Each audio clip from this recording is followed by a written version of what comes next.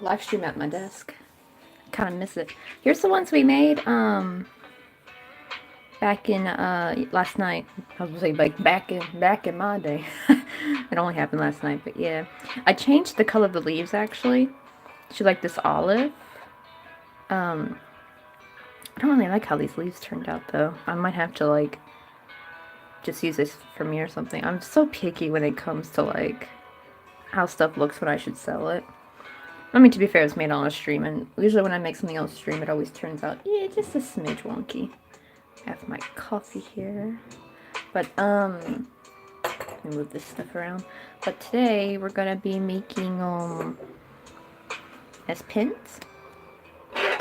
So I have I got these off AliExpress. It's kind of similar, actually, to how you do the, what do you call it? Like stud earrings. I think I have the pack. Yeah, I have my pack of stud earrings here. Like very similar concept. That's what I did for these. If it'll focus. My God, though. I think I think this is the first time I've live streamed with this phone. No, I take that back.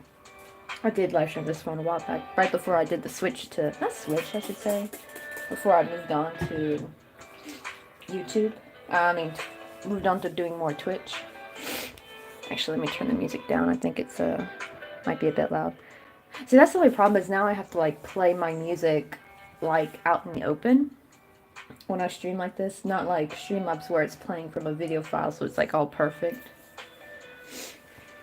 Okay, let's see. Oh, did I? Let me see if I could turn the light on for my ring light. Is it this one? I can't tell if that turned on or not. Oh, wrong one. That nearly blinded me. There we go. I could like change the lighting. There we go. I think that's the one I want. Okay, I think that I'll stick with that. Let's see. I want to make sure I didn't miss. Yeah. Oh, that reminds me. I have to play. I have to use my old phone. This is actually the phone I used to stream on. Where'd it go? I have to watch my stream through that side. It actually, now that I think about it, it might cut off the music. If I can pause it. Ah, yep, see. Yeah, if I pause the video, the chat still rolls on by, but that means I gotta play. There we go. I just like skip forward. Okay. Now I should be able to see the chat a bit better. I need some way to like prop it up, but the problem is it's charging. Yo, what's up, boo boo? Second stream. This one's just YouTube. Yeah, because of the whole, I can't do anything on it with Restream now because I'm affiliate. I still do not know why. Any of the tutorials I watched, they didn't give like a warning. Usually most tutorials like that will be, you usually have like a disclaimer if there's something very serious that could happen if you're using that program. Like, they could have said, hey, disclaimer, if you're Twitch affiliate, do not use this. This goes against terms of service. Let's see, I'm gonna make one for now. But since we're just making, like, since it's like a pin in and of itself, I can probably make a couple on this stream. I'm gonna try to stream for like about 3 hours. Okay. But yeah, this stream's for I've been neglecting my poor YouTube peeps. Oh, they're switched. Okay, so I'll put these to the side. Oh, now I can finally show you. Oh, and also, Takoyaki Crochet, I posted, the pattern as well in the, what do you call it, our Discord. I hope it's intelligible. Like, I wrote it last night when I was, like, super sleepy. Like, it was, like, 6 a.m. when I just ended like, a 4.5-hour stream. Wait, why am I grabbing this? I need this one. So, but they're pretty easy, though. Like, it's just Um, you just you make a circle and you increase up. The first one you just increase up to 18. You start from 6 and increase up to 18. Then the second one you increase up to 14. Then that's when you do your petals, because the petals are the same. I know, right? That's a lot of streaming. That makes me think of the little thing like, that's a lot of damage. I'm trying to figure out how to be able to see my own hands, because I don't want to look through the screen. Oh yeah, 4 hours. Yeah, but don't forget the... Oh wait, were you here when I first started doing live streams? Like, my first live stream ever on YouTube was like 6 hours. And then I did like an 8-hour stream one time. It was like really long. Oh my god, though, my first... It's the Molong live stream. That's like the very first one I ever did. I'm still shocked I was able to do it. Because I remember they said there was a rule where you had to... I don't think you had to be in a... You didn't have to be a YouTube partner or monetized, but you had to have at least like 1,000 subs or something. And they gave it to me early. Uh-oh, what is that? Oh, it's hot glue. I was like, whew, I thought my nail chipped for a second. Like, here, I'm like, oh, please don't let that be a chip. But no, it was just hot glue. Oh, you came from the castle one. Oh, man. And I feel like you probably missed... Yeah, you missed out on actually all the best all the best YouTube streams are actually before that stream. That one was kind of sucky. I still never finished it either. I need to go back to that. But I was trying to like rush it, and I like frogged it all, and I was so sad. But I'm not going to give up on that, because I'm thinking one of these days I'm going to do like a Candyland theme thing. So it won't be just I want to be like other Candyland stuff. Because I just freaking like... that was like my favorite board game as a kid was Candyland. Because of the aesthetic. Like, the particular one, the one I took the picture of, they've changed the art, of course, and I just don't like the new art one. I didn't like the old original either, like the really old ones. The one I grew up with, I don't know if it's because it's biased of growing up with that, but like, just that artwork was perfect. It was like that perfect, cute, colorful 90s style, but it wasn't too much, because the more recent ones are like super dramatic, like they're too busy. And then the old ones were like, really old, kind of old, old 60s style. But the 90s one was like just chef's kiss perfect. But let's see. I used to want like Queen Frostine's castle. I think we had a computer game when I was in kindergarten. We used to play it. I think it was like Candyland. Oh, you liked Monopoly? Oh, yeah. That was actually my other favorite, was Monopoly. That was the most fun to play with family. My freaking dad would always be the banker. Because every time any of us would try to be the banker, we'd cheat. We would slip out money for ourselves. And my dad's like, bro, you can't be doing that kind of crap. Let me see, 1, 2, 3, 4, 5. Wait. Oh, I actually did 7, didn't I? Let me double check this. Oops, I knocked my tripod. Oh yeah, I did do 1 more stitch. Whoopsie, let me take that out. From far away, it looked like 5, but nope, it was 7. The heck? Okay, so I just did my 6 single crochet, and now I'm just going to increase. And after this round, I'll start using my stitch marker.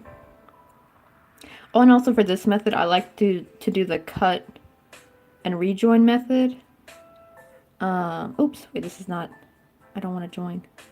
I keep trying to do joined rounds for some dang reason. I think it's for making all the little pink tigers, because I do joined rounds for those, the like little pink soldier tigers I've been making. Wait, did you ever see that? I don't know if you ever got to see that. But I made a tiger pink soldier for Jung. This is the second one. The original one actually had a star tiger up, but Jung has that one. This is the one we made on the Twitch stream. Oh, so I probably actually need to do this again on YouTube, I think. I'm gonna have to like start double streaming now. Like maybe the night before. Because either I thought at night do Twitch and then morning, because I do kind of prefer to do morning for the YouTube streams. But like I went to bed at like 6 a.m. There was no way in heck I was waking up at 10 to do a stream. Ah, shoot, I freaking missed this one. I know, right? It was actually my husband's idea. If you probably saw him in the chat earlier, the one going, "Whoa, second stream, that's strong." That's my hubby. Okay. Yeah, I probably have a lot of catching up to do with YouTube. Only before I was like double streaming it, so it wasn't that much of a problem. But then I found out I couldn't do it anymore. Ah, come on.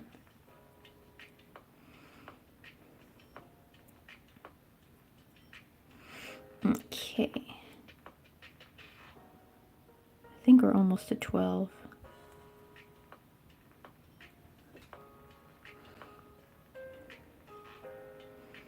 Let me double check. 1, 2, 3, 4, 5, 6, 7, 8, 9, 10, 11, 12. I think. Wait.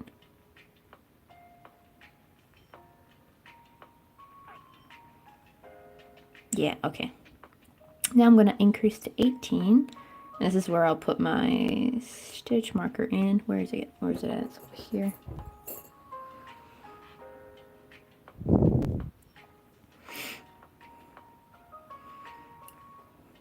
I'm trying to think. Oh, I probably got to do the mini ice cream again for YouTube as well, because I think that's when I stopped. I think the mini ice cream one was the one I remember, like, whenever I go back and look at my now live messages on Discord. Oh, shoot. Yeah, you know what I forgot to post this in Discord that I'm live now. I mean, I posted it as an event so people can kind of still see it, but I forgot to post it in the live now. Shoot. And I don't think this phone has Discord anymore, does it? Nope. And I can't use my phone because I'm currently streaming with it. So if I try to exit it, it will mess the stream up. Oh, well. Well, the what do you call it, though? The event has the link to it, so... But it's not as... But I usually use I have like a little tag.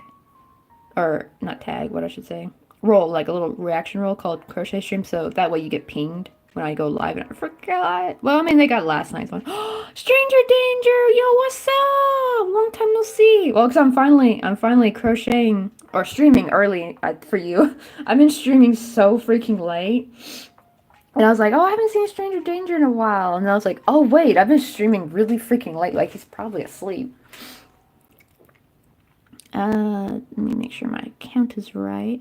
But yeah, we made these last night on Twitch. I made these the other morning. I like the green, but it looked kind of cartoony a little bit. I'm trying to make stuff to like sell in Korea. So I'm trying to like make some like whimsical, something cutesy and girly that probably women would like to wear like when they go work or go out. You know, something like that. These are not going to be earrings though. We're going to make these into pins. Where's the... Oh, I already took these out. I better put these in a spot that I can see so I don't get lost. Ah, yeah. Also, it's like 11:15 a.m. for you. I know, right? Well, because it's early. It's like, what time is it? Oh my god, my freaking phone fell asleep. I need it to watch the chat. I kind of wish the chat would just stay up on my phone, like this phone I'm streaming with. But it, like, after someone sends a message, it, like, disappears really quickly. And I have to, like, retap the screen. And I'm like, I don't want to have to keep doing that. So I have my old phone. I mean, this is the phone I started streaming with, this old one. They're both Xiaomi's. I think it's a Redmi Note 5. This one, the one I'm currently streaming with, is a Redmi Note 10 Pro. Yeah, so the camera is a lot better. And I can tell, like, oh my god, like, I feel like I always feel like my crochet stream quality on YouTube was pretty decent, but I feel like it's even better now. Okay. Oh yeah, now we're gonna do, like, what I told Takoyaki, the, cut method. So, I'm gonna cut this up, and I'm gonna do, like, the invisible finish, I think is what it's called. Oh, it's always nice to see people... To see you in Burb, oh yeah, Burb Scientist Louis live stream. When's his next one come? I think I missed the last one, and I think I missed the Club Crochet birthday one, because that's the problem, they're so early in the morning, and before, it wasn't a problem, but now it's like, why do I keep saying crochet? These Korean classes are like in the early morning, And then even after that, I have to go tutor these two kids on the same day. So it's like like I either don't get any sleep and then have to like get up and go, or I just have to miss it entirely, sadly. But the class is about to end, I think. Like we're about to finish the workbook. We're on the very last chapter, and she said I'm gonna take a test. So that's what tomorrow's live stream is gonna be, like a little study, like a little study stream. And what do you call it? And hopefully once that is done, I don't have to worry about her coming to my dang house no more. Because that was another thing too, is that she actually comes to the house. So I have to like prep everything, clean the home.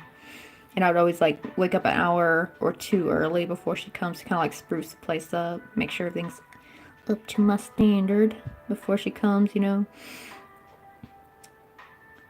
that was always annoying. But I think I'll finally be able to get back into being in Louis' streams.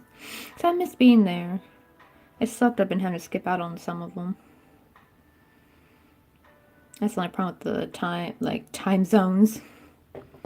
But actually, so when I moved to Busan, which we're going to move in March, we thought we were going to move February, but we've decided we're going to wait a little bit, one more month. But when I do my streaming time, it's going to completely change. I'm not going to be streaming in the evenings anymore. I'm going to be streaming like early morning, like I'll be starting at 6 a.m. Like that kind of thing. Because I might still have to stream early-ish evenings some days though. Because, I have people who regularly watch me at those times, and if I completely change it all the way, then, those people miss out. So I gotta give it a balance. Like some days, do like a 10 p.m. stream. I'll go back to my old time, which was 10 p.m. instead of like these late 3 a.m. streams. Because, I don't know, because they do pretty well. But I don't really get a lot of people from America. I get a lot of people from Europe. Because I think that's a prime time for them, like 3, 4. But as well as 6 a.m. though. Like they're still up and going around like 6, 7 a.m. So those people in Europe will still probably be able to enjoy my streams, I think, at that time. Yeah. Okay. I'm going to just like secure the back of this. Oh, did I pull the right one? I might have pulled the wrong one, I think.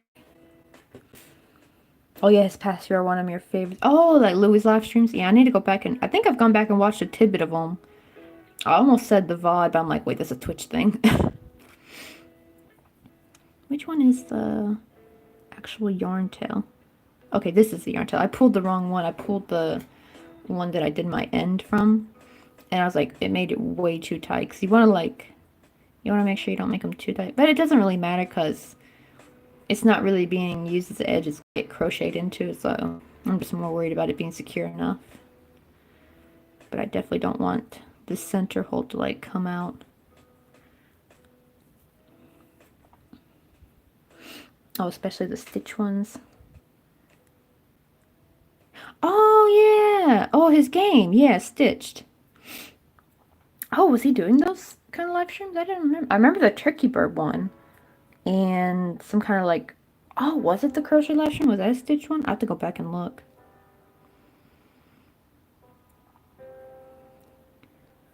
Come on. Ah, this needle's... That's the problem. I kind of wish I could have just an ever so slightly thinner needle for this. But it's so hard because, like, all yarn needles are super thick and big. And it's really hard to find, like, an in-between one. Oh, last year's ones. Oh, yeah. Last year was really fun. Man, poor Louis, though. He's been really busy this year.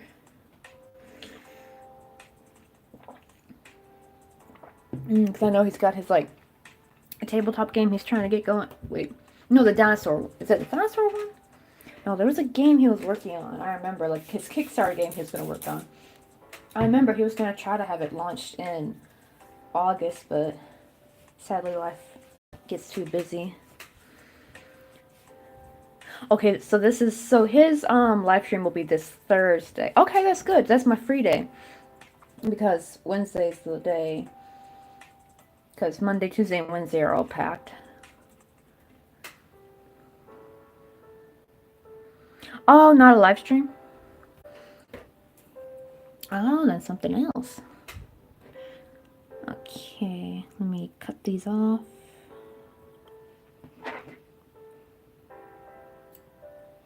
I'll try to guess. We already did a movie night, so it's not a movie night.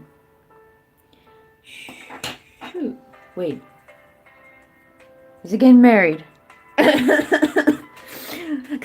It's so funny. I legit keep thinking of him and Jules as a married couple, and then I keep forgetting, wait, they're not even engaged. That's his girlfriend. I'm like, but they just seem like a married couple every time I see them.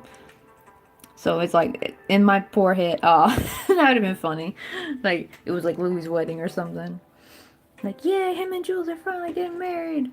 I know, right? They don't give off girlfriend boyfriend energy. They give off like husband and wife energy, you know? Oops, wait, I forgot. I like to join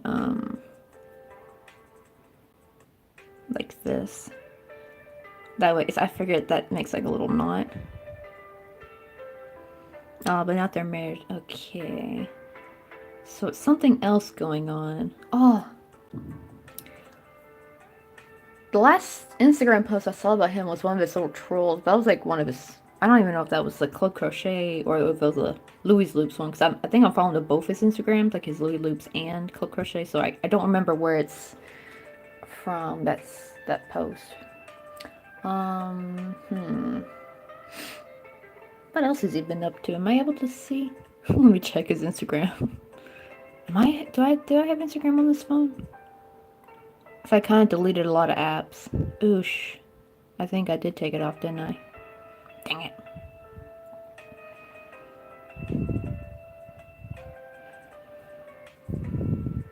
Oh, he didn't even announce it yet. Okay. I'm trying to think. What has he announced in the past few days that I might have missed? Oh, it's not happening on his YouTube. Oh. Oh, then what's he doing though? So I gotta try to guess. Can you give me a hint? Like, does it have anything to do with his like crochet games he's making? Like the dinosaur one, or is it something like completely different? Like a promotion thing going on? Oh, did he like finally quit? Did he like quit his day job or something? I don't know.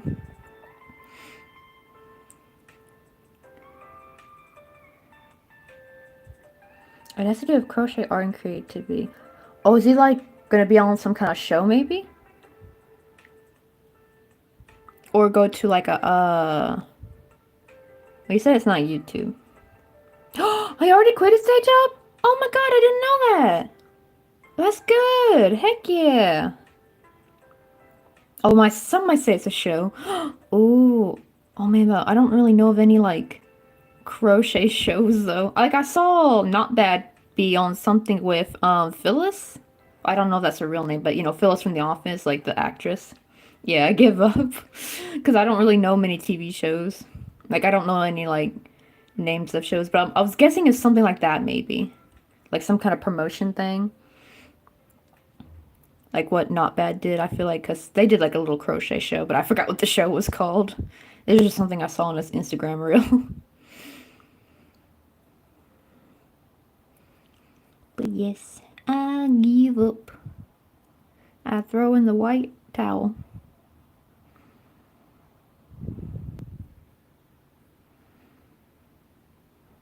Oh my god, so you're gonna interview him. Oh heck yeah. Oh, that's right, I forgot you have like a little, because I saw on your Instagram you have like this like little talk show kind of thing.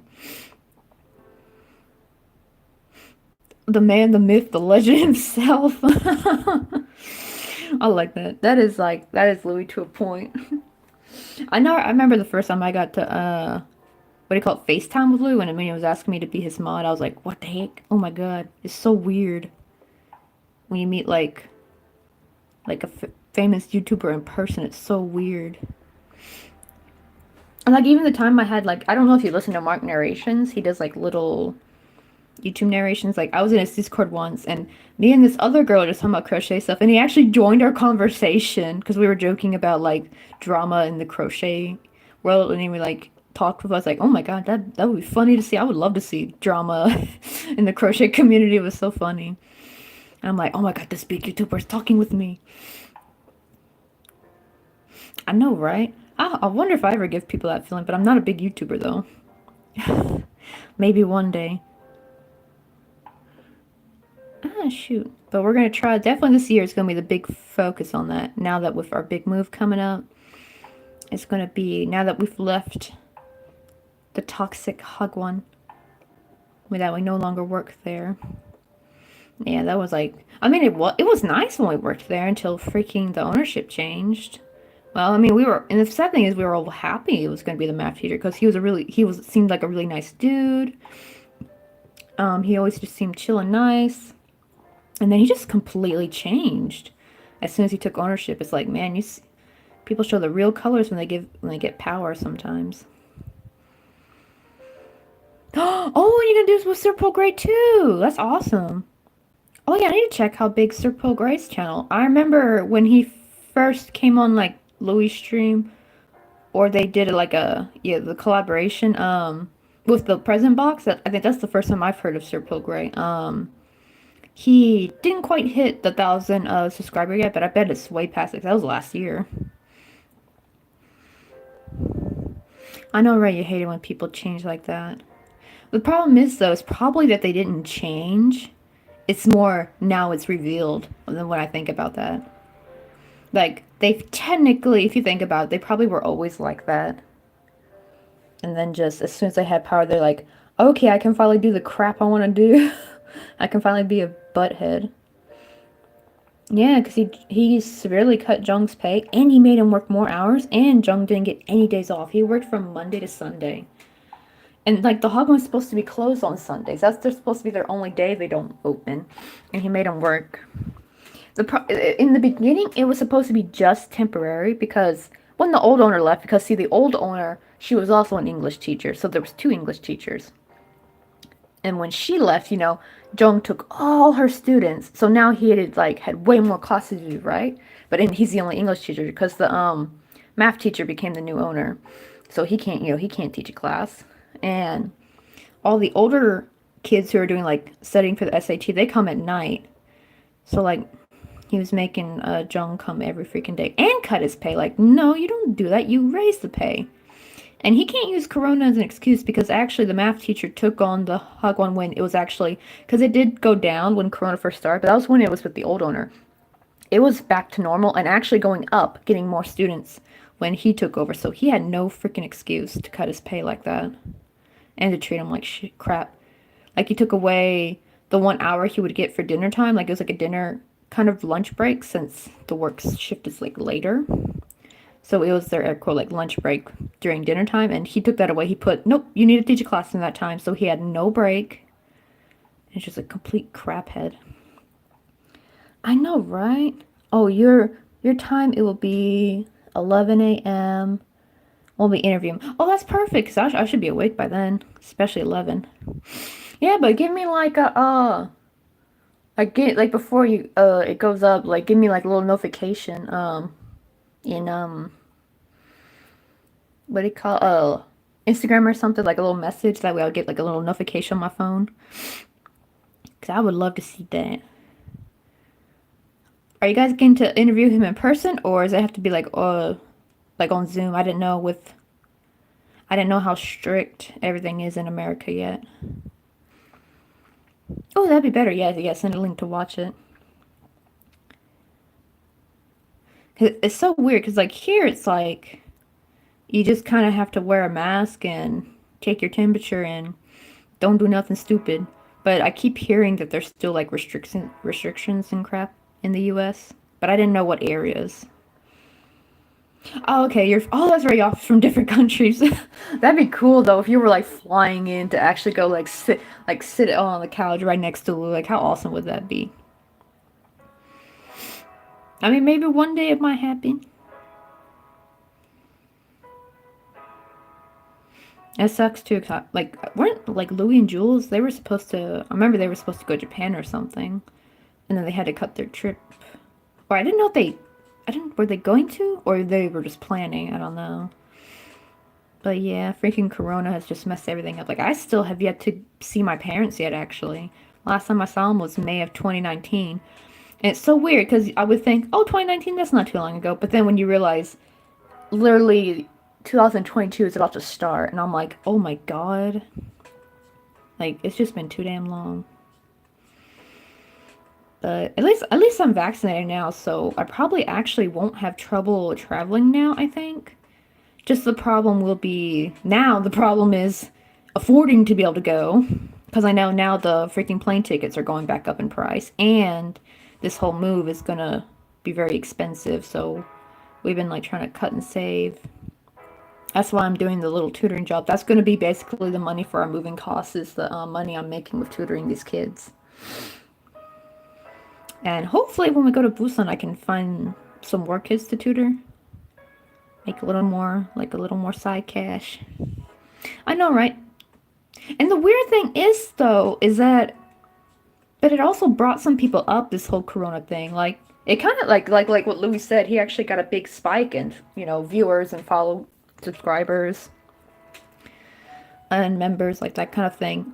And I'm not sure, do you know James Blackwood, the raccoon whisperer? He's the dude who like feeds raccoons. He got also, his channel blew up because of Corona. So it's like, it really sucks. Like, some people actually got benefit from it. Like, people who, I guess basically a lot of content creators, benefited from it because everyone was home. But at the same time, it ruined so many lives though.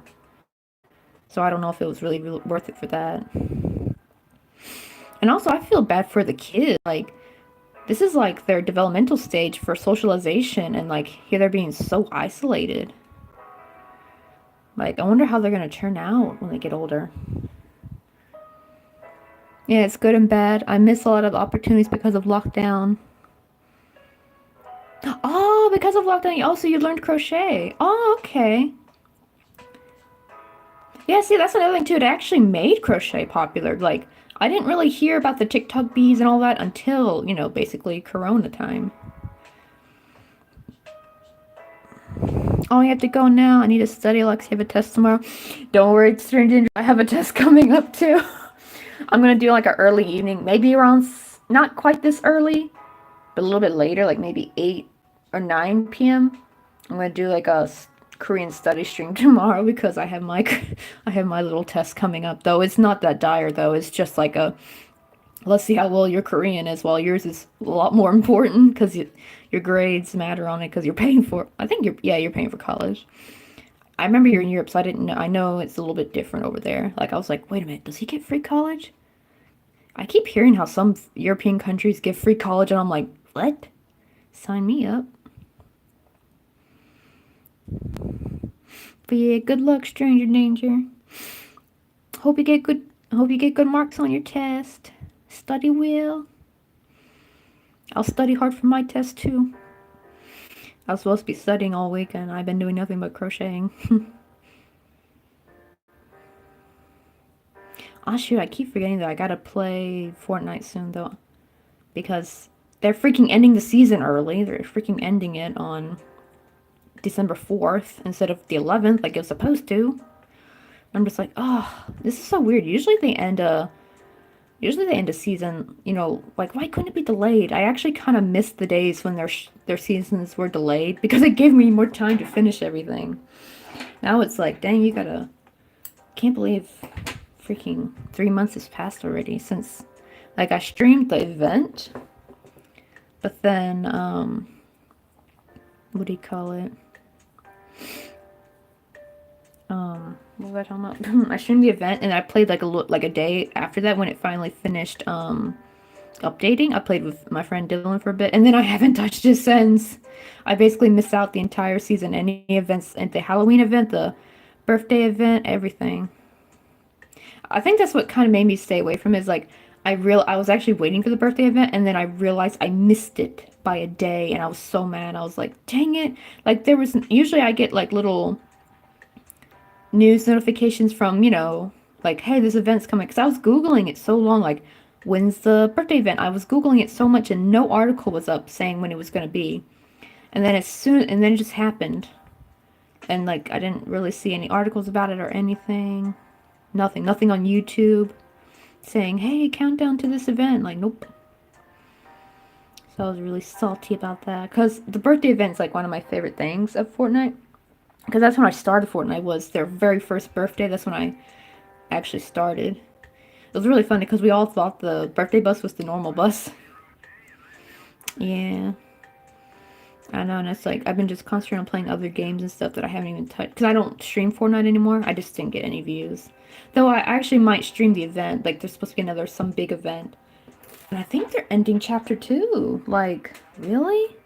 Already? They're not going to do 2 more seasons or something? Like, does that mean we're going to get a new map again? I mean, actually, though, if it takes us back to the old map, I will be freaking happy. Oh, yeah, here's something I like to do to, like, help kind of flatten out my petals a little bit. I have this, like, little roller thing I got from some kind of Play-Doh set. Like, I was using, like, Play-Doh back when I was teaching, like, the really little kids at the Hog one. Like, something to kind of play with when they were learning English. And I like to use this as, like, a flattener. Like, I turn it on the other side. If I'm, like, too lazy to try to block it, I kind of smooth it out. Let me see the side I need to do. Just letting it get steamrolled.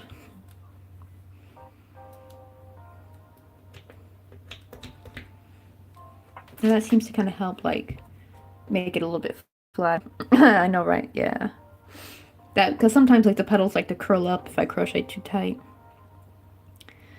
Okay. Oh, I forgot. I done forgot again to leave a tail, so this one's way too short to sew with, so I'm just going to go ahead and finish it off. And I'll just make sure to leave a tail.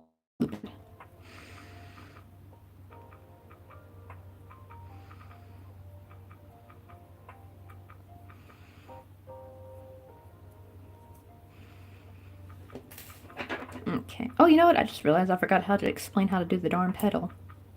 Well, I'll show you in more detail when we get to the other side. Because that's the great thing about this pattern, is that when you do the bigger side, you just increase up one more round so that you get 8 petals, but the petals are the same.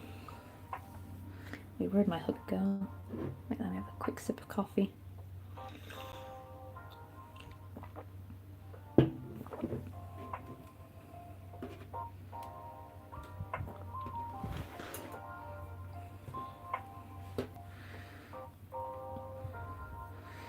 But man, oh, I miss this quality. Well, I don't know if it looks this good on Twitch, because I use the web camera. And I feel like it looks pretty good. Just when I move a lot, the autofocus will get it all fuzzy sometimes with the web camera. Which really sucks because it's like a 1080p. It's like a $50 web camera, so it's pretty good. But you have to like give it plenty of lighting, because if you don't, it gets all grainy. But when it does, it looks really nice. Just the freaking autofocus. Me and my husband are trying to figure out how to get it to stop, but I did Google though, and it seems like some web cameras just don't give you the option to turn the autofocus off, because like you're supposed to be able to like check mark a box, right, to say turn off autofocus, but it's grayed out for this camera, and it doesn't matter what program I use, whether it's Streamlabs or if I'm using directly through the camera's program on the computer, like it just won't let me do it, and it's so frustrating. But here it's like the quality is just so much better. Oh, you can see yourself from I can see myself from your phone. Oh yeah, you're right here. But let's see. Actually, even more though. Actually, you know what I just realized? This looks like you kind of. It looks like your little octopus, actually, my little squeaky. I keep forgetting I gotta give him away though. He's gonna be he's a Christmas present for somebody.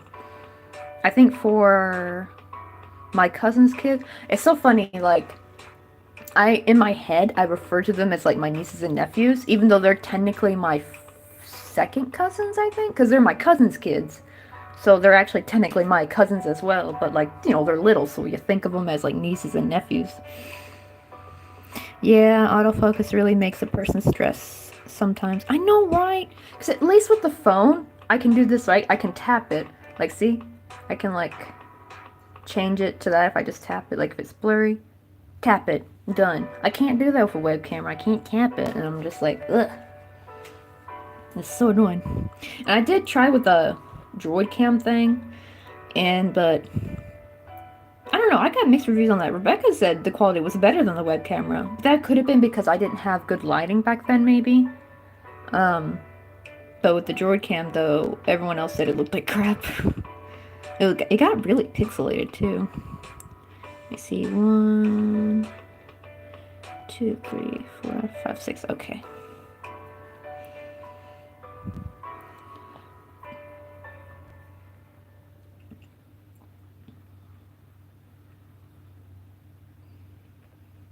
Okie dokie. So now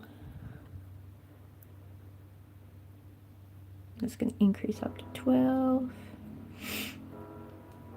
Oh, you know what? I could be using my dang yarn ring. This is the one I like to use the yarn ring for because it's all done in the same color. So I'll be crocheting for a while with this string, so I want to make sure.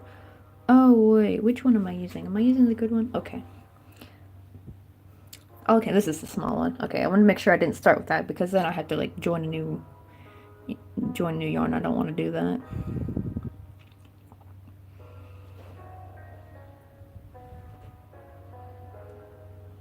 But yeah, I really like this light thing that Jung bought. I don't know where he bought it. I don't know if he bought it off AliExpress or Coupon, but it seems to really help brighten up this room. Because, you know, it's nighttime now, and the actual ceiling lamp is not strong enough. Like, it was very dim. Even though we replaced the light bulb not too long ago. But just the lighting is just not very strong in here. Which I don't mind. It's actually good for ambiance. But for a live stream, it was like, it made it too grainy on my phone. I was like, wait, let me... Because, you know, I usually do my streams when it's daylight, so I had no problem. But I was like, let me bring this lamp in here. And voila! I freaking love it. Oh, it's still coughing because you can crochet with super thin yarn, not get frustrated. Oh boy, though. In the olden days, back in 2015, when I was trying with it, I sure as heck did get frustrated. I passed the frustration period already. I still get frustrated with embroidery floss, though. Because, my goodness. Because embroidery floss, I don't think I could ever stream with embroidery floss. Because I have to really crochet up to my face. And even then, I have to crochet so slowly. Because if I try to crochet fast with embroidery floss, it just slips off the hook. Because the hook is so tiny. Like, this still gets a little bit of traction or whatever. Like, it still hooks the yarn in. I think I have, yeah, I have my tiny hook here. Let me show you the difference. Wait, they look the same. What the heck? That can't be right.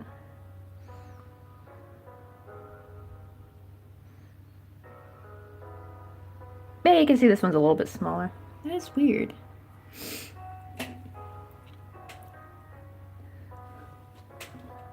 But yeah, that's the one I used for embroidery floss. So I try to like keep the embroidery floss more for like when I do very small details to add to my regular amigurumi, like charms or something. I know, right? And this one says it's a 1 millimeter. It is not. If it will focus. Come on. There we go. It says 1 millimeter, but it's not. It's the same size as my 1.4. These are also from AliExpress. So go figure. Let me see. Do I have my 1.4? But yeah, like, I was like, oh, I got my 1 millimeter. And then I tried, I was like, wait a minute. This is like the same size as my 1.4. So this one actually might not truly be a 7.5, I think, or 0.75. I think this one might be the 1 millimeter one now that I think about it. Because the sizes are wrong on it. Let me see. I think I did 12, right? 1, 2, 3, 4, 5, 6, 7, 8, 9, 10, 11, 12. Okay. Now I can put my stitch marker. That way I don't have to worry about counting no more. And it's actually a little bit hard crocheting on stream. Like, actually, I could crochet these flowers much, much faster. But that's because I usually crochet with my, oh my god, will it get in the stitch? Come on. There we go. I crochet with, like, my elbows propped up. And I have it, like, right up to my face. So I have, like, more control. I can go a bit faster. But here I'm crocheting, like, extended out from me. So my tension is a little bit weird. And, like, you'll see the yarn will slip off or my hook will slip out of the stitch or loop or whatever a lot. And that's because of the angle I'm working at. But it's the only way to get this like under a screen. Even with an overhead shot, there's like still a little bit of this like weird angle. But Jung has my overhead thingy. He's using it to help make some videos for his new company he's working for. So I'm back to using the good old tripod. Wait, did I do that right? Wait, yeah, 1 increase, 1 increase. Okay, I just want to make sure I didn't skip an increase.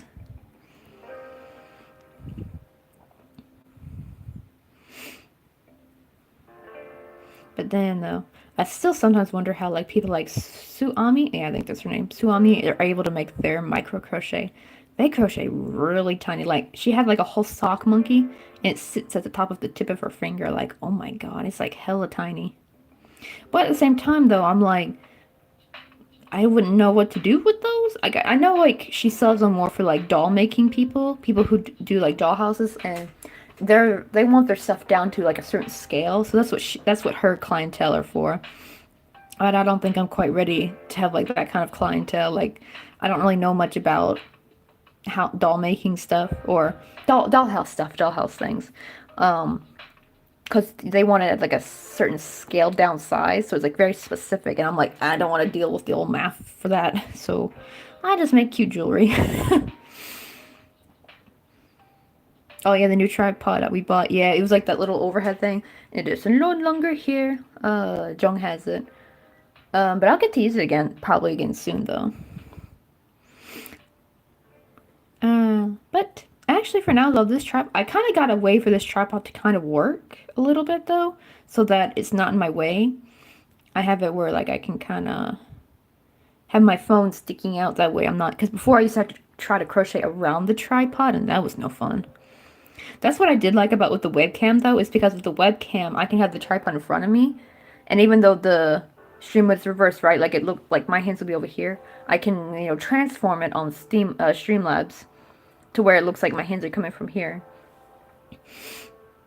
So it's always nice that I can do that, but I can't do that with a YouTube stream, sadly. But yeah, I'm using like a different tripod. I'm using like the smaller one. And that seems to work a bit better than the big one. The big one was a bit too clunky. Okie dokie.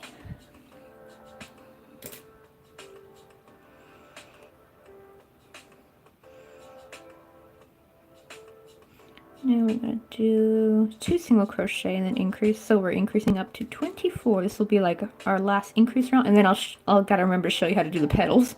I totally forgot to go into detail about that last one. That doesn't matter. We're going to be making a couple of these.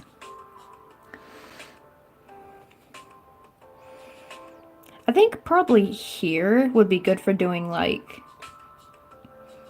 IDUS type streams, because that's where I'm going to try to sell. It's called IDUS, IDUS, yeah. It's like, actually, it's pronounced like this in Korean, IDUS, which almost sounds Japanese now that I think about it. But it's like Korea's version of Etsy. We're gonna apply for it. Hopefully I'll get accepted. It's not like Etsy where you just go and open a shop and put your payment info in. Like, no, you gotta actually make a like little business proposal almost. Not proposal, more like you gotta make like a little application. Like, you gotta show what you make, gotta show your process of making it, you gotta talk about what your brand is about, you know. Which actually I kind of like, because that kind of and people have gotten rejected before if they didn't meet all the criteria. Which kind of means it keeps out, because you know, like Etsy, right? Etsy will have the freaking all those drop shippers or something, people who are not even crafters, like they buy crap from China and like sell them whatever. I think that's what people call them, drop shippers or something. Like they've kind of taken over Etsy. They're the people who can afford the, you know, cheap shipping prices, because when you're like a bigger company you get like some kind of discount, unlike us small folk who have to pay like normal shipping price. Oops. I hate how my phone keeps going to sleep. Like the music keeps playing, but it keeps going to sleep. I know, right? It does sound Japanese. I think it's because it's an English, like, because the way that they put it is, I should say like, It's like they're trying to spell out an English word, basically. That's how some English words can be like cake, like, right? That's not normally how regular Korean flows. Because you can kind of almost always spot like a Konglish word like computer, like, but like a regular, I don't know, but it's hard to explain, but like, you can kind of spot the Konglish words in English. Because it's very spread out. Like, they're very long. Because usually Korean words are a lot shorter and have more like a consonant vowel in it, while Konglish words would be mostly just the consonant ends in a vowel and not ending in a consonant like other Korean words would. Let me make sure. Okay, there's my increase. Okay, so my next one is my increase. I'm like getting track of where I'm supposed to be at. But yeah, but I feel like it'll keep, like, it feels like with that application thing, like it's gonna keep it for us crafters, I feel like. You know what I mean? Keeping the whole place, I guess, more pure or something. Like, it's not letting the big corporations like come in and be all like, oh hey, yeah, we're gonna just like sell all this crap and call it handmade. Like, it's actually gonna be for the artisans, which is what I would want to be. And actually, I just got a commission last night too. One of my streamer friends, she's this really sweet girl from Netherlands, and she wants me to make her friend some earrings. So I gotta get up on that and like make something to like show her. I need to find some glitter though. She wants me to make like a little fortune teller earrings or something. I'm like, that'd be cute. Like galaxy style though. So I'm gonna probably mix up my embroidery floss. But I'm gonna like add like 3 or 4 different strands of color so I can have like, because I don't have any galaxy yarn. That way it would still be the same thickness as this if I use like 3 or 4 strands. I know, right? You hate it when big companies do it. Me too. Like, they've just really trashed Etsy, honestly. And the undersellers, the people who like sell for super cheap on there when they should be making their work a little bit more expensive. And they like kind of undercut everybody, so then it kind of like devalues the rest of the work for the other people in that like that type of crafting. Because then you get like Karens, you're like, well, so and so sells it for this much. And I'm like, bish, then go buy from them. Let me see, did I skip my increase? Shoot, hold on. You know what I did? Oopsie, I almost about to skip my increases. Come on, get back on there.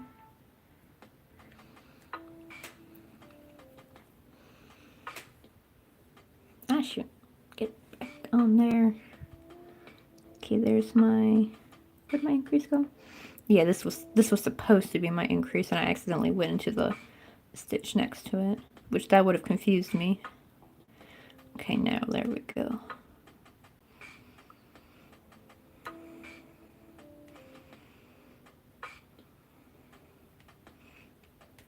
Oh yeah, that sounds really cool. Yeah, it does. But yeah, I'm gonna still be known as Coffee and Crochet on that site, but my branding will be a bit different. Because, you know, here I'm like retro, like retro city pop, but also kawaii at the same time. My like branding will have to be a little bit more grown up-y, I guess, or more. I don't want to say grown up because, you know, grown ups can like, you know, kawaii stuff too, but like not like that more whimsical kind of kawaii, I should say. Or I should probably really just say Kiowa because kawaii is, you know, Japanese word. Koreans say Kiowa. Kiowa. Which is so funny because ki means ear. Like the first part of it, so cute. So people like make a joke like saying, oh, cute ear. Okay, I don't need the yarn ring for this part because I'm going to do the stitches now. I mean the petals. So what I like to do is, since I like to have a cleaner back, so what I like to do, but I still want the good side of the petals to face forward, like this way, but have this back part where the part of this will come out of. So I'm gonna kind of slip stitch, like I'm joining around or something. Then I'm gonna chain 2 for my petal. I'm gonna turn my work and work this way. That way the petals, the good side of the petals face this way, and then the good side of this will face that way. And to do each petal is like basically the same. You just chain 2. This only counts for the first stitch. You do it in the same stitch, a double crochet, because after that, you'll see when we go on to the second petal. Whoopsie, that's a half double.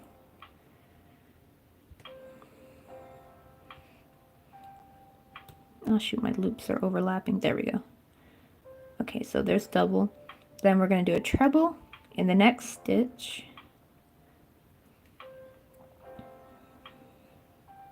I said we gotta get this up closer so you can see.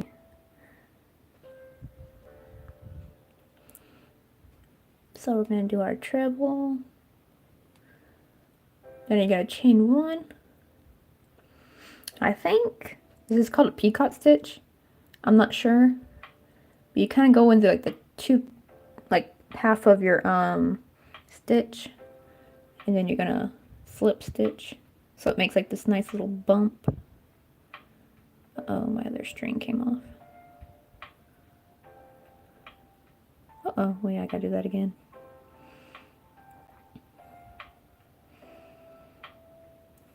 Okay, there we go.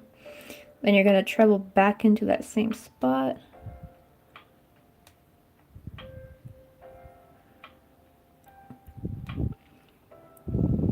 Oh, I used to use peacock stitch many times. Oh, that's good then. Yeah, then you probably know how to do this. Oops. Then I'm just gonna double crochet in the next stitch if it'll go in. See, that's the problem is now that I'm working from the opposite side, it's kind of awkward going into the stitch a little bit because it's going at it in a different angle. Then we're going to chain 2 and then slip stitch back into that same stitch you just did your double crochet in. So basically each stitch is worked over 3 single crochet. That's why you get 8 with this round and 6 with this one. So from the first stitch, you know, we did the chain, right? We did the chain 2, and then in that same spot we did the double crochet. But from here on out, after you do your slip stitch, you're just going to chain 2 from there, and then just do your double crochet in the next one. So technically the double crochet is technically all by itself in that stitch, because that chain 2 is still coming from that side. But it looks like it's in the same spot. And then you just do the rest like the treble. Oh yeah, I remembered a pretty funny story that happened to me. Ooh, do tell. Oh, that's right. You used the peacock stitch for your octopus and goblins. Oh yeah, I would imagine that'd be really good for like the little flippers and stuff.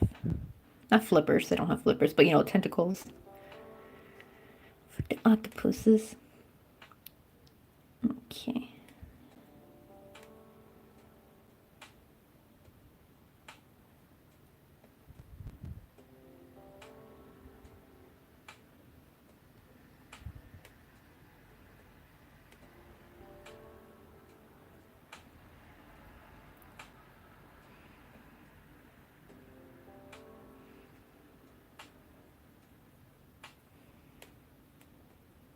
And we're just gonna chain 2.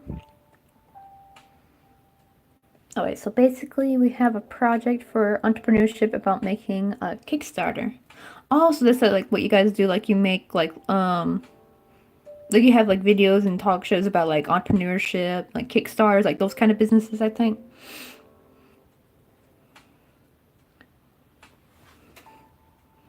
Oh, so for your group you did crocheting classes. Heck yeah.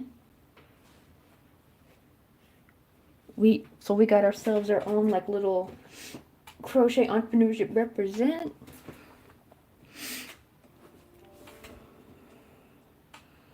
Let's see, so I worked with my group and we worked for many weeks. Ooh, I would imagine you probably had to like find out so much about like crochet to report on, like, and look at different people, how like people teach it. I would bet. Extensive research. Oh, my freaking phone tried to go to sleep again. Like, nope. Oh, wait, before last night, my group mate asked me.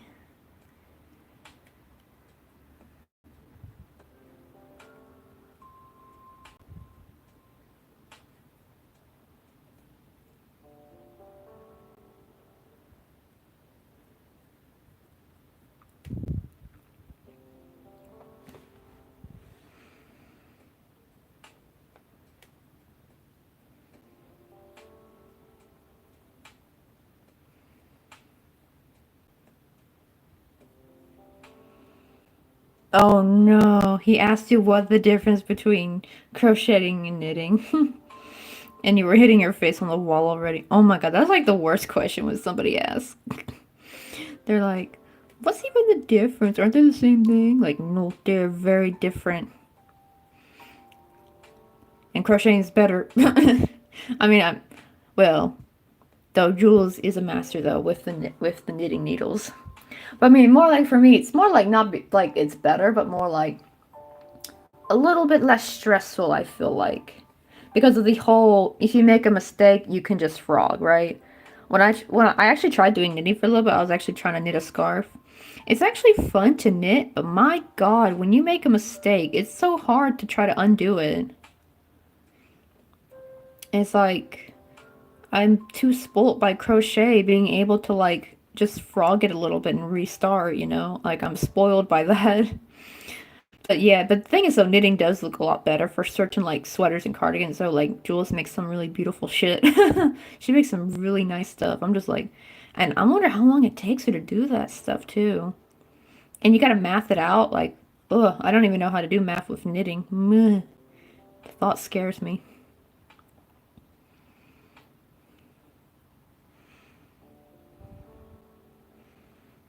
Oh yeah, this is knitting is also great. Yeah. But more like for me, for more like I feel like just crochet is just the less stressful of the two. Plus, you can do amigurumi. I mean, you can technically do like the knitted amigurumi, but I think it's a little bit different. Like it's a totally different concept. Like you make your stuff flat and then you have to stuff it to give it volume. Well, sometimes you don't have to stuff your stuff right. Like it'll already hold its own shape on its own. But with knitting, you have no choice. You have to stuff it. But from what I think though. From what I heard, I think you stuff it less, or do you stuff it more? I'm not sure. But yeah, but from people said like the knitted amigurumi is more huggable. Like it's a bit more squishy, so that is pretty good though for like a kid. But for what I do, I actually prefer my amigurumi to be really stiff because I kind of want it to be like a little, figurine kind of sorts. And for like jewelry, I don't want it to be squishy. So it works in my favor for that.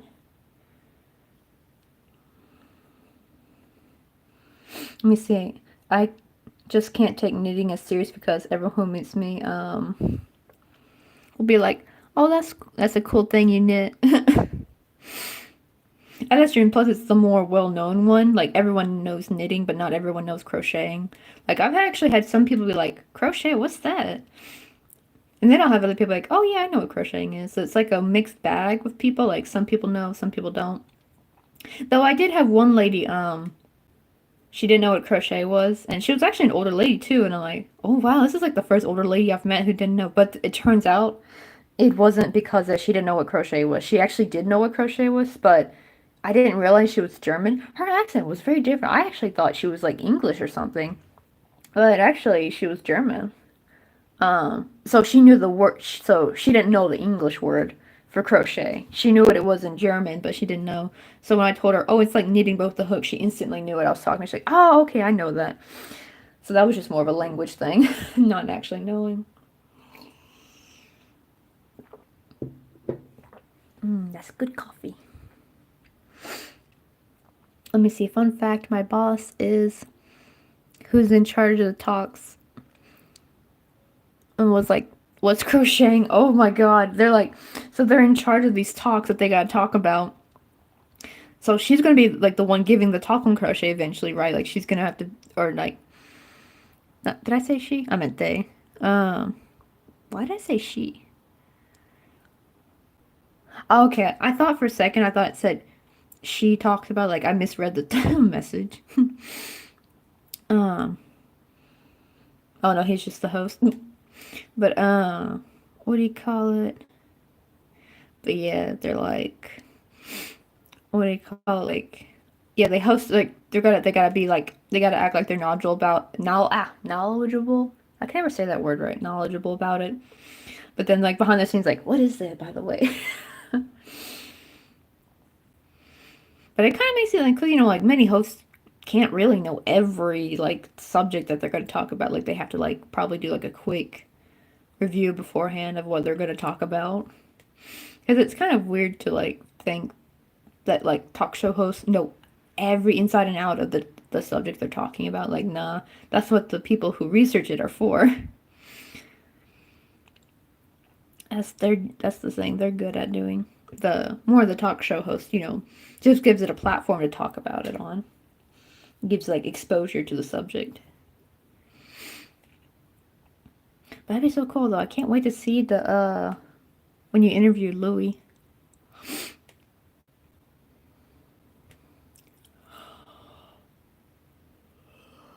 Oh, why am I yawning already? I mean, I woke up at 3 p.m. I should not be sleepy. That's the only problem though when I go to sleep at like 6 a.m. I hate waking up at like 3 a.m. It's such an uncomfortable feeling. I don't mind waking up like maybe 12 or 1, but I think it's because it's winter now. Because it's so dark when I wake up and it makes me sad. Be like, oh, I miss, the pretty morning light and all that. So it's like you go to sleep when it's dark and you wake up when it's dark, basically. If it was summer, it wouldn't be that much of a problem. Yes, I was like introducing the world of crochet to my fellow other co-hosts. I know, right? Like that'd be funny though if they actually like someone from that got into crochet because of just hearing about it. They're like, what's this? Especially when they see amigurumi, they'd be like, oh, I kind of want to do that. Because I do think amigurumi has actually super helped crochet grow even more. Because I kind of feel like it probably wouldn't have gotten as big if it wasn't for amigurumi. Even though now I know, like, crocheting those cute sweaters are now in, but you still have to, like, a lot of people still make, not amigurumi, I should say, but they make, like, but it's still, like, kawaii style that came from, like, when amigurumi got popular. Because amigurumi kind of brought kawaii style to, like, the crochet community. I feel like back in, like, 2010-ish, like, that kind of era. Yeah, like for some reason when you wake up it's dark. I went to sleep it was dark because it's still really dark at 6 a.m. here. Like it was pitch black when I went to sleep, like no sun, anything. Cause see that's the thing is back in the summer I had a very similar sleep schedule. I was like going to bed at like 7 a.m. But I got to watch like the sunrise and it was very bright when I went to sleep. And then I wake up and it was still bright, like it wouldn't get dark till like 8 or 9. So it was, pretty good. But now that it's winter, it's like it's dark in the morning and it's dark and it's like just barely like it's like the last of the light is up when I got up. Like you could already see the sun was going down. It was only 3. Like I was like, dang it. Because well, that's one of my favorite things here is like crocheting in the morning time. And that's the sad part is I know I'm going to be up in the morning, but it's going to be doing for the stinking crochet. I mean, not Korean class. Why I keep saying crochet class? It's going to be for the freaking Korean class. And, like, we won't be done till the afternoon. I'm like, ugh. Yeah, I got into amigurumi because I saw the goblin noise. I was like, I must crochet that. That's true. Amigurumi is the only stuff I crochet. Yeah, me too. That's what I primarily do. Probably the flowers are the only non-amigurumi thing I make now, I feel like. Though it's good to know some non-amigurumi stuff of way of crocheting for like making accessories or something. Like if you made an amigurumi thing, it's good to know how to make. Well, sometimes it doesn't matter for amigurumi because like when we give her amigurumi like clothing, like for a character, you kind of just like do color changes basically, and But if you like some people though, they'll actually crochet an actual sweater that you can take off, like they like make little dress up dolls. So I'm like, I want to get into that, but I have no idea where to start with making clothing, and clothing that would look nice. Because every time I would try to make clothing for my amigurumi, it would always look really weird and stiff. I'm just like, how do they get it to where it's so loose and relaxed? But I thought that would be like cute, like something you can like swap out. Uh-oh, do I have enough stitches? Oh yeah, okay, I got 3 left. Because I was supposed to say last night's stream, I had the same dilemma where I was short by 1 stitch. I was like, oh no, not again. It don't matter though. I kind of fiddled with it and I got a way to make it like look somewhat natural so people couldn't tell. Let me see, the only thing that is not amigurumi I want to make is the Skeksis from Dark Soul crystal helmet. You know, the Hunter Skeksis, the one with that wears the skull helmet. Oh yeah, I think I remember. Man, it's been a long time, so I need to watch Dark Crystal again. I think, is it on Netflix? I think, or more, is that just the new TV show that's on Netflix? My God, I remember my mom. That was one of my mom's favorite movies was Dark Crystal. I remember watching it as a kid and being so weirded out by it. But now that I'm older, I'm like, oh, I love this like spooky, like retro-y, like fantasy kind of vibe it gives. Because it, like, I love one of my favorite movies. I just watched it the other day too. Is Labyrinth.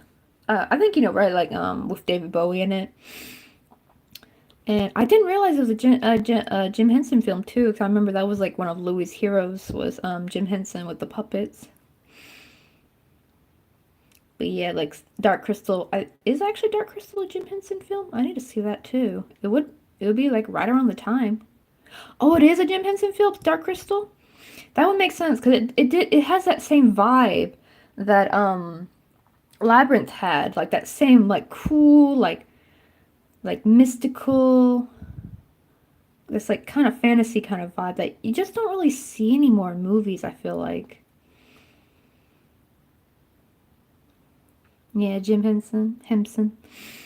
May he rest in peace. Oh, was that the same guy? Is he the guy who died? Like, I remember there was somebody, like when I was taking biology class in high school, a teacher told us, I think it was Jim Henson. Was he the one who died of the flesh-eating bacteria, I think? I can't remember. But it was somebody famous, and I remember it was like some guy, the guy who made the Muppets, like Jim Henson, and I was like, I was like thinking that was so freaking sad. Like the guy who made Kermit the Frog died of such a horrible disease. I think that was Jim Henson. I'm trying to think it was not some other celebrity. Because I remember like the picture of the she put on this like projector, like the guy, there was this dude with the Muppets hanging around, and I think that was Jim, like a picture of Jim Henson, I think.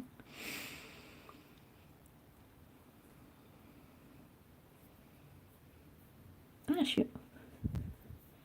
Lost my tension there.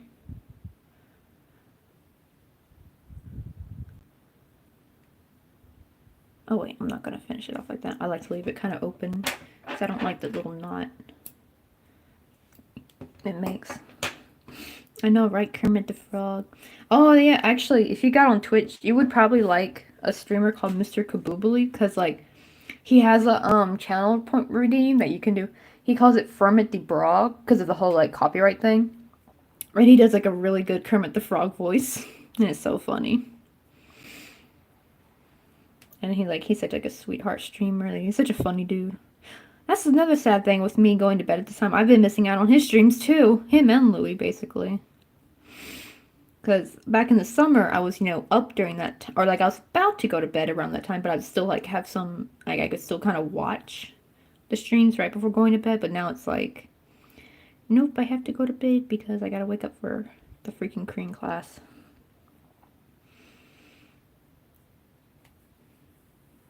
And I think even back then, even if I still had to like, I could like wake up, watch the stream, and then I could still go back to bed. But now it's like there's no option to go back to bed, so it's like I have to get my sleep when I can.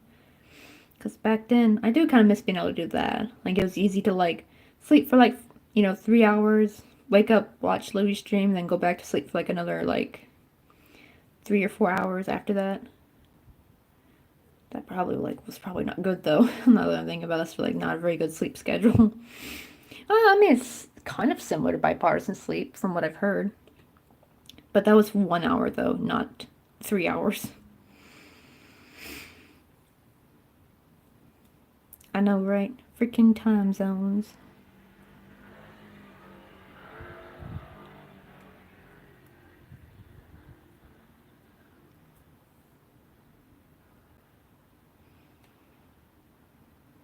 And I watch a while and sleep. That's the way to do it. Oh yeah, I forgot I gotta sew this part up.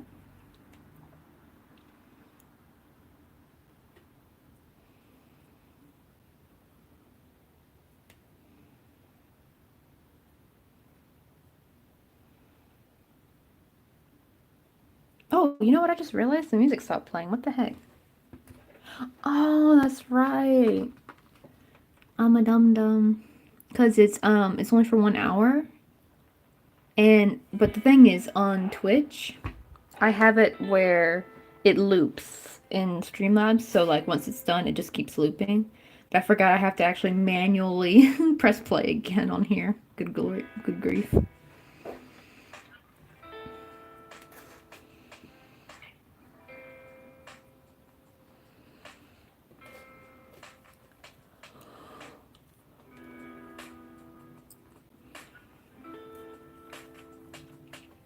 I know, I was like, it just hit me too. I was like, why is this site so quiet all of a sudden?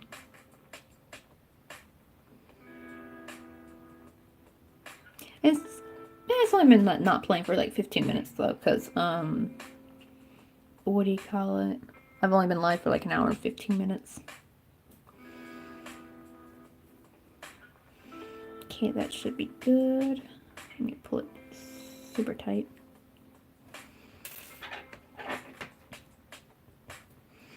Okay, where's my yarn scrap pile?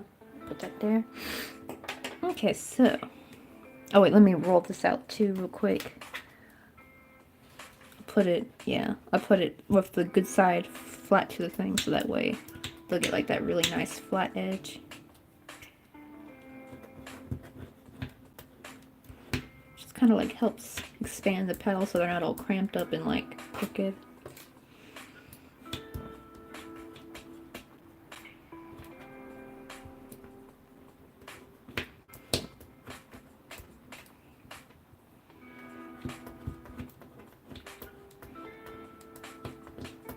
Though technically probably blocking is still the better option, but that's time consuming. And nobody got time for that.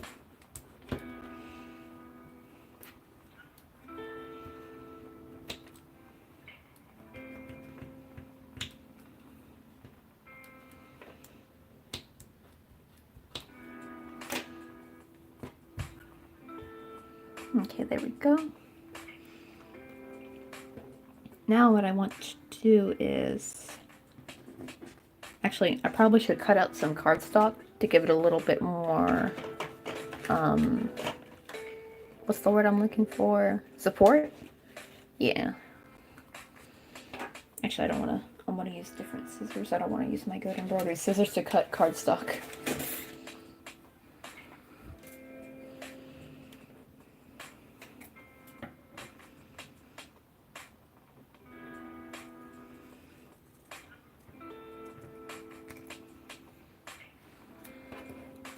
I'm going to hold these up together. Ooh, do tell. I do love a good crochet story. So I'm going to cut this into a circle.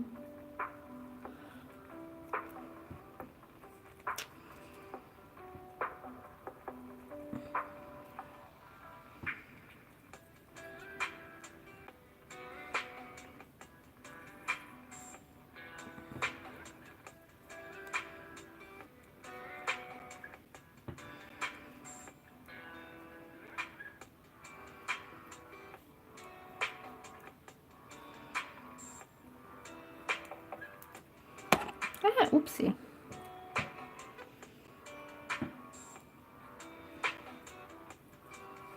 Okay, so I was helping out this one in my school event called McKen, where we can do a charity auction night. Oh yeah, because I've seen some what do you call it? One of the ladies in my high school, the administrative office workers. She used to crochet blankets for like her church's charity, so that like families that didn't have a lot of money get like warm blankets for the winter. So you put one of your products in for auction. That'd be funny if they, like, one of the workers was like, you know what, I want to keep that for myself instead of putting it with the charity.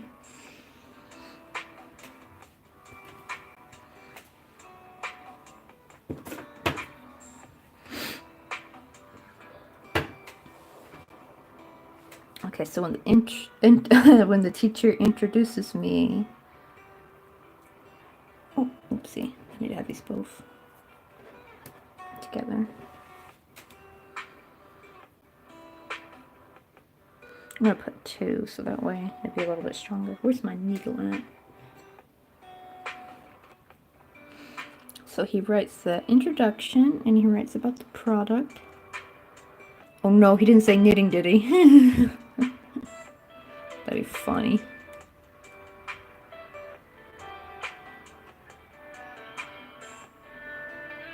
Okay.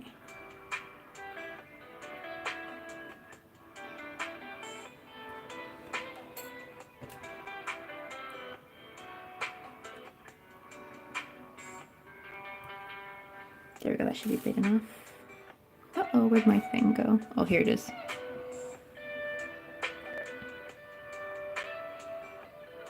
Oh, he calls it yarn things? So, instead of learning, say it's crochet, he calls it yarning. Oh my god, that's funny. Well, at least he didn't call it knitting. How awful would have that been? Oh yeah, I forgot. This is a cool thing of at least the, feature that these pins have is that it actually has like this little thing. You can clamp it down. I totally forgot about that. So I need to see if I can try to, I need to poke another hole for it to come through so it can come through here maybe.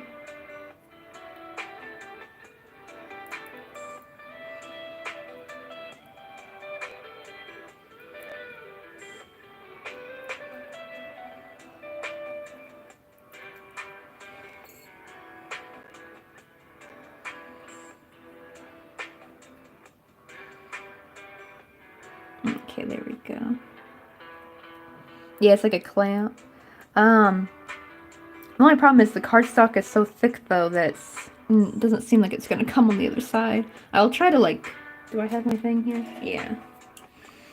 Let me see if I can try to get it to clamp down a little bit.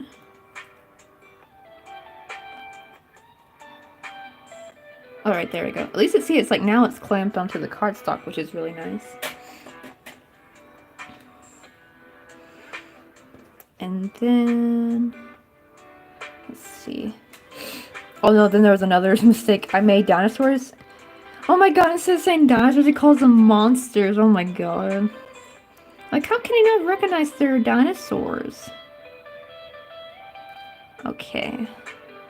So you want the cardstock, or like you want the pin, like the flathead part of the pin, to go in the yucky side, or the wrong side of the crochet, but with the good side facing this way. So have it facing this out. So that way when you put this on, you don't see it, But I'm going to glue this, so let me get my trusty hot glue gun. So first I'm going to try to do just a little bit at the bottom.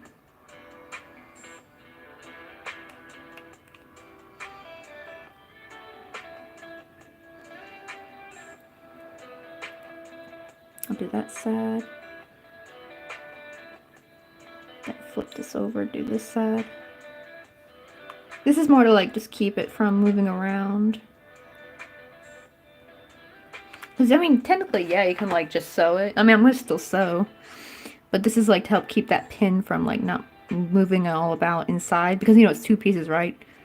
And when I sew it, it's going to be kind of hollow inside, that you don't want that moving all around when you're trying to keep a pin steady when you're trying to put it in your coat or whatever, or like purse.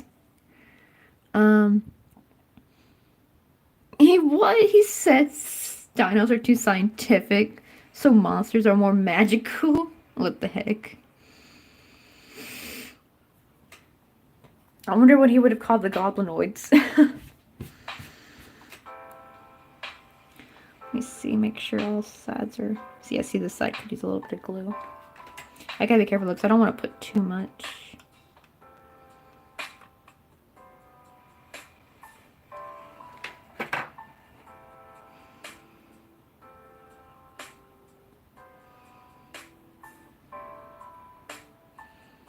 I know, right? I freaking love hot glue. Hot glue makes everything possible. Though I know for like bigger crochet, it's not that good. Well, because that's the thing though. For bigger crochet, you kind of don't really need the hot glue because you have a lot of room to sew. But like, I mean, I'll still sew this together, but it's like, it just helps keep everything in place. I did put too much, so a little bit of hot glue. But that don't matter though, because it's still going to get covered by the overlapping petals. I do want to make sure I don't accidentally glue the ring real quick. And then I'm just going to put a lot of glue on top. help kind of seal the edges. And also the hot glue kind of makes it a bit thicker too.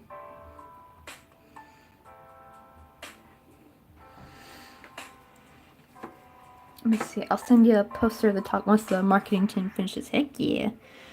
Just to make it nice and flat, I'm just gonna like kind of push it down.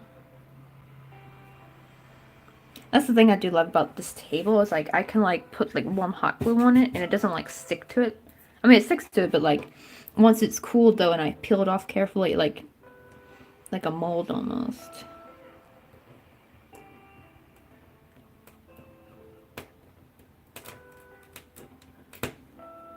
There we go. Uh-oh, a little bit hot glue got here.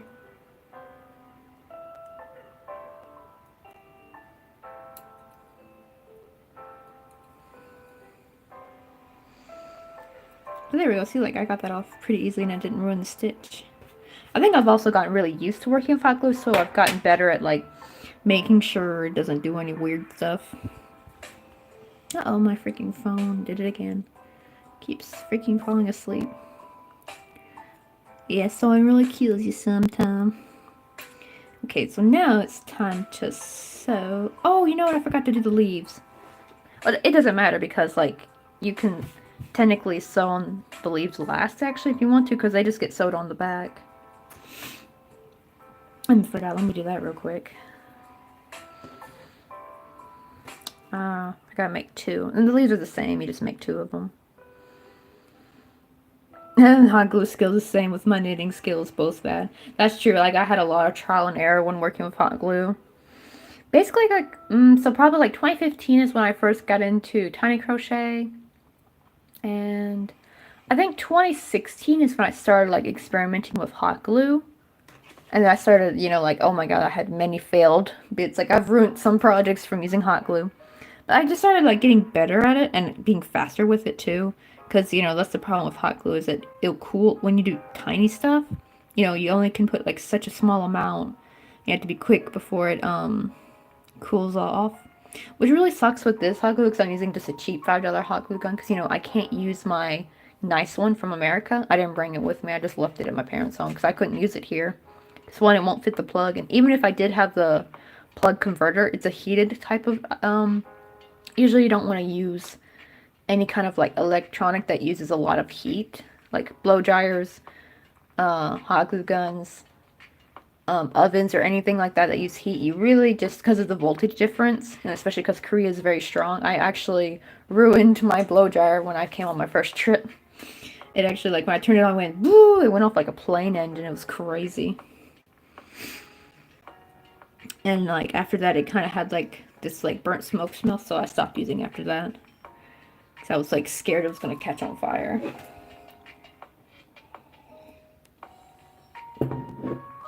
Though it's probably safer to bring something from Korea and try using it in the US. I'm not sure, I'm not an expert, but from what I would guess it's because the voltage is less in the US, so more of the product wouldn't get powered enough, I think. If a Korean hairdryer was used in the US, it's going to have like a different effect. Like it's not going to be like holy crazy. I know, right? The blow dryer got upgraded. And I was so mad too because then I was like, crap, how am I going to style my hair? Because this is back when I was still doing, I mean, I still do Farrah Fawcett-ish hair. I just don't go all out like I used to. Or more because I don't have the products that I used to have. I miss my got-to-be Fat-tastic mousse. That stuff made my hair fluffy. And I've yet to find any kind of product like that here. And sadly, you can't bring aerosol cans, you know, on the plane, so I can't bring it with me either, which really sucks. So I'm just stuck not having it. But I used to, like, have curlers, blow dryers. Like, I would make my hair 70s fluffy back in high school and also a couple years after graduation. I want to get back into it, but I have to do it the hard way now since I don't have that special mousse anymore for my hair. You basically have to have your hair in curlers for the whole day to get that same amount of volume. 3, 4, 5, 6, 7, 8.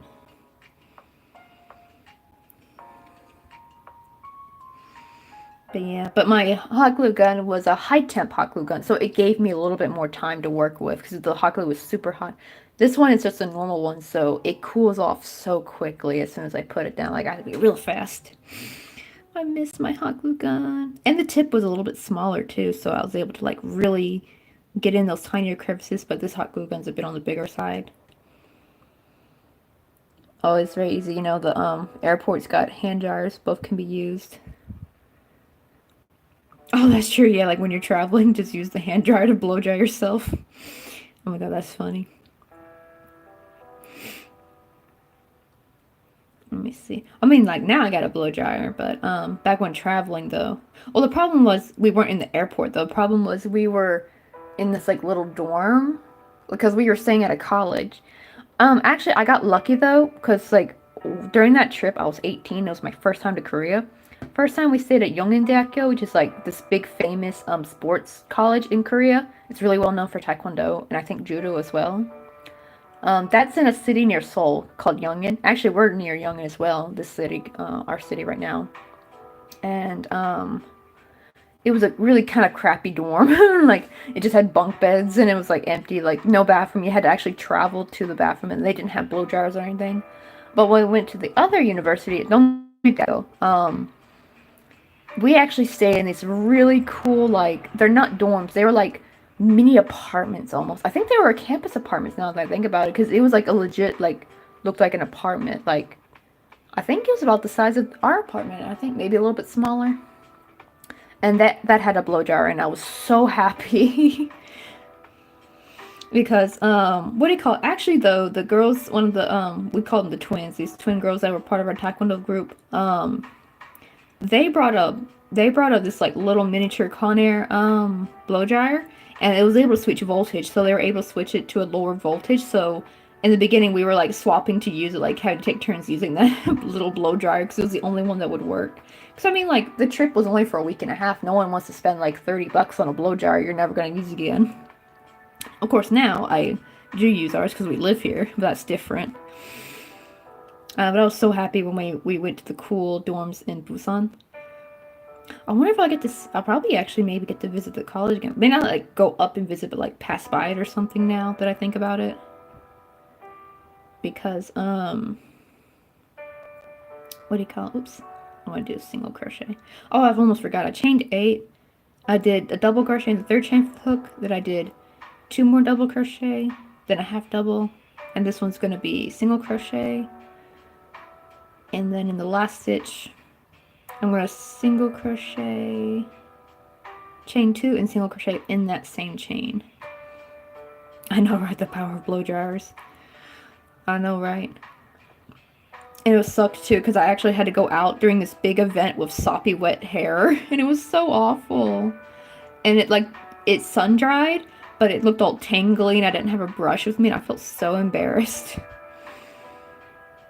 I was just like, ugh. Okay, so now we're going to continue on the other side of the chain. So basically we're going to be putting a half double in that same side where the other half double was. Oh, your typing skills are also the same as my hot glue skills. Oh my god, yeah, my typing skills are awful. I hate both phone and keyboard, honestly. I make so many mistakes. Oh yeah, like it was so funny. I was replying to somebody in Discord earlier, and they were talking about, you know, like when you're yarn skein, like a brand new, when you're trying to find the end, and then you get stuck having to like dig in it, and you like pull out this blob of mess, and then your skein, your perfectly beautiful new skein is all ruined. She was talking about that, and I was like, oh yeah, I hate it when the yarn does that, right? And after I posted it, I didn't write does, I write dies, and I was like, what? Come on! My stupid finger pressed the I instead of the O, and I had to like edit it real quick. I was like, yeah, I hate it when... So basically I said, yeah, I hate it when the yarn skein dies. Like, what? Oh my god. Okay, dokie. So now we're just doing double crochet. Basically, like, just 3 double crochet, just like we did on the first side. And then... last stitch, double crochet.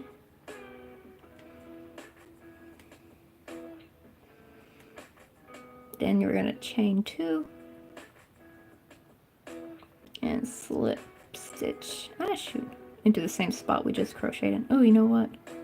Oh, I think I went through half that. I need to go fix that. I hate it when I do that. Like you're trying to go through the stitch and you go through like the yarn splits and you end up going through half of your loop.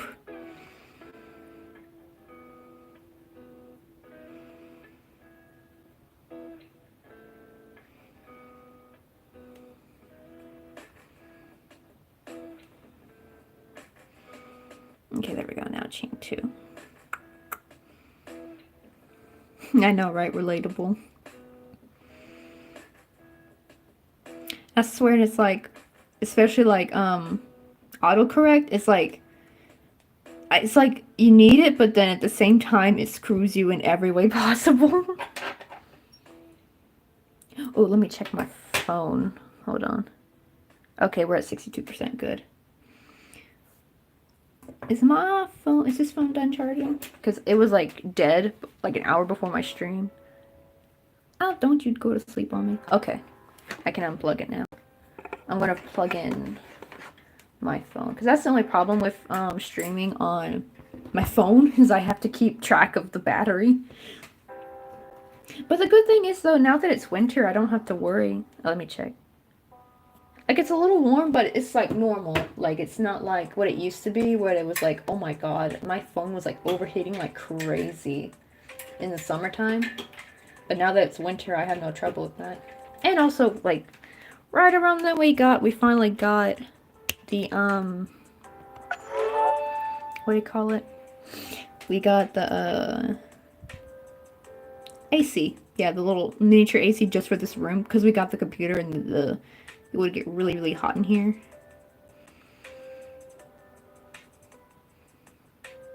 Oh my god, yeah, the one time I saw you streaming, your phone was magically 1%. Oh my god. Well, you know what they say, that's the strongest one.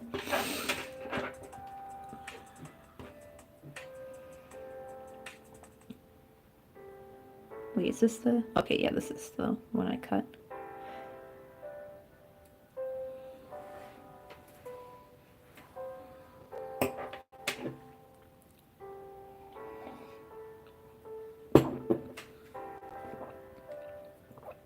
Oh wait, so since you said like you came in, let's see, from the castle stream. Oh, did you ever get to see these? I brought my little bowl. Since I have like a thing on my Twitch where it's called decorate the crochet table. Sadly, only one person's ever used it, sadly. I've made it cheap. Cause my stuff used to be like, you know, up here decorated. But because I have that, so I keep them in a bowl now for quick grab. And I had a stream where I did these, like little vintage. I did not make this pattern. This is actually a free pattern. If you want me to share it with you later. But I'm making these for Christmas. So probably I should do another YouTube stream of me doing this. I believe. Wait, you know what? Did I dual this one? I may have dual. I think I was still using Restream when I did that. Maybe.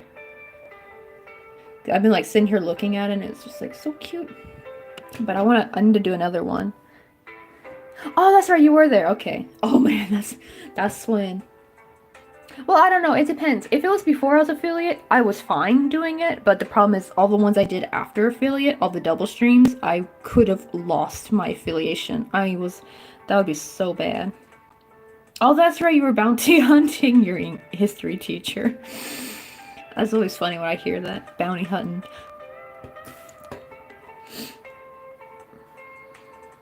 Let me do the other leaf before I start the other one. Uh-oh, I think I made the angle a bit weird. Let me move that phone back. Oh, I'll move this here so I don't need anything from that.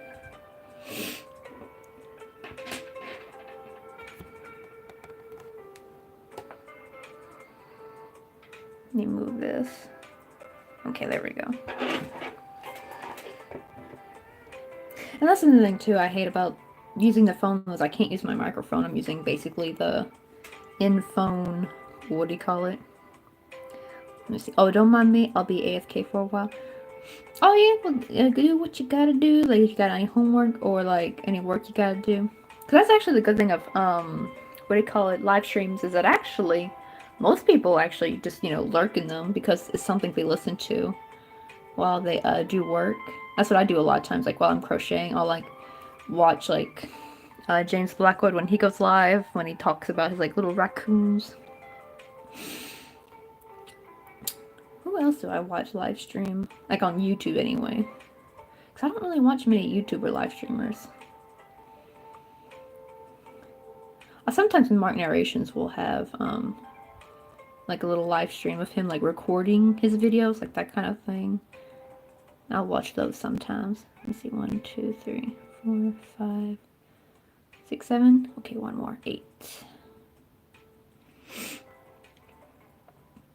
1, 2, 3. Okay, there we go.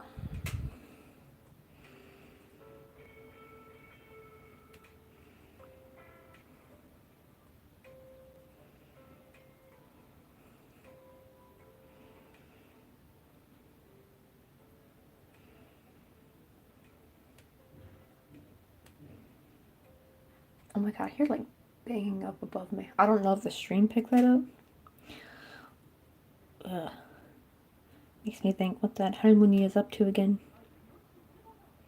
Cause what do you call it? The landlord dude, his mom.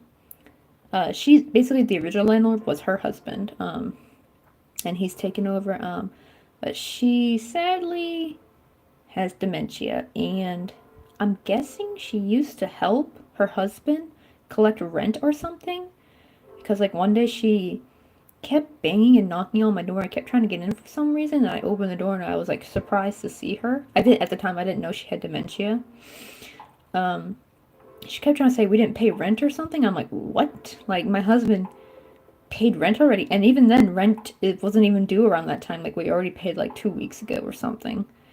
And it turns out she has dementia, and I think she was thinking we were somebody else because there were some old tenants downstairs that had to get evicted because they weren't paying rent. They also would leave their trash out. They were like scummy people. Like they were just like a nuisance, like always fighting, leaving their trash out, not paying their rent. And I think she thought we were them, maybe. That's my theory, like in her, now that I know that she had dementia. But oh my god, I have some video footage. Oh, I probably should share that on Discord actually. I DM'd it to some of my friends. It's like where she's like banging on the door and trying to open the door handle. It was at nighttime too. It was actually right before I did like a crab game stream where I dressed up as like a little pink soldier. So we have like this little cheesy pink soldier costume we got off the internet. And I was wearing that and I was like, should I open the door? But I was like, she probably will have a heart attack if I do. But yeah, that was really scary. Every so often, like also just before this stream, she tried to open the door. Like every so often, like the handle would just move like someone's trying to open the door. And I'm just like, ugh. It's a good thing I keep it double locked. And it's a good thing she doesn't know the code. Because that's how Korean apartments do, is that they, you have like, you open it with a code. And thankfully we changed ours. Like she probably, because you know, sometimes with dementia, you still remember things from the past. So it's possible she remembered the old code. So it's a really good thing we changed our code. That'd be really bad if we didn't and she was able to get in. Who knows what what shenanigans she would do.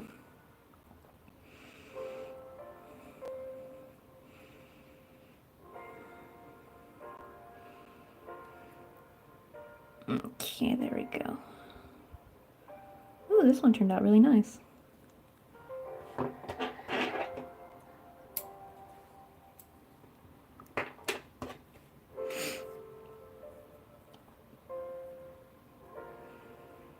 Okay, there we go. Now I can start sewing these on. And then I'll get started on another pin.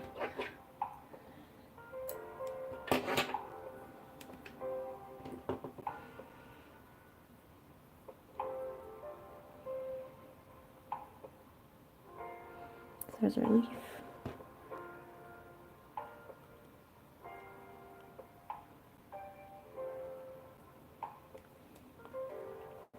Okay, where'd this go? Okay, so we have our pin in, so that's the problem, is I really should have sewn the leaf on, because now I gotta try to not poke myself. That's what I get for being a dum-dum. If I wasn't selling these, I would have just, well, I don't know. I don't really know if hot glue would have really held on because there's not much space to hot glue them on. So I usually sew the leaves like in between here, and I gotta be careful because that's the back. So even though I know most people don't care about the back, I still try to make it look nice. You know, like nice and clean. Not like some, because you know, like when you see people's like opposite side of what they've been embroidering on or sewing on, it like looks like a complete mess with all the string everywhere. But I still try to make everything look really clean if I'm going to be, since I'm making these to sell.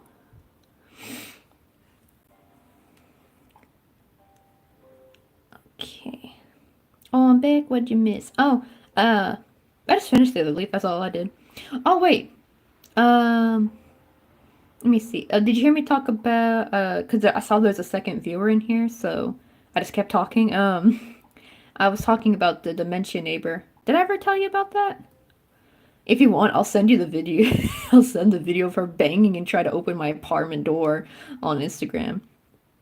Oh, dang, I can't. I was about to say, let me do that real quick. Well, I forgot, one, that phone doesn't have Instagram, and two, the video is on this phone, which I can't get off yet while it's streaming. But after the stream, I'll send you. And it's so creepy. She's like trying to break in, basically. For some reason, she keeps thinking we're some other tenant who didn't pay rent. Like, I'm pretty sure she thinks we're those old people. Oh, hey, what's up, Shy Red Crochets? I think you came, I remember you came through Twitch, right? I remember you, yeah.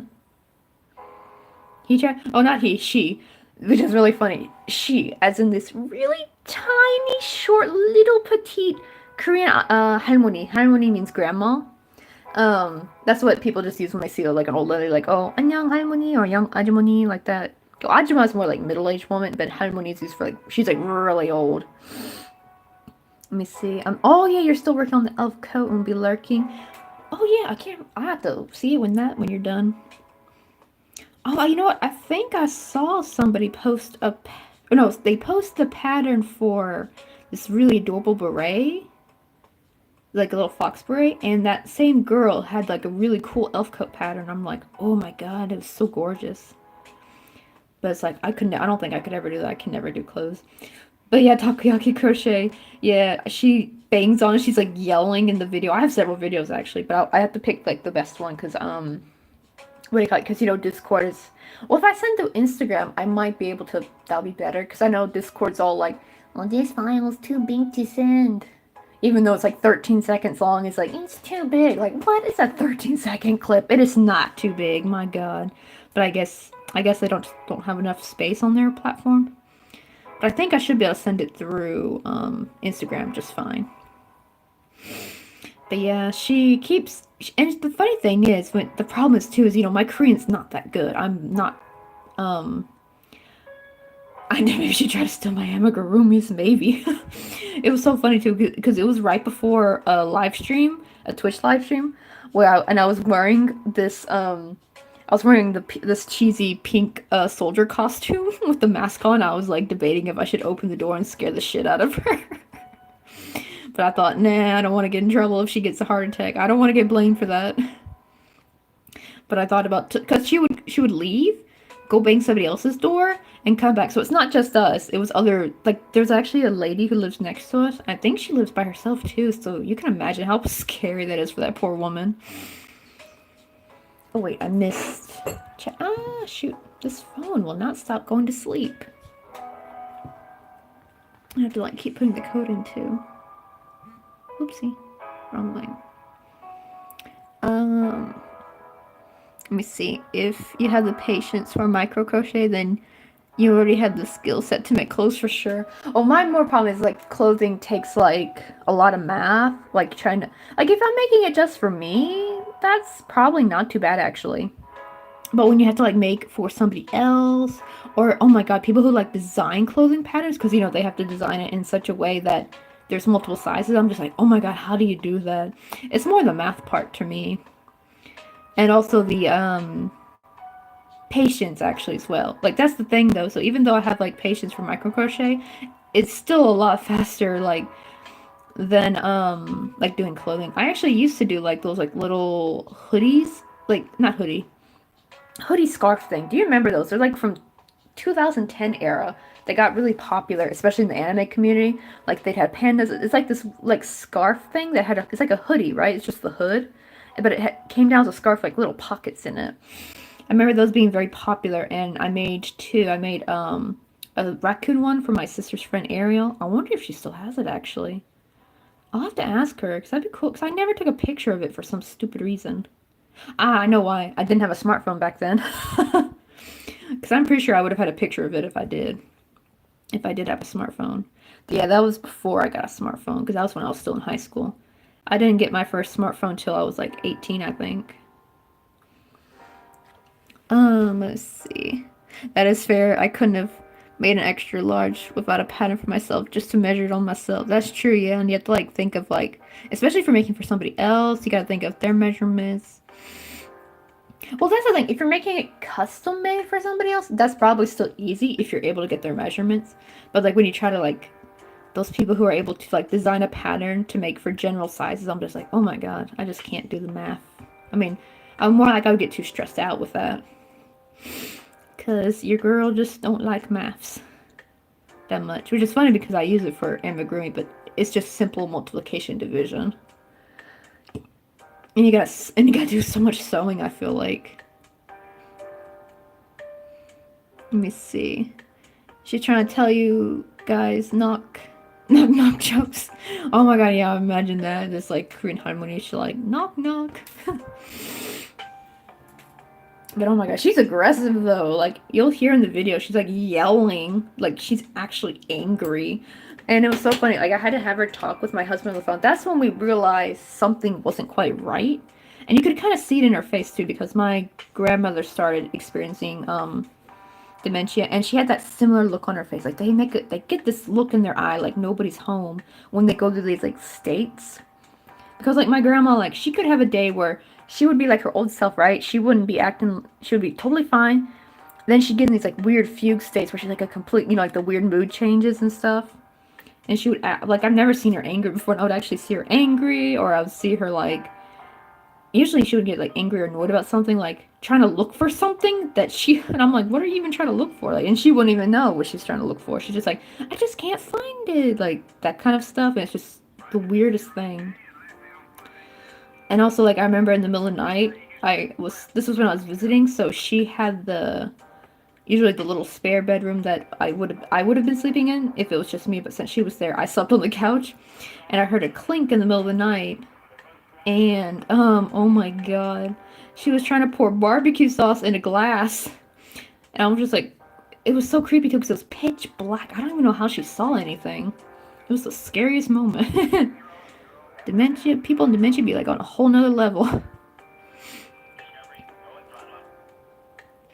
Oh yeah, I understand your pain. I hate math as well. Oh yeah, I think the hardest part is measuring tapes are not made the same. I know, right? I mean, look at my crochet hook. It says 1 millimeter. Let me see if that will show up. 1 millimeter. This is not a 1 millimeter. This is a 1.4. This says it's 0.75. It's not a 0.75. It's a 1 millimeter. I got these off AliExpress, so I guess I can't really complain too much. I just wanted to get the soft grip because I realized my old hooks. My god, these would like make my hands cramp up so much because you have to like grab them so tight. I actually tried crocheting with one of these the other day and I was like, oh my god, it felt so weird. I got so used to more able to hold it onto, I guess. I definitely want to get one of those furl ones, like the ones with the really big handle. They're really short. They're supposed to like fit right in here or something. It's supposed to be much better for your hand. But the problem is they never seem to make them for micro crochet. It's always for normal crochet, which is why I've never well, I mean, they're expensive too. That's why I've never attempted to even bother trying to get anything like that. They just never have them for micro crochet. These were like the only ones I could find that actually went into like micro crochet hook size. Yeah, I need more ergonomic hook. I hope I said that right. Ergonomic? I think that's how you say it. I know, right? Man, these were life-changing. Because, like, that's also another reason why I did the small crochet was because any big crochet, like back in high school when I was doing much bigger crochet, not even that big. Just the hoodie scarves, purses. Well, I was working on an Afghan for my sister's bed. And I was supposed to make another one because they had bunk beds. They shared a room. Like, I have 3 other sisters, so like we would like each share a room. Like I shared a room with my sister Emily, and Katie and Sarah shared a room, and their room was like purple theme. So I was gonna make them like the same yarn colors, like using the same yarn, but like one was gonna be like a granny, like different granny squares, and the other was gonna be like a chevron. And I never got to do the chevron one because I freaking got carpal tunnel. And that was no fun at all, especially as a teenager, because I was like Googling everything, like what's wrong with me, and stupid Google will be like, oh yeah, by the way, this is a symptom of pregnant, like many pregnant women experience carpal tunnel. Like so many articles said that, and nothing else. Like it was all pregnancy this, pregnancy that, carpal tunnel, and I was like panicking. I was like, am I carrying the baby Jesus or something? Until finally, I scrolled down way more. I had to go to like the second page or something. I think now carpal tunnel, the articles now show more things like office workers having it, but at the time when I was Googling, it was all stupid pregnancy articles. It was so like weird and bizarre. Cause I had no, cause what was happening with my hand, I didn't know it was being caused by my crochet. Cause it would happen when I tried to write as well, like my hand would go numb. So I thought something else was happening. I didn't know it was like crochet related. Oh, this actually looks much better. I've been kind of like spreading them out a bit, but I think I decided to like change it up and like make them right next to each other, and I think I prefer this a little bit better. Let's see. Let me go here, because this one's almost done. And then I'm gonna like kind of just put a tidbit of hot glue in between, so that way the petal sticks to it, so they don't like fly back too much.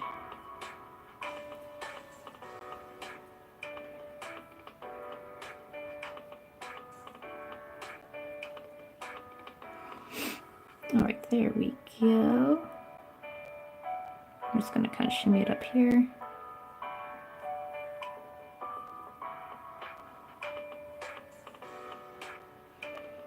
That's true, the pain is worth the results in my opinion. I know, right? Back then though, I like actually took off crochet for a year when I finally did find out that it was caused to my crochet. Because like there was also like, I looked and there was an article about knitting that got it, and then I thought, let me look up, see if this is for crochet, because then I put carpal tunnel and crochet, and then I got like so many more articles saying, oh yeah, you get this from crochet a lot. And then so I took a year off, because every time I would try to go back, my hand would go numb, like up to, yeah, I think like here, right? Like this side would be all numb, and it was so uncomfortable, and I didn't know. But after I took a year off, oh, carpooling tunnels, I know, right? That's what it sounds like, carpool tunnel. Carpool. I think it's supposed to be carpool, I think, with an A, but yeah, it does. When you say it fast, it really does sound like you're saying carpool. But yeah, so I took a year off, and to kind of be fair, that was a busy year anyway. That was like when I was getting ready to go to Korea for the first time. So I was like, because especially because I was going to be for Taekwondo, so I was trying to do like a lot of Taekwondo training type stuff. Because I was going to be like, oh, we're American, we can't.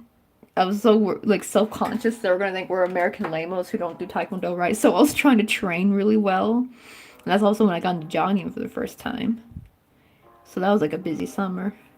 Because like the trip was like in the fall, like early October. Alright, there we go. So we have our pin.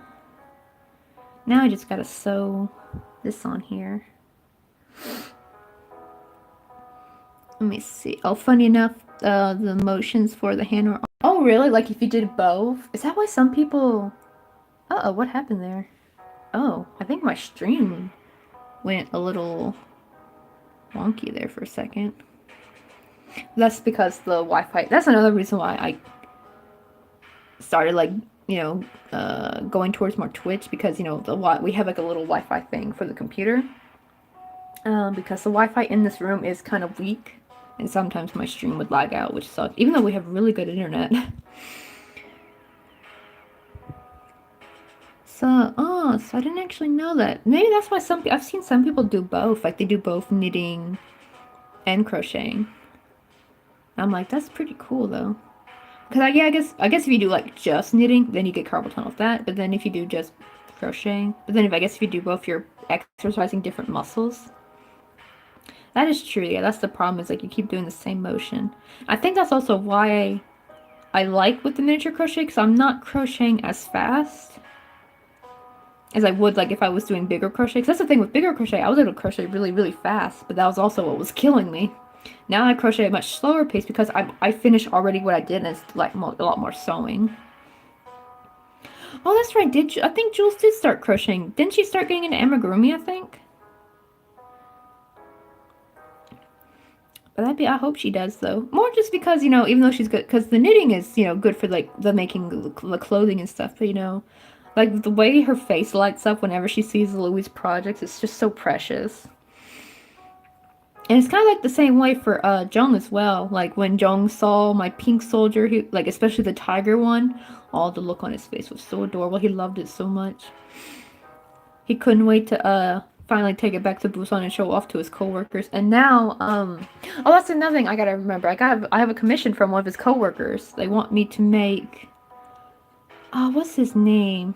It's some kind of like funny character that you might recognize maybe, because there's some memes with his face on it. I'll have to like show you later, like in Instagram, what I mean, because like Jung sent me a screenshot. They want me to make a pink soldier, but with that guy's face, and it's gonna be so funny, like so trolling. Let me see. Not standard knitting. It's arm knitting. Oh, so it's using larger yarn. Oh, is that the thing? I've seen people like make those huge, like really plush looking blankets, and they don't use a hook. They use like their arm. I think I've seen.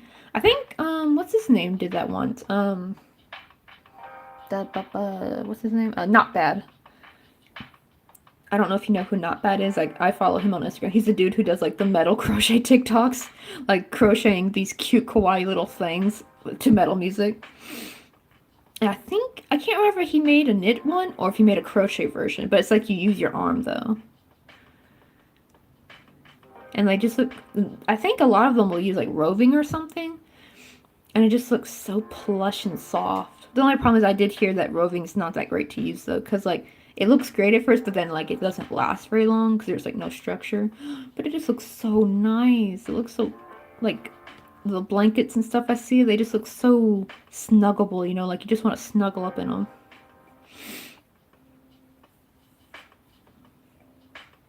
Let me make sure. Oh, I felt like I've been like sewing a lot. Not that I thought I sewed this whole line. I was like, wait, I only sewed up this much? Dang it. Oh well, at least that's a good thing. It's a pin though, so it's like not like an earring where I have to like make another one. Though I'm gonna make a second one after this though.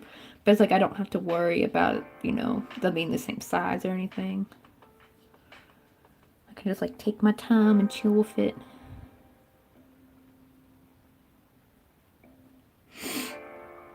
Let me see. Oh yeah, I've made one of those Queen Merino blankets. I love Not Bad. I know, right? Because I also love metal music too. So I was like, oh my god, this is so funny. I like to try to, what do you call it? I don't think I've used any metal. Yeah, I haven't used any of my metal music that I like though in my YouTube stories. Did I say YouTube stories? I mean Instagram stories. I do need to start getting into making crochet shorts though. Now that that's getting a bit more that's getting really popular here on YouTube, the YouTube shorts. But like, I tried to like implement my music taste in my crochet, like when I do like a little, like my little YouTube story. Why I kept calling them YouTube Instagram stories?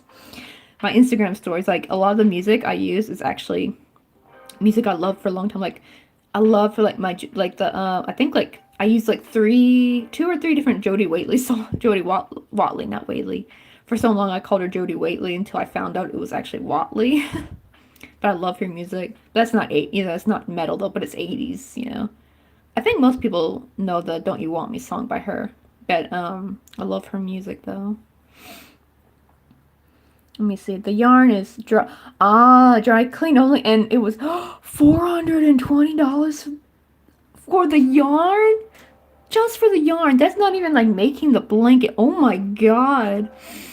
Oh my god, just imagine though how much yarn I could buy with $420, like of just this regular yarn, because this yarn, do I have a skein? No. I bought it off AliExpress. Like the whole skein of this yarn, it's like 50 grams of milk cotton yarn, but they're about this big, and it's like $1.40, right? Imagine how many of those I could have with $420. Oh my god. And you have to dry clean it. Oh my god, that's so expensive. I feel like, but yeah, I would see you couldn't get that wet probably. Oh, you just finished making another fungaloid. I'll send you a picture. I know, right? That is some expensive yarn. Yeah, send me on Instagram. I'm finally trying to get a little bit better at like seeing my Instagram messages. I don't know why. I just don't get the notifications. Just not as loud. I don't think there's any noise when I get a Instagram notification. Cause you know, like when someone messages me on Discord or like Facebook Messenger or whatever, you get a sound, but I just don't get a sound for Instagram messages. So sometimes I'll go so long without seeing or opening a message by Instagram because I didn't know I got one. Oh yeah, and actually I found out there's one of the people I follow, Claire's Crochet. Oh my god, she said I think her account got hacked because like it said she sent me several links saying click it, open it or something. And then there was one final message saying don't open it, I got hacked. And I'm like, oh dear, poor Claire. Like I didn't even know a freaking Crochet account could get hacked, which really sucks. I hope she gets her account back. That was scary. And I was like trying to scroll up to see what our last message was before she sent these weird links. Well, not she didn't. Whoever hacked her account sent them. Yeah, I think you know her, right? Yeah, Claire Crochet, yeah. I don't know if it's better now, but like I had 5 messages from her the other day, and I was like, whoa, why'd she send me 5 messages? And it was a whole bunch of these links. And I was just like, ooh, I'll take a screenshot for you to share it, to show you. I know, right? No, not her. I hope she gets her account back. That's the thing, does Instagram have 2-factor authentication? That's what because I turned that on from my Discord. Because, oh my god, one of the girls in, my Discord got hacked, and she was sending these links around. She's been the good thing is, she's been someone who's been on our server for a long time, so we knew this wasn't her being up to some shenanigans. Like, we could tell something was wrong, like someone got a hold of her account. And the sad part is, so many of the other crochet communities she was in, like the servers, banned her. And it was like they kicked her out and banned her, and I'm like, oh, that sucks. Because it's not her, it's not her fault their damn account got hacked. So I was like, she made a new one and was able to rejoin mine. And it's just like, so yeah. After that, I turned on 2-factor authentication. But I don't know if Instagram has that. Oh, wait, see, I did it for Mother's Day gift from my ex's mom. She loves it still 2 years later, but it's just decorative. That's true, yeah. I would feel like it'd be hard to actually like use it, or else it would get icky fast. That's what they showed. Like these 2 ladies were talking about roving. They did like some kind of like little experiment where they made these roving pillows, and they showed how they got so gross after like a week. That's because they were actually like leaning on them. Their pets were leaning on them, like that kind of thing. So it's like they, like real life living use basically, and they get gross. But yeah, for decorative purposes, I think they'd be fine. But just as expensive, oh my goodness. That yarn though, that $420 yarn. Oh my god. Yeah, Claire C, right? Yeah. I don't know. I got to see when was the last time she posted? That would suck too, because then she would have to start from scratch. But the thing is, that's the thing though. She actually messaged me after those links were sent saying, "Don't open them. I was hacked." So that she might already have her account back now, I think, or changed her password. Oh, she posted just today. Okay, so she probably got her account back because she messaged me that after those links were sent. But yeah, screw the dumb butt who freaking hacked her account. You don't mess with the crochet people. Why would you freaking hack a crochet account? It's so stupid. Like, leave us alone in peace. Go hack the Instagram models or some crap. They're the ones who are bigger on Instagram anyway. Why would, maybe because Corona, actually, because Corona has made what do you call it, whoopsie, oh god, don't do that. I hate when I actually touch something on a live stream and it'll be like, do you want to block this user? I'm like, no, I just barely touched my phone. I freaking touch screens. But yeah, like, I guess maybe now Crochet's got more popular, that they're seeking us out now, which is not that good. Usually we were safe.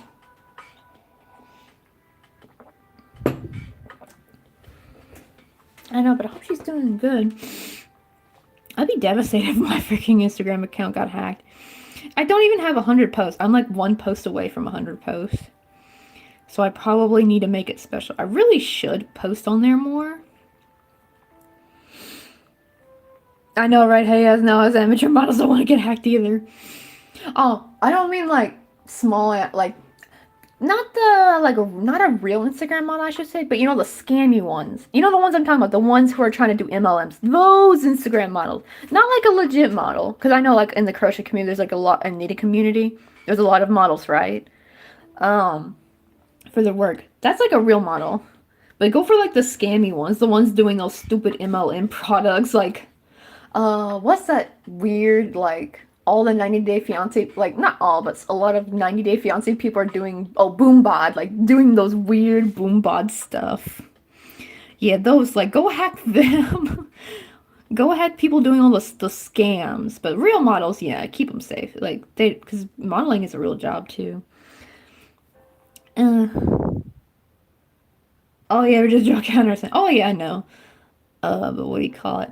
Well, I mean, I feel bad though, because I do feel bad. Like some legit models probably get a bad rep when they try to put their stuff on Instagram, because then people think of I probably should call them fake Instagram models like that, or scammy Instagram models, because they really should be separated. I feel like, because there's legit modeling, and then there's like that crappy modeling where you're trying to sell your MLM crap. Oh my God, you would think with how smart people are these days, like, because people know MLMs are bullshit, but like, I don't know how people still keep getting sucked into them. Like, can't we please just kill all MLMs? They're such cancer on society. They're the dumbest crap. Especially like, I've even heard like, cause I watch a lot of Illuminati, and oh my God, there's so many MLMs that I've never even heard of. I even saw the mermaid MLM. There's like a mermaid MLM or something. And they would try to sell like saltwater stuff. Like, drink this saltwater thing. I'm like, oh my God, no thank you. Let me see. I stopped modeling because most models are airheads and get stuck up, and it's rough. Oh, that sucks too. Because I know there's probably models out there who take their job very seriously. Because, you know, like there's people who get stuck in the whole, like you said, airhead kind of way. Like they get arrogant. But then there's the people who are like legit take their job seriously and do really good at it. And they get just stuck in that loop. And, you know, like when people say, oh, what do you do? I'm model. And then they instantly think of them as that kind of person. Alright, so we got one done. Look how adorable that is. Let's try it out on my sleeve real quick. We'll see how it looks. Here's the backing. But like, imagine how cute. Because that's what I think about, like selling matching pins. It's gonna cause a small hole, but oh well, it'll be worth it.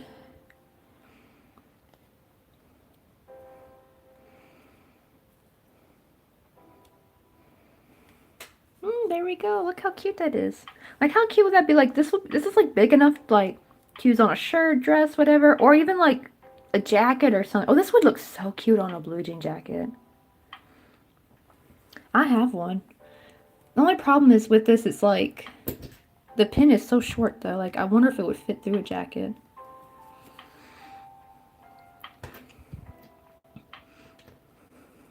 Let me see. There's at least 4 models I absolutely love because they're down to earth and friendly. I know, right? Because I know there's people like that out there. Because like there's people who do that kind of profession, and they just get such a bad rep for because of the bad. I don't want to talk like YouTube and say bad actors. I'll call them bad eggs. Bad eggs in that industry.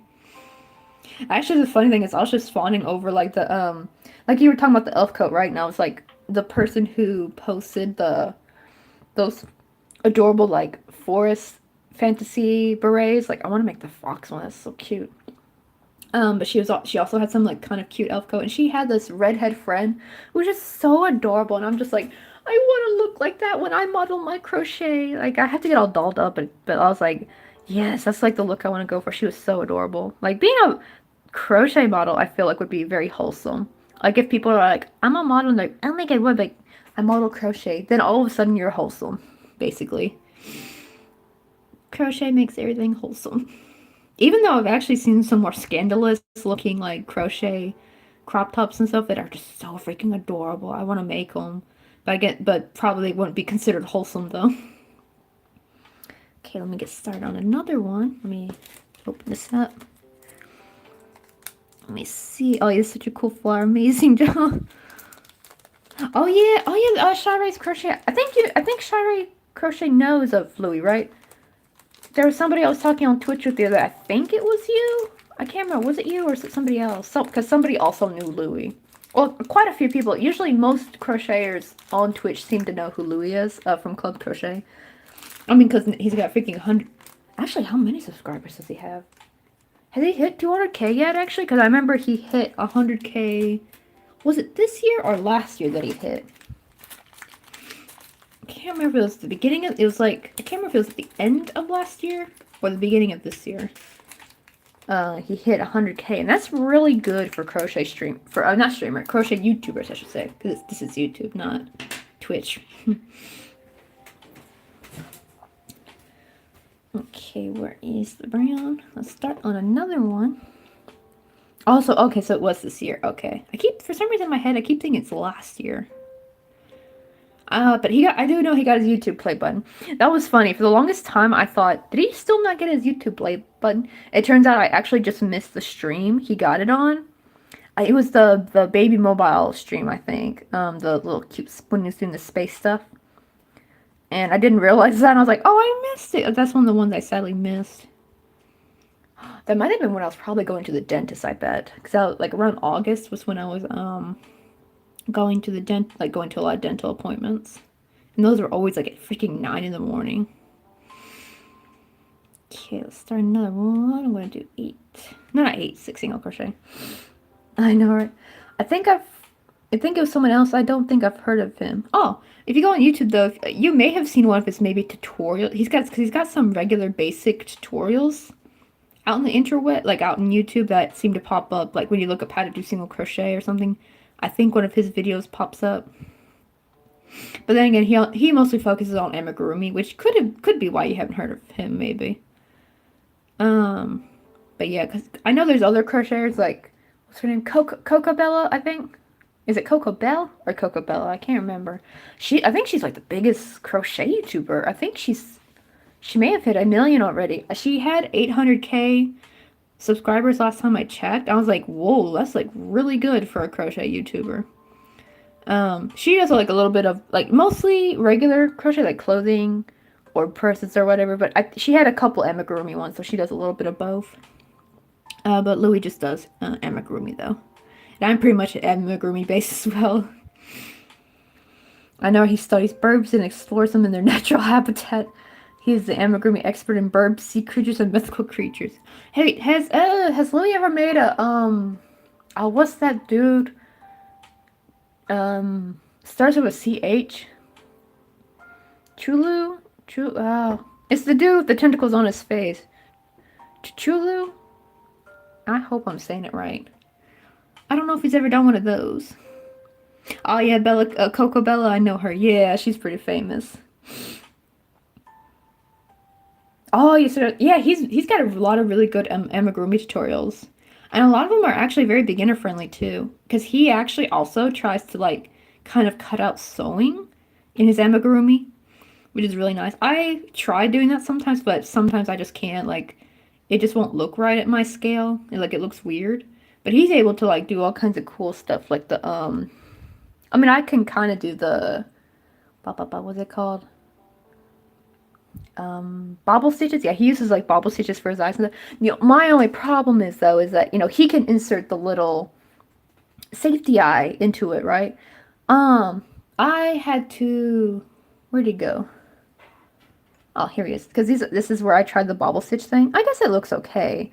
I had to put a French knot in. Will it like focus? Focus. But it's not as clean as his are because he's using an actual like safety eye that goes inside, so it looks perfectly round. But it was kind of tricky trying to go put a French knot inside a bobble stitch. Like, it didn't really work as well for me. So sometimes what I have to do is I have to like just crochet a tiny circle and then sew that on. So I have to still do a lot of sewing. And I just realized the music stopped again. At least I caught it this time. Like, it's on out. It's like only Chulu, right? Chuchulu? Yeah, has he ever made one yet? I would love to see a Chuchulu by Louie. That'd be so cute. There we go. We got the music going again. Yeah, he's got a lot of really good amigurumi tutorials. Yeah, Chuchulu. Nope. We need a strong arm Louie and like, Louie, you need to make a Chuchulu. Imagine a Christmas Chuchulu. Like a Chuchulu with a little Christmas Santa hat on. Oh, you can make a Santa Chuchulu, because make the tentacles like white so it looks like Santa's beard. But it's Chuchulu. Oh my god, I need to make that. Hold on. I'm gonna have to like, I have so many things I want to make. Like I need to like add that to the list so I don't forget about it. Okay, 6. Oh, I already have 6. Okay, I can start. Oh wait, now that, let me see. I need to turn the lighting up on this so I can see the text a bit better. Maybe I can stand this up so I can, there we go. I can kind of read the chat a bit better.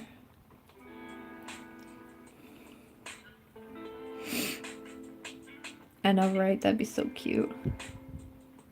Oh, he made cute little orcs. Oh yeah, his like the, I know, right? Like, when I saw that, I was like, that was so cool. Are those the things from what do you call it? I was for some stupid reason about to say League of Legends. I meant to say Lord of the Rings, but because their acronyms are kind of close together, like they're a bunch of like a lot of L's. I almost said League of Legends, but I mean Lord of the Rings. Like, that was so cool. He made, like, cute, like, Lord of the Ring type crochet. Because I don't think I've seen anyone do that. Oh, yeah, for Stitched. Or am I thinking of a different creature? I remember he made something. Like, it looked like this blue goblin thing. And he put, like, the side-by-side picture of it from Lord of the Rings. And I thought that was so cool. Was it blue? Or was it gray? No, I thought it was blue. At least I think it was Lord of the Rings. Was it? Or was it a different... I don't think it was a different movie. I'll have to like go back and look. It was like one of his old posts. I know, right? War that you craft. I know, right? He's really good with the whole like. He should get into more. Oh, the ogres. Okay, I think that was what was from Lord of the Rings. I think. Uh-oh, we're getting low on coffee. I'm going to make another batch in a second. Oh, that's the sad thing is I don't have my BRB page. That's the thing I do love about, what do you call it, using Twitch or the Streamlabs is that I have like a really cool BRB page when I get up. But sadly here I just have to like write on a piece of paper, BRB. Well, I mean, I have this. Maybe I'll place this out whenever I go make more coffee. Be like, coffee break, I'll be back. I probably ought to put a note though, because it just says ready for a coffee break. It doesn't really say, hey, I'll be back. Let me see. Let me send you one of the orcs the coolest orcs he made. Oh yeah, I saw the notification pop up. I know, right? I don't know why did I take Instagram off this phone? You know what? Let me see if I can install it real quick. I don't know why I would have taken Instagram off, because usually I like to have Instagram on these phones. Let me double check just to make sure it's not on another page. I don't see it.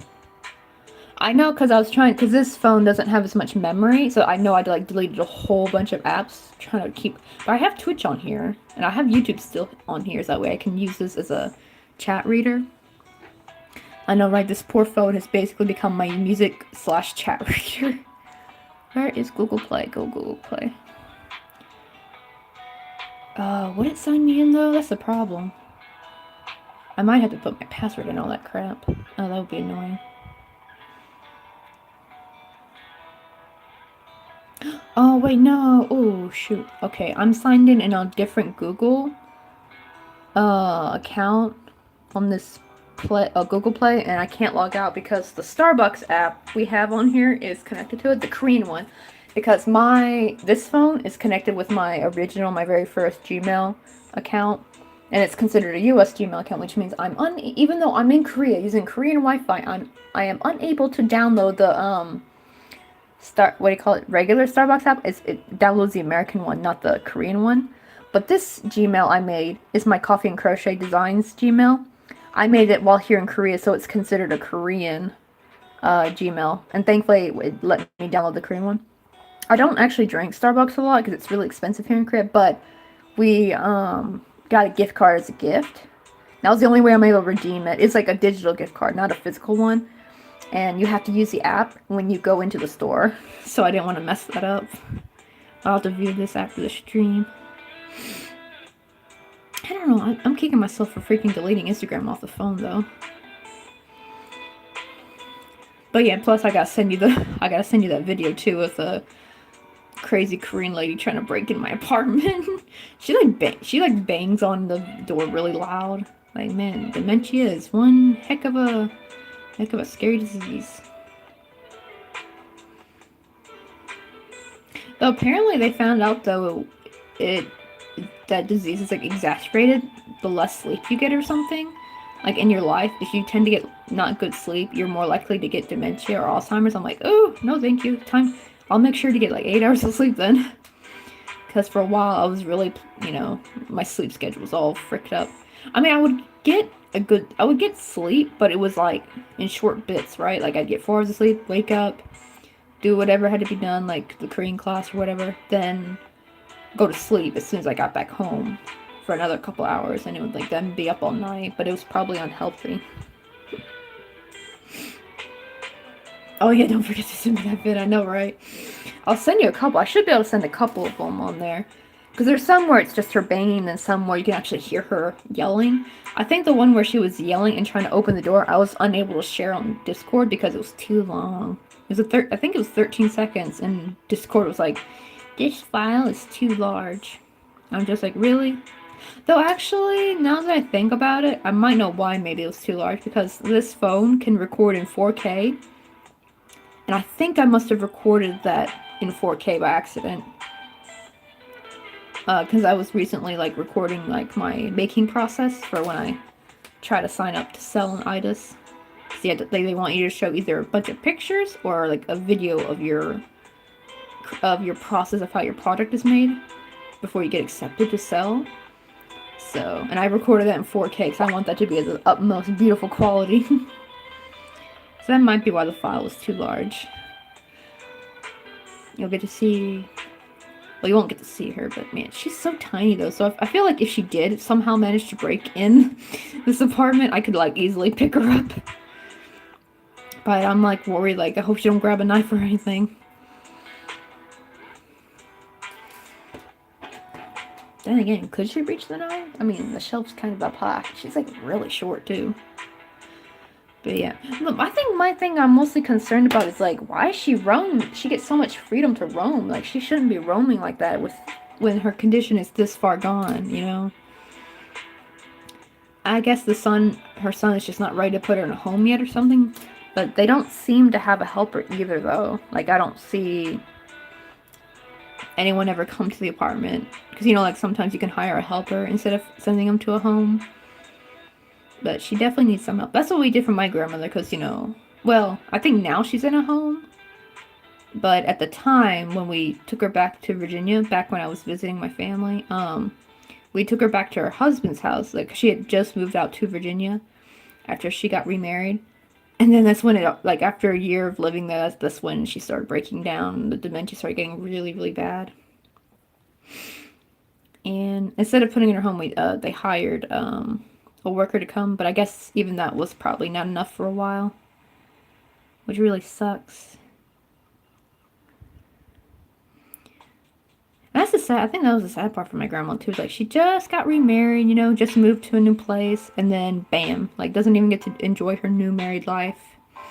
I mean, she's like, I think she just turned 80 not too long ago. Yeah, it is. I hope I don't get it. This, the saddest part too is she kept telling us for years, like she said she knew it was going to happen because she watched her own mother go through it. Isn't that the weirdest thing? Like you watch somebody else go through it and you know it's coming and you think you would be prepared to handle it since you know to expect it. I don't know. But yeah, and even she got overcome by it, which is really so scary. That's true. Well, that's the sad part, is that it doesn't really get any better. Oh, I don't know. You would think by now they would have found a cure for dementia. I mean, it looks like they're getting close, though. I hear these talk about, it's like a certain kind of protein that's in your brain that affects it. So, if they could just, figure out a way to get rid of the proteins out. That's what they were talking about with the sleep thing, actually. They said, like, if you don't get enough sleep, these proteins are in your brain too much for too long or something. Like, they eat away at it or something. I don't know if that's the correct term, but, like, basically they said sleeping helps, like, flush it out or something. If I remember the article correctly. It's been, like, a week since I read it. But I thought that was pretty interesting. Let me see, did I do an increase? I can't tell. I think I did. That's true. I hope it doesn't get worse. I think now that she's in a home, it's a lot better. Because now they can, like, make sure that she gets enough sleep. See, before, she would, like, it was impossible to get her to go to sleep. Like, we would get her ready, put her to bed, and then she'd be up out wandering. Like, that's the problem with it. Especially, it's called something called sundowning, where they get really agitated, like, near the end of the day. I think it's because they get sleepy, but their brain just will not let them sleep. It's almost like having, like, some kind of, like, sadistic form of insomnia, almost. And it's just, like, so sad, like, dang. And I'm just praying, man, because, you know, my grandma's like, I have her genes, I hope I don't get this. And the saddest part, too, is actually my sister. Everybody says she reminds them of my grandma Dayhawk, which is my grandma's grandma. My grandma's mom, the one who she watched have dementia. So I was like, what if Emily's the one who gets it? I'm like, all worried. Like, are we gonna have to be like running after her from having to do something? I mean, she already almost burns the house down with a regular state of mind. Like, she puts stuff in the microwave for way too long. That's like her running thing that she'll do by accident. Like, one time she put these like miniature hamburgers in. She put them in for 15 minutes. These are things you're supposed to pop in for like a minute or two. To be fair, she was cooking the entire box full. So probably 5 minutes would have been enough, and she put it in for 15 minutes, and they came out all charred black, and I'm just like, oof. To be fair, she was like, I think a teenager when that happened, so. But still, it worries me sometimes. I know, right? 15.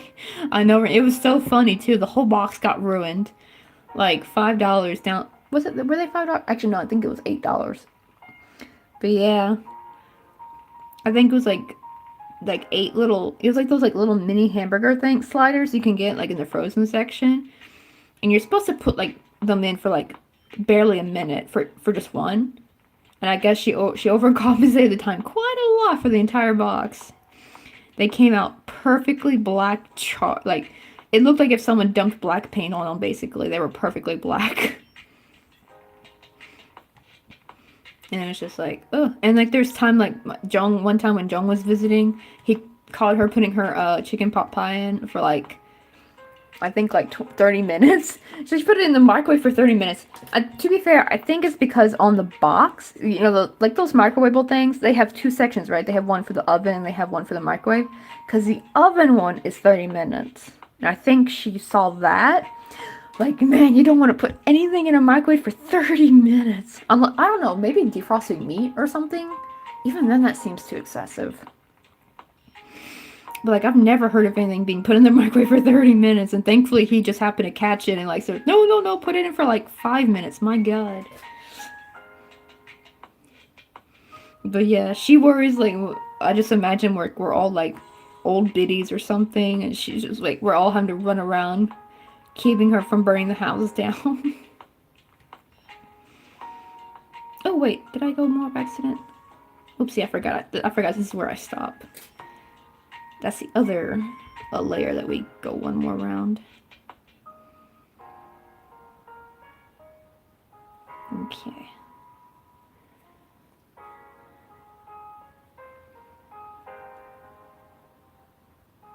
There we go. Uh-oh. My freaking phone fell asleep again. So, like, keep putting the stinking code in. I know, right? Not even Gordon Ramsay's Kitchen Nightmare Chefs put anything that long in the microwave. Oh my God, imagine if she did that on a Gordon Ramsay show. She would get her ass chewed out. Oh my God. Imagine if Emily met Gordon Ramsay. And he got to observe her cooking thing. I think she's gotten better at it, though. I think mostly her problem was that she would just, like, read the wrong thing on the box. You know what? Maybe that's why she actually put the hamburgers in for 15 minutes. Because, you know, like maybe the oven version was 15 minutes. That would make sense, actually. Because always, the oven time was always, like, much longer than the microwave time. And probably, you know, like, they have, like, those, like, little, they have, like, the little drawings, right? And she probably mistaken, like, the oven as the microwave one or something.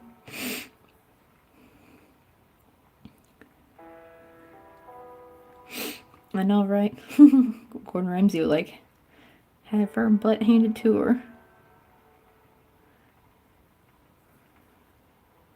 Okay, let me try to make this one a little bit nicer. I made the other one a bit too tight.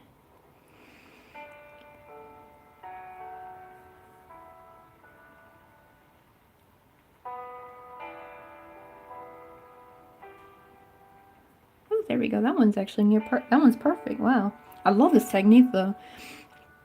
That's another thing, too, is, like, now that it's been years, like, new, like, cool, like, crochet techniques for amigurumi, or just, like, crochet in general have come out now. Like, this cool invisible, like the new invisible, joined rounds. I saw someone post the video, again, that in my, Discord. Actually, it was funny that same exact video has been posted, like, 3 or 4 times already, like, over the course of the year. But you can see, you know, it gets buried. But yeah, people love that video. The only problem is for me, it is kind of time consuming though. So I only reserve it for like certain, what's the word? Like certain crochet items I'm making up, ones that I do want to give more attention to. But like for something I gotta make quick, I'm just gonna do regular joined rounds. That's the thing though, with bigger crochet it actually is probably quicker to do, but it's kind of fiddly though with the tiny crochet. It's like that thing where you take your hook out and then you like go from the back and like bring it back up. But it looks really nice though. Like it's so cool. Like you still get even joined rounds, but you don't get that stupid seam. Because actually what happens is the seam actually pops out on the back side. Yeah, because old-fashioned joined rounds are meh, like icky or that icky seam. But like, you know, if you do continuous rounds though, then if you do like multiple color changes, then your color changes look like poo.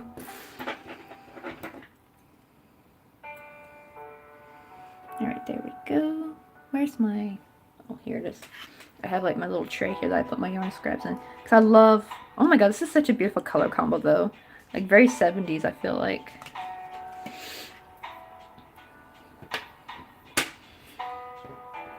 Let me kind of like... I'm gonna flatten this before I crochet in it. My trusty little flattener.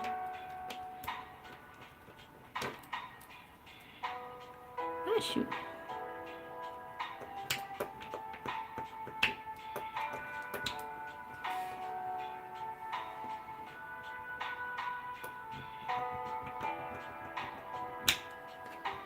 It looks like instant noodles, I know, right? Oh, you know like how they call it like the forbidden ramen, right? Like when you frog something? Well, somebody had this white yarn with like mixed with red in it.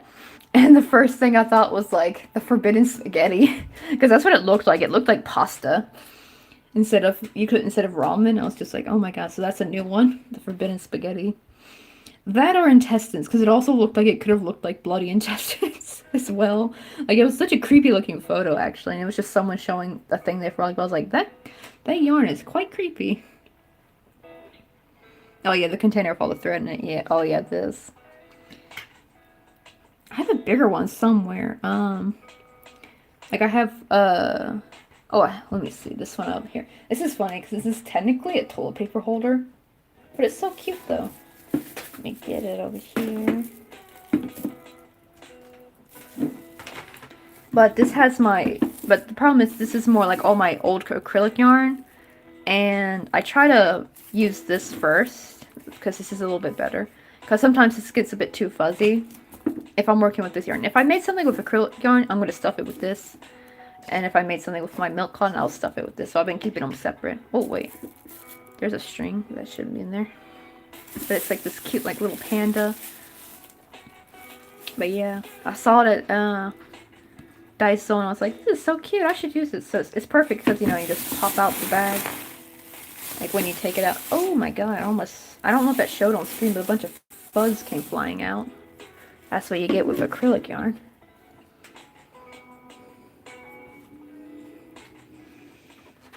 Let me see. Oh, here's the other this is like the first sunflower I made when I was trying to first make the earrings. It's not bad, but I didn't like how squished in the petals looked. But that's because I was doing something different, I think. Oh wait. No, I guess I did chain 2.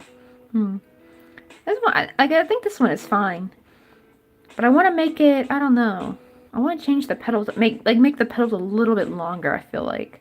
I just like the look of how the, or maybe I can like do the same thing, but make it on a smaller scale, like make it layered, but make this part not as big. Because these are quite big stud earrings, like they're kind of on the bold side, I would say, because, you know, some people like more dainty earrings, some people like the big, colorful, bold ones. But yeah, I want to work on that version too, because I want to offer like different versions for different people, because, you know, like some people like this thing, some people like that. I like both, actually. Like, as long as the bigger earrings are not too loud or obnoxious, you know, like bright bold color or something, but they like the design looks really well at such a large size, and I like them too. I feel like big flowers usually always seem to work well because it just gives like a whimsical kind of feel to it. Like, I was actually wearing these on stream the other day with my little orange hat when I did, I think, yeah, Horizon Zero Dawn. And it just looks so cute with the little orange hat that my husband got me from Jeju. Oh, that's, Jeju Island is like, kind of like Korea's little Hawaii kind of, like, vacation spot. Their company went there for like a work conference, like, you know, marketing, I guess, their, what do you call it? Company, like, they went to some kind of convention thing where I guess like a lot of tech companies all meet up, sharing their like innovation projects or whatever. Oh god, I could just imagine your apartment having a big crochet garden. Wouldn't that be awesome? Oh man, that actually reminded me too, like when we were looking at the different like apartments or villas we could get in Busan, like for cheap, we actually found like this house. It's like an actual house, but it's like a renting house, not like a purchasing house. And but it didn't have a garden though. It was all concrete, but still. The only problem is that would have taken a lot of remodeling. Like, the wallpaper in there was just ew. But, you know, that's all it really needed. It just needed, like, new wallpaper. But that would have been nice. But we found an apartment, though, that we actually like, so we might be getting that. But my husband's going to go check that out when he gets a chance. And he's going to, like, video Skype me or video call me. So I can kind of like be there in spirit, checking the apartment with him, even though I can't be there in person. We thought about me going out there in person, but if you think about it, though, that would be very expensive. Like, it's $80 to and from there. Like, it's a $40 ticket for one way. So round trip would be like $80, and it's like, it's just cheaper if I just do it from the phone. We're just like because it's an older apartment, so we're just trying to make sure it's not gonna be nothing too moldy. It's okay if there's a bit of mold in the bathroom, that can be cleaned. But our previous apartment, something happened in the winter, and like mold started growing from the wall behind the wallpaper. Like, and I tried cleaning it, and it accidentally ended up bleaching the wallpaper because it wasn't purely white. If it was pure white, it would have been fine.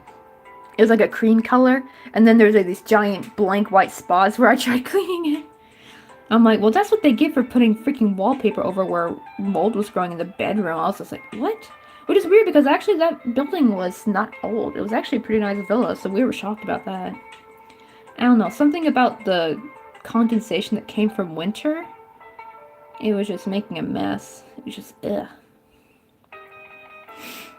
And it always happened where furniture was placed, like the side of the bed. That's where it would grow, and it was just so weird. I know, right? We were glad to get out of there. Well, that was just our like first Korean apartment, so like we weren't meant to be there for very long. That was just like a quick one we purchased to stay there for a year. It was a really small, like a small 1-bedroom. The one we're in now is a 2-bedroom, and actually the apartment we're looking at is actually so in Korea, like a legit apartment complex is almost like a home in a way, because they don't come with the fridge, they don't come with the washing machine. You gotta buy that yourself. Because I know, like, in America, most apartments, even a complex, will come with that stuff, right? Well, maybe not the washer. Usually they'll have, like, a washer dryer area. But they usually have that kind of, like, they at least have a fridge, right? But here they don't. Only villas do, which are like the little smaller apartment buildings, usually with a business below it. So we would have to buy all that ourselves if we choose the apartment. But it's about the same size as this one, maybe a smidge bigger, I think, actually. And that would be really, really nice because I actually like the size of this apartment. Just sadly, the rooms were kind of small. Because the living room in this apartment is really big. But the problem is we don't need a bigger living room. We want bigger bedrooms, you know? And I definitely want to get a good crochet spot.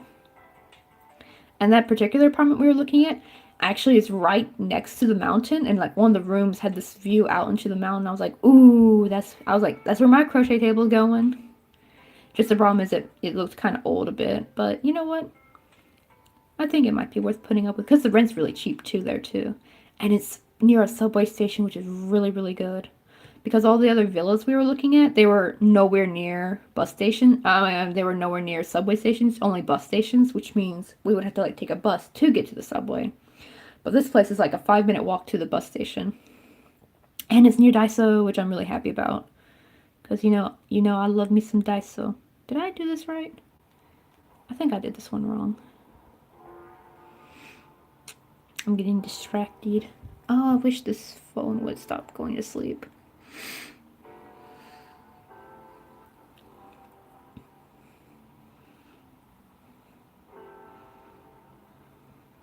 Alright, wait, no, now I gotta do a treble. Okay.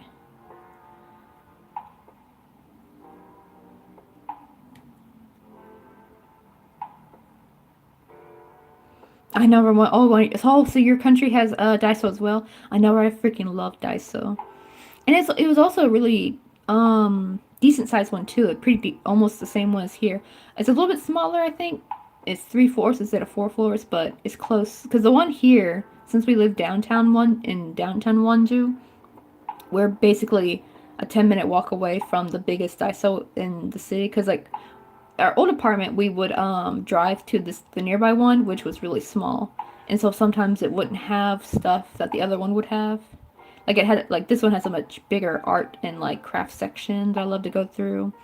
That's actually where I bought my first yarn ring from, until I bought this off AliExpress. Do I have the old one? Let me see. What did I do with the old yarn ring? I saw it just the other day, but it's very plain. But it got the job done. But then when I discovered AliExpress, then I was like, oh, let me... Like, when I was Googling the yarn, then I started getting recommendations for yarn rings. I was like, oh, they sell these on here? I saw the peacock one, and it was like for $2. I'm like, yep, I'm gonna buy that. Oh, yeah, Daiso, Uniqlo, and Miniso are all best there. They're all connected. I feel like... Oh, the Miniso got, sadly closed, though. I know, I was glad I was able to visit it though, because it's very similar to Daiso, and they have like different products.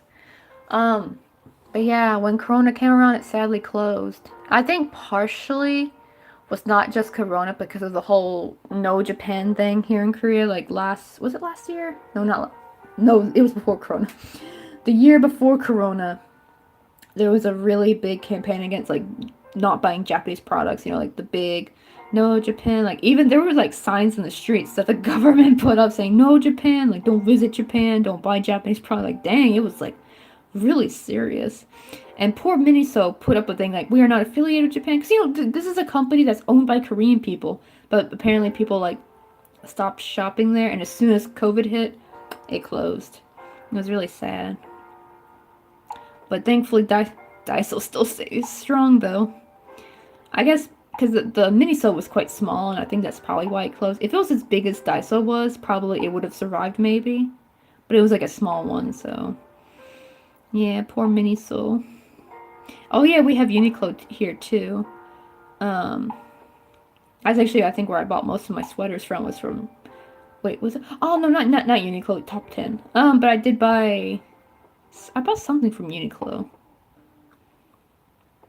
Oh, my blouse. Some of my blouses are from Uniqlo, but like the sweatshirts, like my cute pink and green sweatshirt, I bought those from Top 10, which is right beside Uniqlo. That's why I sometimes think I bought something from Uniqlo, because they're like right next to each other. They're right by like ABC Mart as well. Like there's like some kind of popular shoe store here in Korea.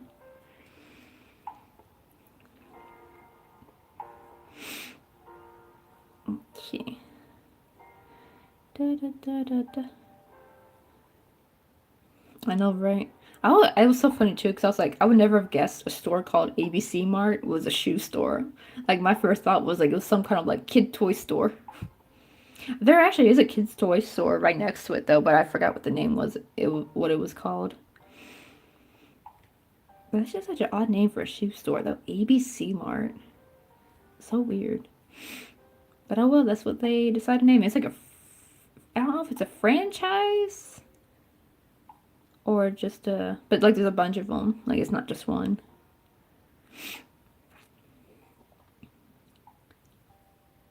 Or corporate, I think corporation is what I'm looking for. Like a corporation, like, so there's like a bunch of them all across the country.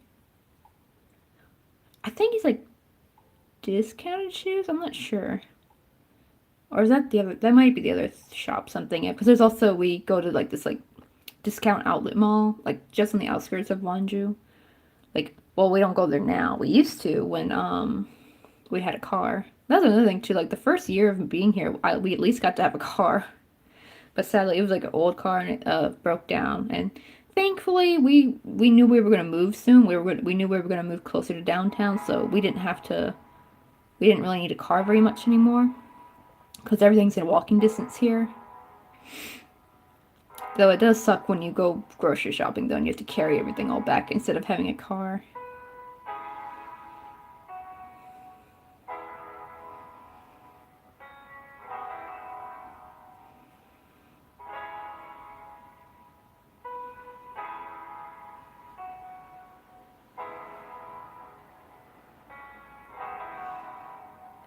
Oh man, though, I was actually just thinking like me and Jung actually used to have some fun like late night trips, like, cause like there's some shops that are open 24/7, or if we or like there's like a McDonald's. It's not 24/7. It's like open up really late. People here like, do you want to go? And I'm like, go where? He's like, I don't know, somewhere. And we would go like on really late night drives.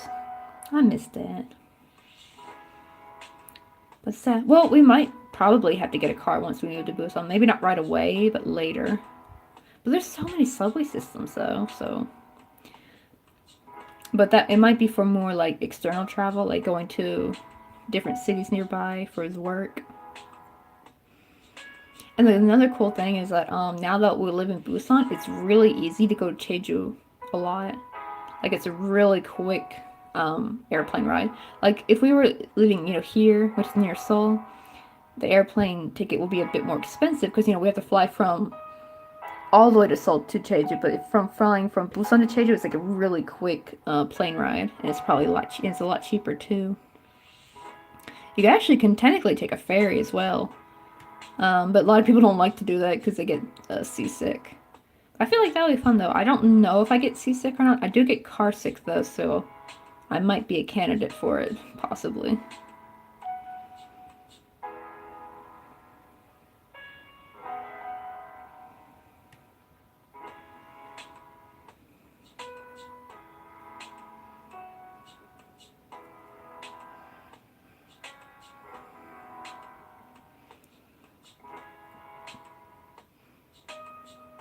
All Korea sounds like an amazing place. Yeah, this is a lot of fun, and we're finally gonna get to do some more exploring. Cause like living here, we've like not really gone out anywhere. Like we haven't, well, mostly cause Corona, all that crap happened before we could even. Cause we had like plans of going camping and traveling. Heck, we even thought about going to Vietnam one summer because it's very close to everything. To an American, going to Vietnam is like some really big, like expensive trip, right? But going to those companies is so much cheaper. But Corona happened, and now we have a big move, so we can't really splurge or anything. Plus, the first place I need to visit really is my family before I go anywhere else. The only problem is, man, the tickets are expensive. Like, it's almost, just for economy, I think for a round trip, it was like 2K now, just for one person. That's just for me, like, not to mention if John was to come with me.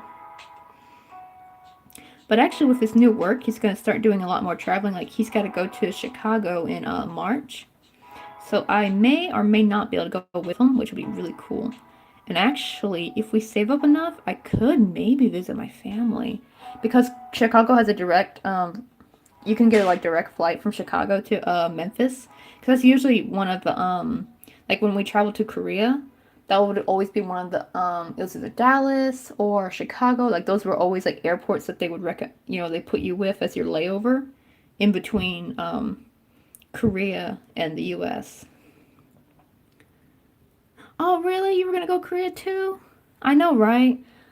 And the sad thing is, my sister was actually supposed to visit me for. She was supposed to visit me April of 2020 for her 21st birth. I think it was her 21st birthday. Wait, no, not 21st. 23rd. Wait, or 22. How old is she now? Wait, I'm 26. So that means, oh, okay, for her 23rd birthday, she was gonna come visit me. Like she planned it. She even got her passport and everything. Thankfully, she did not purchase the ticket yet. She was gonna do that more last minute. Well, like she was gonna do that more like in like February, March or something. And thankfully, all that crap hit basically right after New Year's. So that's a good thing her birthday's not in January. Imagine she did purchase the ticket and then she wouldn't have been able to go. I know, right? Now my other sister is planning to maybe be able to come this upcoming summer. I hope she'll be able to go. I think everyone's vaccinated if I'm correct. I think all my sisters are vaccinated. Because I remember my sister was talking about it. So that should, even if Corona's still going, she still might be able to visit though, but she might have to still. So that's the problem. It depends if the stupid 2-week quarantine is in line. Because for a while, even if you were vaccinated, you still had to do a 2-week mandatory quarantine at the airport, and like you had to pay for that too. It was I think it was like $1,400 per person. Like that's the price of a plane ticket almost. No one wants to pay that. And from what I heard though, you actually could quarantine if you had a family member in the country. It's kind of tricky though, because you could still get denied for that. Like if I came up there, showed that husband's Korean, we have an address here, but that would mean I would have to quarantine too, and then that would affect Jung's work, like basically. So see how none of that would work. And even then, like she would be here with us for 2 weeks, not being able to go out or do anything, and then like that's just like you'd have to have a lot of money to be able to do it, and time too, because she's in college. So she'll be coming during the summer though. But like usually she'll do like part-time work though in the summer. So like who knows how much time she would get.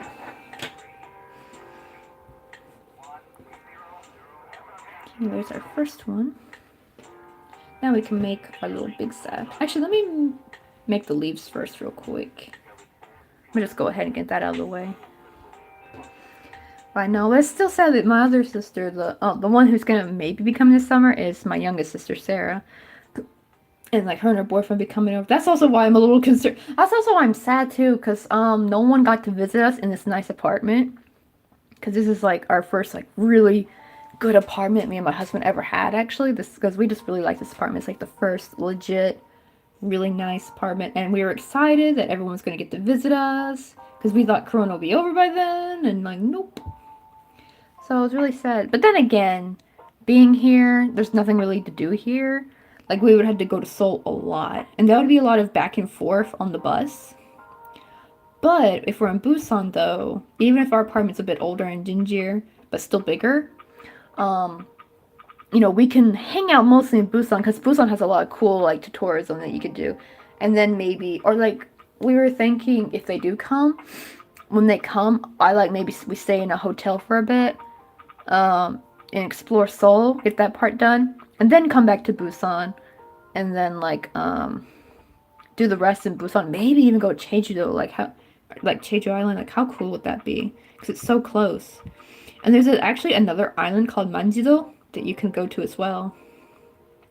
And that's where my husband went, and it's really close by. Like you don't have to take a plane; you just take a little boat out there. Oh my God, no, I take that back. You take a bus out there because there's a bridge connecting the island to Busan. And that's more like a chill spot. Like you go there for hiking, which is what my sister's into as well. She actually just posted about doing a hike after Thanksgiving. She's like, hiking off our Thanksgiving meal, our Thanksgiving tummies or something like that, like really funny stuff. But yeah.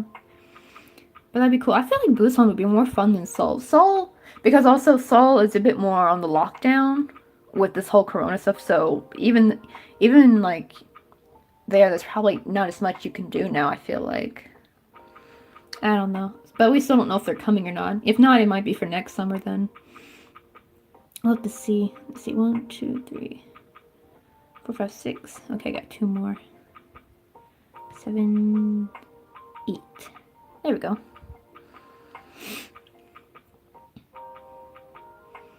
Let's see, 1, 2, 3. But yeah, I feel like Busan, because I had a lot of fun when we went to Busan. On my Korean trip, every time I want to say Korean something, I keep saying crochet, like my crochet trip. Like what crochet? Well, I don't know. There was a dude. What's his name? Mikey something. The dude who does crochet on YouTube a lot too. He used to do like crochet cruise ship trips, and I used to want to go on one so bad. But you know, as a teenager, I'm like, yeah, there's no way in heck I can go on one of those. But yeah, when I went on my Korean trip, I had way more fun in Busan because it was just more like an adventure. Cause you know it's by the sea. You know it's right by the sea, so you can go to the beach and everything.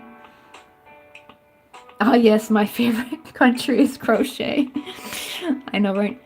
Oh, that'd be kind of awesome if someone could actually, like, discover an island or something and, like, get to claim it as their own and actually name it Crochet Island or something. And it's just, like, a little small island just full of, like, yarn and coffee shops. There's some yarn shop or yarn cafes. There are some yarn cafes in Korea, actually. I don't know if there's any in Busan, but I know there's like a couple in Seoul. I think Japan has them as well. They're called knitting cafes I think they're called knitting cafes, not crochet cafes. But you know, they sell yarn at them and you buy coffee. Like that whole island would be just there. I don't know, all the animals would be crocheted. Oh, that'd be so funny. Make like animatronics and cover them with crochet, and then you have like animated crochet animals. Oh my god, just imagine like having gigantic, enormous, like crocheted Molong statues or something. Oh wait. Does that count? Oh yeah, that is okay. Now I do half double. Where is my Molong? Oh yeah, here it is. I just imagine like giant potato bunny statues. My cute little Molong. I have like 3 of them. Is that the one I don't think that's the one I made on stream. Is it? No, it's not. I think I'm keeping the one I made on stream. The other 2 I made beforehand, though, one's for my cousin and one's for one of my old students. That's the other thing too, is that when we left the Hagwon, didn't realize my last day there was my last day, so I didn't get to give her a proper goodbye. But from what I've heard, I think she still attends there. A lot of students left that Hagwon after Jung left. Because, I mean, like, they didn't really have an English teacher for a bit. But yeah, hopefully she still goes there so I can, like, meet up with her and try to give it to her before we move.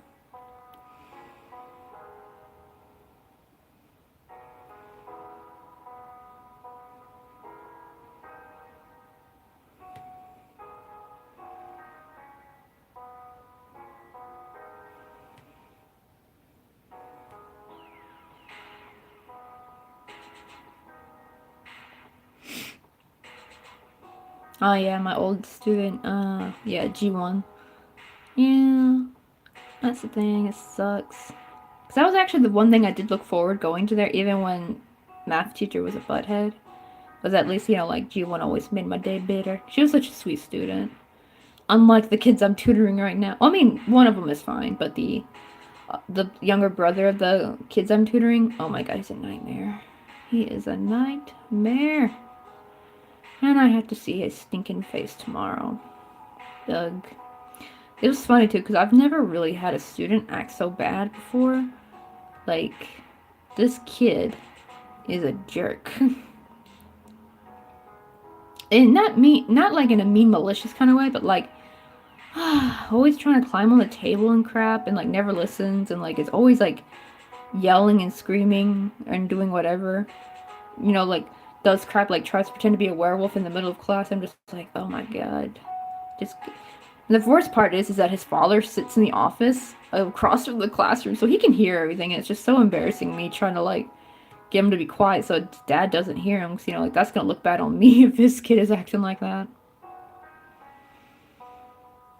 But I can't. It's so hard to control. Like I can't control him at all. Like nothing seems to work with him. I know, right? I do kind of wonder if I don't know if it's ADHD.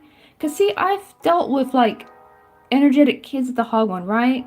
But usually, like, you can get them to, like, find, you know, eventually you can get them to quiet down. But this kid, nothing works. And sometimes he'll get stuck like a broken record saying the same thing over and over again. Like, he was saying, like, some word, and he was just repeating it on and on, even though I was like, okay, yeah, we got it. And, like, he just and he would say it at such a loud volume, like, almost yelling. And I'm just like, come on, my God, he drives me nuts. He just drives me insane. And that's another problem since we're moving in March. That means I gotta teach him for probably another month. But, I mean, yeah, that means more money, but ugh. I don't want to. I want to be done. I just want to teach his older brother Jason instead. Those aren't their real names, but, like, that's what or that's, like, the little names I decide to pick to use. Like their English nickname or something. Oh my god, this phone. Let me see. Yeah, I really respect teachers. It's hard and inspiring job. A bad teacher can not only waste your time, but a good teacher can inspire the child in many ways. I know, right? I try to inspire him. He don't listen. I don't know. I've never dealt with a kid like it. I think because that's the thing, though. It's like we're not like in a school setting. This is more like a private tutoring kind of class. So that might be why he's acting this way. Because from what I've heard, he makes good grades in school. So I'm like, okay, like, there's no way in heck he acts like this with his teachers. And that's another thing I'm thinking, because, you know, this is like, after he's gone to school all day. I honestly think this is just such a bad time for, like, a class like this. Like, he shouldn't really be in, like, a after-school type of thing, because, like, he just needs to go to a playground and burn all his energy off. He has too much damn energy. That's true. Well, he's not evil, like, in a malicious way. He's just evil, just, like, more, like, rambunctious, but, like, in a really, like... Because I've dealt with rambunctious kids, and, you know, you can eventually, like, hey, sit down, please, like... And they'll eventually listen, but, like, this kid is just weird. And I don't know what's with the whole speaking, like, super loud, like, yelling for no reason in the class, that classroom echo, so it's, like, really loud. I'm just like, why? Talk in a normal voice, please. I know, right? I mean, he's not evil, but like, I don't know. That's the thing. That's the weird thing. It's like, if it is ADHD, then okay, I understand. But that's the problem. If he doesn't have ADHD, then he is a little shit. He really is if he doesn't.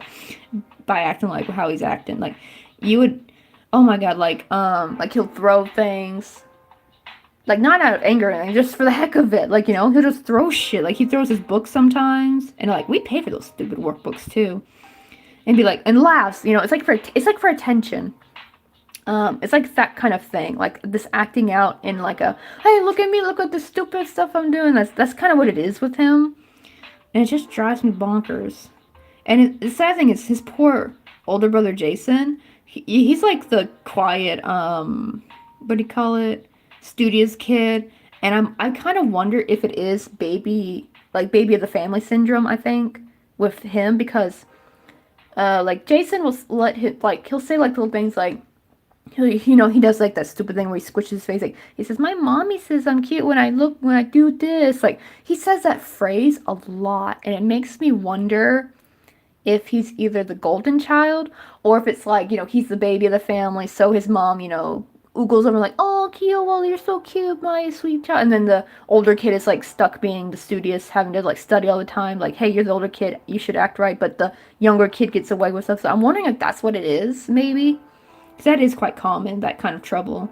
Because, you know, like, and a lot of times, poor Jason will get in trouble because of his younger brother. Like, if Jason's in the room and, like, if Jamie breaks something, Jamie's the younger one. you know, Jason will get in trouble for because you're the older one. You should have told him to stop. But the thing is, Jamie, don't listen to nobody. You will tell him to stop and he will not stop. Like, he just drives me, he makes my blood pressure go up. More because I'm just such a, I don't want to be those like stern, mean teachers. Even when I tried to put on a stern voice with him one time, he didn't listen either. So that was like a no-go. I know, he drives me nuts. He just wants, he's like an attention freak. That's kind of what he wants. Because he'd be like, look at me, look at this. Like, look what I'm doing this. Like, when he climbs on the, table, I'm like, I'm so scared I'm going to get in trouble for him getting freaking hurt. Because he keeps jumping on the stupid table while with his socks on. You know one of these days he's going to slip and crack his skull open. Thankfully, he's pretty light, so I'm able to, like, pick him up and take him off the table. And the thing is, he's not that young. He kind of acts like a 6-year-old, but he's like 10. You know what I mean? Because, like, 10-year-olds act a little bit different, but he's acting like he's acting like a kindergartner, kind of. Basically. I know he has the high ground. Oh, God. I know, right? Drives me nuts. And I hate it when he throws the markers, or if I'm trying to draw something on the board, like write out the notes or something, he'll come and like start like drawing a picture over what I'm trying to write, and I'm just like, come on, man, stop it. This class is just 1 hour long. Can we just get through this one stupid hour and you can go home and play on your dang iPad? And it's just like, ugh. He just drives me insane. Oops, I actually did need one more stitch. I thought I did too many, but I actually did the correct amount. But yeah, I cannot wait for the day when I don't have to. You know the funny part is, actually, you want to know the only time he's quiet? Is when he's grumpy. Oh my god, like last Monday, I came in and apparently he was fighting with his dad, I guess because he wanted to do something on his phone, but like the class was about to start, so usually his dad, confiscates their phones right before class starts. And there was, for some reason, Jamie was throwing a huge ass fit over it. Like, I could hear the screaming from the elevator. Like, when I got off the elevator, I heard screaming. I was like, please let that be coming from there's like a little hospital clinic in front of the elevator. And I thought it was coming from there. Nope, it was coming from the little hug one, where I teach them at. But the surprising thing is that so when class started, he was really grumpy and he didn't talk. He just sat there, did his work, and was just really grumpy. I'm like, dang, he knew to be grumpy more often. It's because you were actually finally quiet for once. He's just like overly extroverted, I feel like, I guess. He's just like one of those kids that just want a lot of attention. And it's just super extroverted. Like his brother is like kind of introverted, he's a bookworm, does really well. But I can kind of tell though, Jason really doesn't like his brother. He's like, he always says I hate him. Jason says like, I hate him, he's stupid. It's so funny when I hear him say that, because I guess he must have learned that from Australia maybe. Because these two kids lived during Corona, their parents went to Australia and they lived there for like a year and a half. And like, so a lot of times Jason would be like, teacher, I hate him, I hate Jamie, he's stupid. And it's so funny how he says that so much. It reminds me of the meme of the screaming kid because of the fly swatter. I know, right? Like, my goodness. Okay.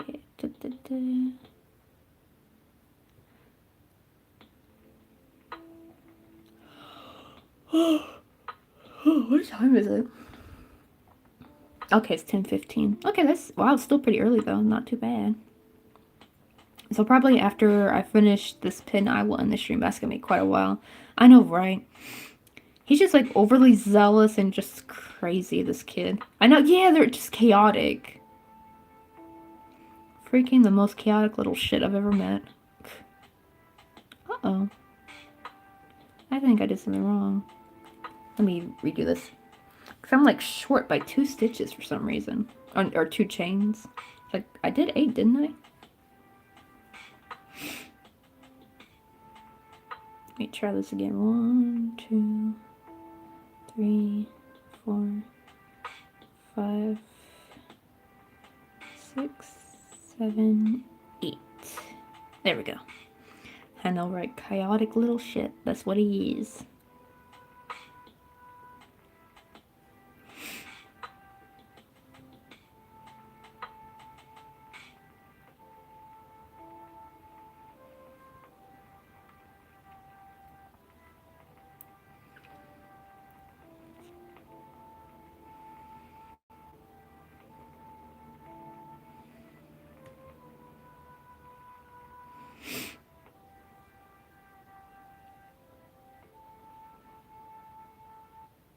Let me see. Okay, okay, I think I got the right amount of stitches. I was trying to count without distracting myself. Actually, wait. I will. Well, let me see. After I finish this flower, or not flower. After I finish this leaf, I'm gonna go make some more coffee real quick. It shouldn't take too long. I already have a pot done, so I just have to like rewarm it up and add like the sweetener and what do you call it? Milk.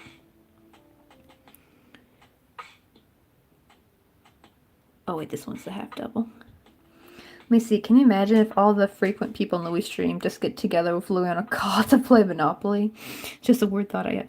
That'd be kind of cool though if we could have like a kind of a game night, like virtual game night. We're on a call and like they have a board out, and like we all take turns playing Monopoly with them. Like how I can't remember how many people does it play up to? 4, I think, or can you play more? I can't remember if you can play more with Monopoly or 4 was the max. That'd be a heck of a lot of fun. And like he would have to like move your piece for you, or whoever is filming whoever has to like is streaming the game board. And I'm also like thinking like just imagine like while someone's like saying, "Hey, I want to buy this property," but then the like audio cuts out and they're like, "Wait, can you say that again?" But actually, though, Discord seems to be pretty smooth though when it comes to at least voice calls anyway.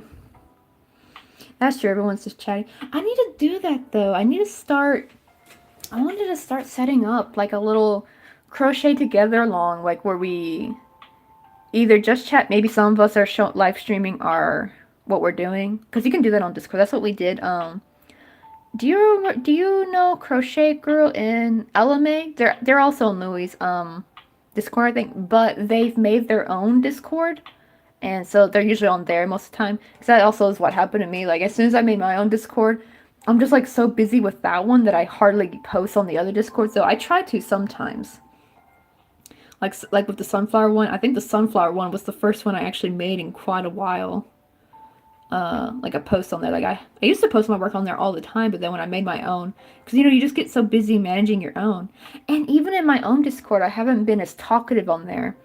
I remember actually when I first made it, someone was like, "You're really active on this server," or like, "You're really," and I'm like, "I mean, yeah, it's my server," but they said it's usually rare for the owner to be very active in their own server. I'm like, "Oh, really? I didn't know that." And now I kind of see it though. It's kind of starting to happen to me, but that's not really because the Discord's bigger, but it's because of personal things. I've been just busy. I haven't been talking. I've been like doing my Korean classes. I've been, so I'm not on my phone as much.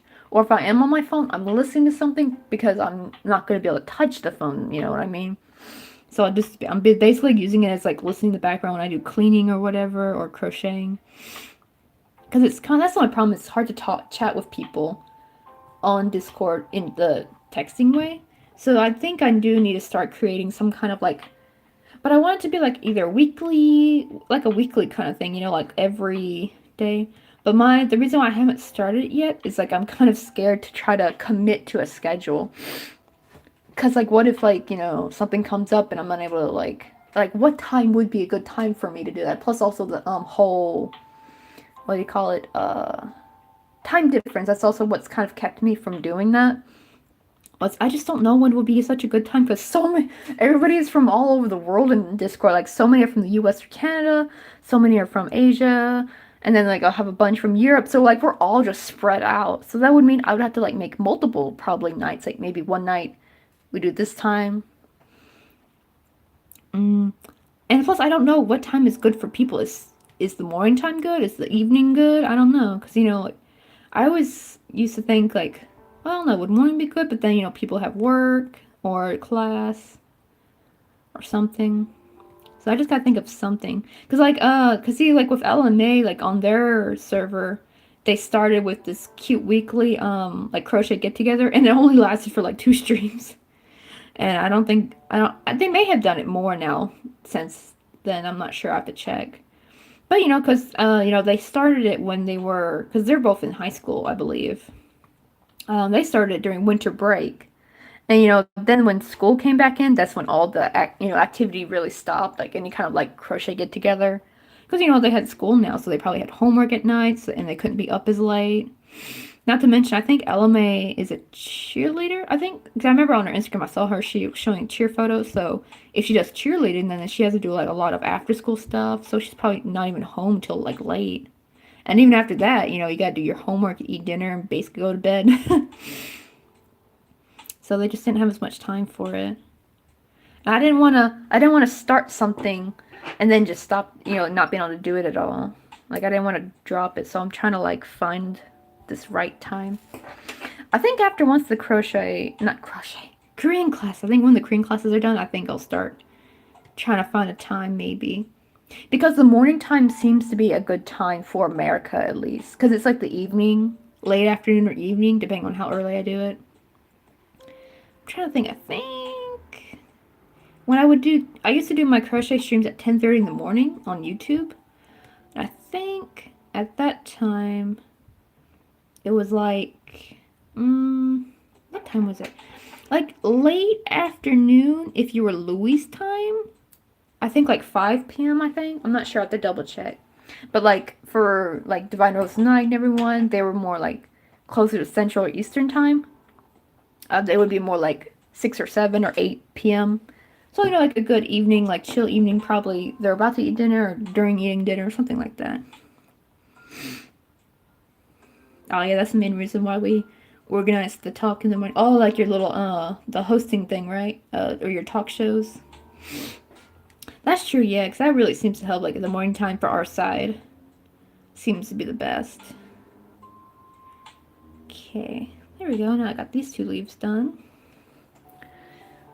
Oh, that's right. After I was gonna make some coffee real quick, so I will be right back. I'm also gonna use the restroom while I'm at it too. I'll put this here. If you're still here and if anyone like comes in, oh, actually, let me text it as well. I'll text it in here as well. Like, went on quick coffee break. Went to go make coffee.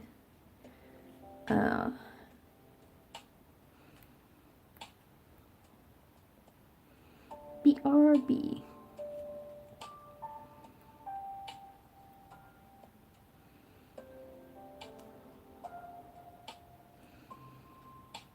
There we go. That way, like, when someone comes in, they'll see that message. But I'll be right back. Here's my cute little... And I have the music playing. I'll be back. I'm gonna make me some more coffee.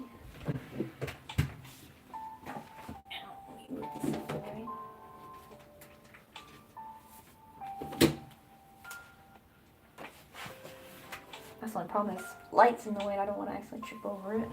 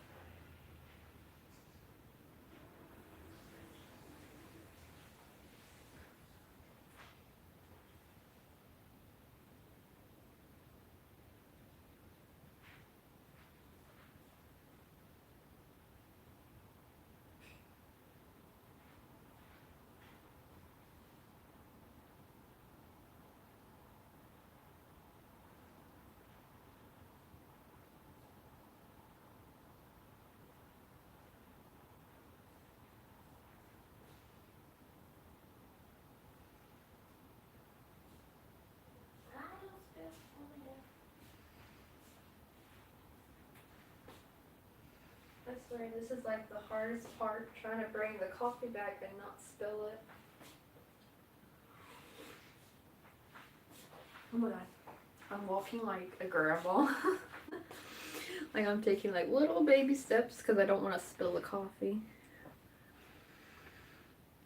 Okay, I'm gonna slowly place that down before I even attempt to try to move my seat and sit down because I don't want to move that up. Oh, hello people who are going to come on the live stream. Coffee and Crochet is going to make coffee. I know, right? That's the funny thing too, I noticed too on Twitch, when people refer to me, they, you know, like most people will shorten the first bit of your name. Everybody calls me Coffee. Oopsie, I forgot I had an alarm. Alrighty. But yeah, I like that. Forgot where I got, oh, I think I got this from, have you ever heard of Dollar Tree? That's where I got this from. That's the great thing of dollar stores, is that you find like really cute, like, yeah, it's cheap shit, but you can find some cute like decorative stuff. Like my little, oh, here, I also got, oh dang it, did I glue it? Ah, dang it, I can't take it off the wall. Well, maybe I can. Okay, there we go. Yeah, this, I freaking love this. Look how cute this is. This was $1. Sweet summertime. I have it hanging on the wall. Oh, the orange though, I can tell it's gotten a little bit faded out. That's because this room gets so much sunlight. It was much more vibrant when I bought it. I mean, the red cherries stayed fine, but yeah, that orange. Actually, oh yeah, that's another thing too. Is like I got this in the cooking section at Daiso. Look at it. It's all faded. Because this is the good side that didn't get affected thing. But this is what the whole thing looked like. And it got bleached from the sun. And I'm like, dang it. Because I use this for my filming. Not filming, I mean, photography. Like, this is why I bought this. Like, something to kind of put down. Like, if I make... Yeah, because this is what I film. Like, not filmed. Like, look how cute this looks on it. Like, for my more rustic kind of stuff. I put on that, but... Thankfully, though, this part is still good, and this was the better part anyway, like this edge. Like, this is kind of boring, it's too smooth, but this was the more interesting, bumpy part. So thankfully, this area is still good, so it's still usable. I think it's like a coaster. But yeah, I discovered it when I moved it out the other day. It's been in the same spot for like months, so I haven't used it in a while for photography. And I was like, I saw that, I was like, no, because it looks purpley. Like, it's so weird. Like, if it's... It would be one thing if it was faded. That's not so bad. But, like, it's purple. It looks purple and white. It's so weird. Okay, what do I gotta do? I was about to sew these on, but then I realized I haven't made the piece that gets sewed on yet. Oh my god, it's like so many sunflowers in this screen. But yeah, I can't wait to start making these. I gotta take some photos of these too, because that's what I put in my, like, little ITIS application, is that I'm gonna make... Would this be considered a brooch? I think. I'm not sure. I didn't know if brooches are something different. But, maybe I should say pin. Because the word for brooch in Korean, I couldn't find it, so... But apparently a lot of Korean people use, like, Konglish, they'll say brochi for brooch. And I guess this could be considered a brooch? I'm not sure. But... Like, what if, I'm just hoping that doesn't get me flagged. Like, if they're like, that's not a brooch, and I get, and they're like, then they like, deny my application. But let's see. Oh yeah, do you got any, crochet plans for Christmas? Any, like, stuff you plan on crocheting for the Christmas season? Yeah. I'm so sad I missed out on all the Halloween crochet. Like, I didn't really do much Halloween crochet this year, sadly. But I'm going to try to make up for it with Christmas, which I should have been starting now. I mean, I kind of started a little early when I made the little lanterns, but I made that in October, didn't I? I know, right? I was doing Christmas stuff in October. But I just didn't have any, like, Halloween stuff to make this year. I mean, like, there's a lot I could have made, but, like... I don't know. I was just too busy with Twitch and, like, doing games and stuff. Ooh, snowman dragons. Christmas dragon would be so cute. Oh, like like, imagine like a Christmas dino, like the cute, like, T-Rex or Chubzilla with a little Santa hat and a little present in his hand. Wait, 1, 2, 3, 4, 5, 6. Okay. Almost made one stitch too many. I know, right? Ah, I still have yet to make one of Louis' bird. I want to make one of his pigeons. I've been wanting to make one where they have like I want to make one for my Uncle Robert as a, like a Christmas ornament where he's got a Santa hat, but because of like my Uncle Robert's like a software engineer, so he does like a lot of computer stuff. So he works like long hours and gets tired. So I wanted to put one with like a little tie and a coffee, and maybe the coffee has like a little Christmas tree on it or something. Like I had to probably embroider that on or something. And he looks like super tired because when Louis showed the pigeon that had like the tired eye or something, like the little hood part he puts on to make him look sleepy, I'm like, that would be so cute, like a sleepy like Santa hat wearing Christmas software developer who's tired from being overworked. I thought he would love that because my Uncle Robert has a really good sense of humor. He's basically like the funny fun uncle of the family. And I'm just like, that'd be so perfect. But I wanted to do that last year. And the sad thing is I actually never sent my Christmas presents that I made for them last year. Well, partially it was also because Korea's shipping had skyrocketed during Corona, so that was kind of one reason why I didn't send anything out. Plus I wasn't done yet. Now I'm trying to make double presents for everybody, and I thought I would be done, and I can't believe it's been a whole year. I kept thinking I'll send the presents in the summer, and now it's like almost freaking Christmas, and I'm just like, where did the freaking time go? I know, right? Yeah, I think maybe like next week for the YouTube stream, I'll probably be like doing like making random things. Like there's no theme to it. Like I'll just be making things for Christmas. Like I gotta make a Poppy doll for my cousin's daughter, Liliana. That's what she wanted. I got the one other thing she wanted um made, and I got what Lane wanted, her brother. Um he wanted Pikachu, and I finished the Pikachu, though sadly I did it kind of quickly with the sewing part, and it looks a little weirded off, but it's still really cute. But you know, as a kid, kids don't really care about uber perfection, you know. And it's a Christmas gift, so I think he'll still like it. But yeah. This is why I like hot gluing, because hot glue you can like get that perfect spot. Just the only problem is they're not that young. I feel like. Oh, Leon is kind of young, but he's not that young. He's like, cause he's what do you call it? He's my cousin's stepson, cause her husband, what do you call it? Was like married before or something. He already had a kid, so that's like her stepbrother. So he's a little bit on the older side, but not that old. Like he's like maybe almost 10. Like he still looks pretty young, but not super young. Not as young as Liliana, you know. Like I think Liliana is in first or second grade now. I'm not sure. I mean, last time I checked, she was just starting school, and like kindergarten. Like now it's like I think she's like either in second or third grade. I think now it's like, dang, where has time been going? Have I been doing my double crochet? Not double. Oh, increase. Yeah. Okay, there we go. I thought for a second I was skipping increasing. I'm like, definitely don't want to do that. Let me double check for here real quick. 1, 2.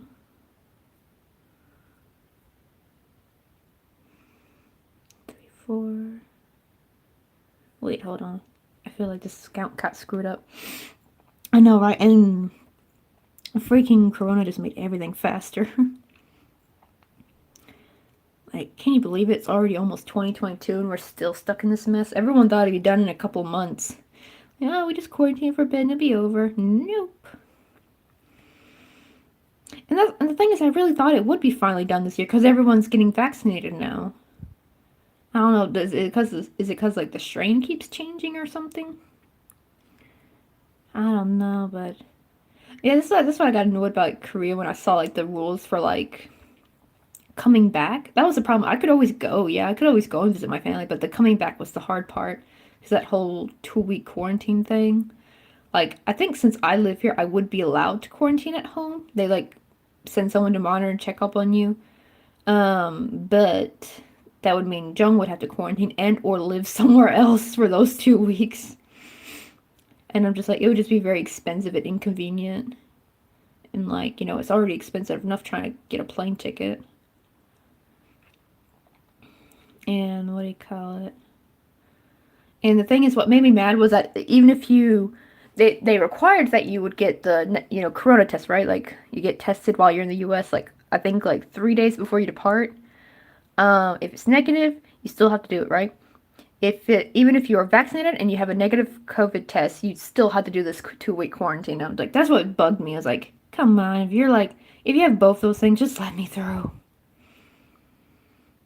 Like, it just sucks. Okay, there we go. You know what? I'm just gonna go ahead and sew this part up this way. That way I don't have this like yarn tail in the way. Because sometimes these annoy me.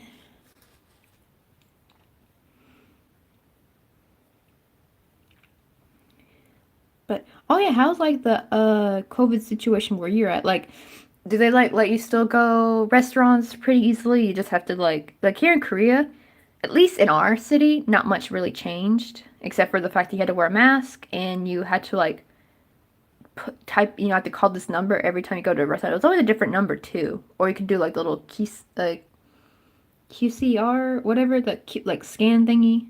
I forgot what they're called. Q code, whatever. Like it's like that little box thing you scan with your phone. Um, Either do that or you call. We just call. It's just faster because for some reason sometimes the scanner doesn't want to work. Oh, yours is also like that too. Yeah, because my sister said a lot of stuff closed and didn't open, and they said it really sucked. But like here, oh, QR code. I know. Oh, QCY is the earbuds we purchased. I keep thinking in my mind QCY. I'm like, what is QCY? I'm like, oh wait, that's like the brand of my wireless earbuds we purchased a while back. So I always get those mixed up. QR code, yeah. But yeah. So either like scan that, but a lot of times they don't work for some really weird reason. So we just call the numbers a lot quicker. And oh, and they take your temperature as well. They have like these like little temperature taking things. They have different ones. They have different ones where you have to like zoom your face in and like get matched into like this like green circle. And then it takes your temperature. And then there's others where you just like, you do this and it takes your temperature. I prefer those because those are so much quicker. Simple and easy. And no one even has to get near you. Oh, and they also provide, they have like these little tables now with like the hand sanitizer and all that. But yeah, I don't know why the US, I don't know, maybe some places in the US do that, but yeah, the US did not do that very much, I guess.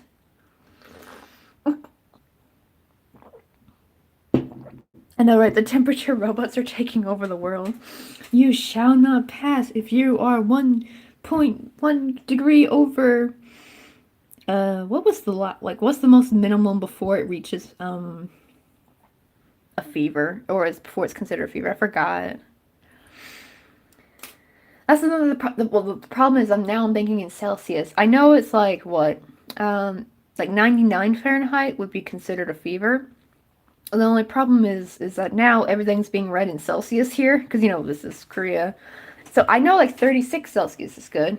Is it would 37 Celsius be considered a fever? I guess I'm not sure. Oh, 37 is considered like a mild fever. Yeah. So if it's 37, you're like, you shall not pass.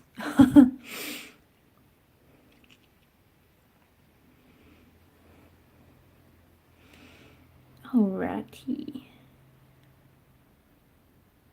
Wait. Did I do? Oh no, I didn't. Okay. I thought I accidentally did a stitch before that one. Oh my god, no, my fingers are so cold.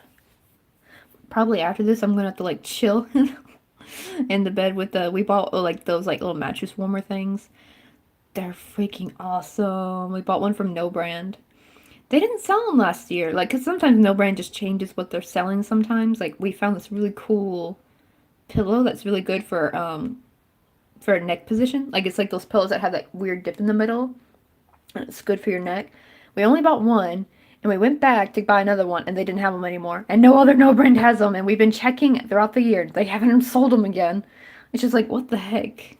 So when we saw they had the blanket, like the mattress warmer for queen size, we're like, yep, we snatched that up. And it's the best purchase we have ever made, I swear. Like, I love that thing. No more icy cold feet at night. That was because last year was really hard for me and during the winter. Like that's actually what's I think that's why I actually got into like doing really early crochet streams because I just couldn't sleep, so I would wake up super early because my feet would just be so ice cold and freezing. So I would like crochet throughout the night and early morning. Then I would like sleep during the day because like the bedroom gets like a lot of sunlight, so it would kind of warm up enough to where it wouldn't be like frigid, I guess. But like now I can finally live in peace during winter with that. That's another thing too is do you guys are dryers normal in your country? Because a lot of people don't have dryers here. Like it's a really rare thing to have, even if you live in a really nice apartment. And dishwashers too. My mother-in-law and father-in-law live in they live in one of the most expensive apartments here in Wonju, called Bella City. And even those, they don't have a dishwasher, they don't have a dryer, they have nothing. Let me see. Oh yeah, you like super cold weather and then you use lots of blankets to feel so comfy. But see, that was my problem, is I would be wearing like 3 pairs of socks and my feet would still be super cold. Oh, there's no dishwashers here there either. I know what's with that. I freaking miss dishwashers. Well, that's the thing though. Since it's just me and Jung, it's not too bad because there really aren't that many dishes to wash. But the problem is if we want to have a cooking day where we make like a lot of stuff and and you use a lot of the like big pots and pans and all that whatever, and use a lot of like bowls, and then it's like, ugh. Oh, you don't trust dishwashers? Oh yeah, like I have seen where people are like showing like TikToks of how to properly take care of your dishwasher. Apparently a lot of people take a dirty dish and they just put it in the dishwasher. Like, no, you're not supposed to do it. You're actually supposed to rinse your dishes, like rinse all the food off, like scrub any food off too, and then put it in there. You know, like that's the problem is that actually, yeah, when people would put their dishes in there like super dirty, yeah, the dishwasher would start like not really work very well. Oh my God, those. Here's a funny story. This is not with the grandma now. This is actually with the grandma that my mom's mom, because my grandma that I talked about earlier with the dementia, that's my dad's mom. Um, but this grandma, the one who taught me how to crochet, she was actually one time she was visiting and she was actually making the whole family sick because of the dishwasher. Because guess what? It turns out she was accidentally, because like they have like the liquid dishwasher detergent. She was accidentally pouring some kind of like like floor cleaning solution in there by accident. She kept mistaking it because they would be like right beside each other and the bottles were similarly shaped. She was pouring that in there. We kept getting sick every so often. And she was putting the wrong soap in there and nearly, poor grandma almost killed us all.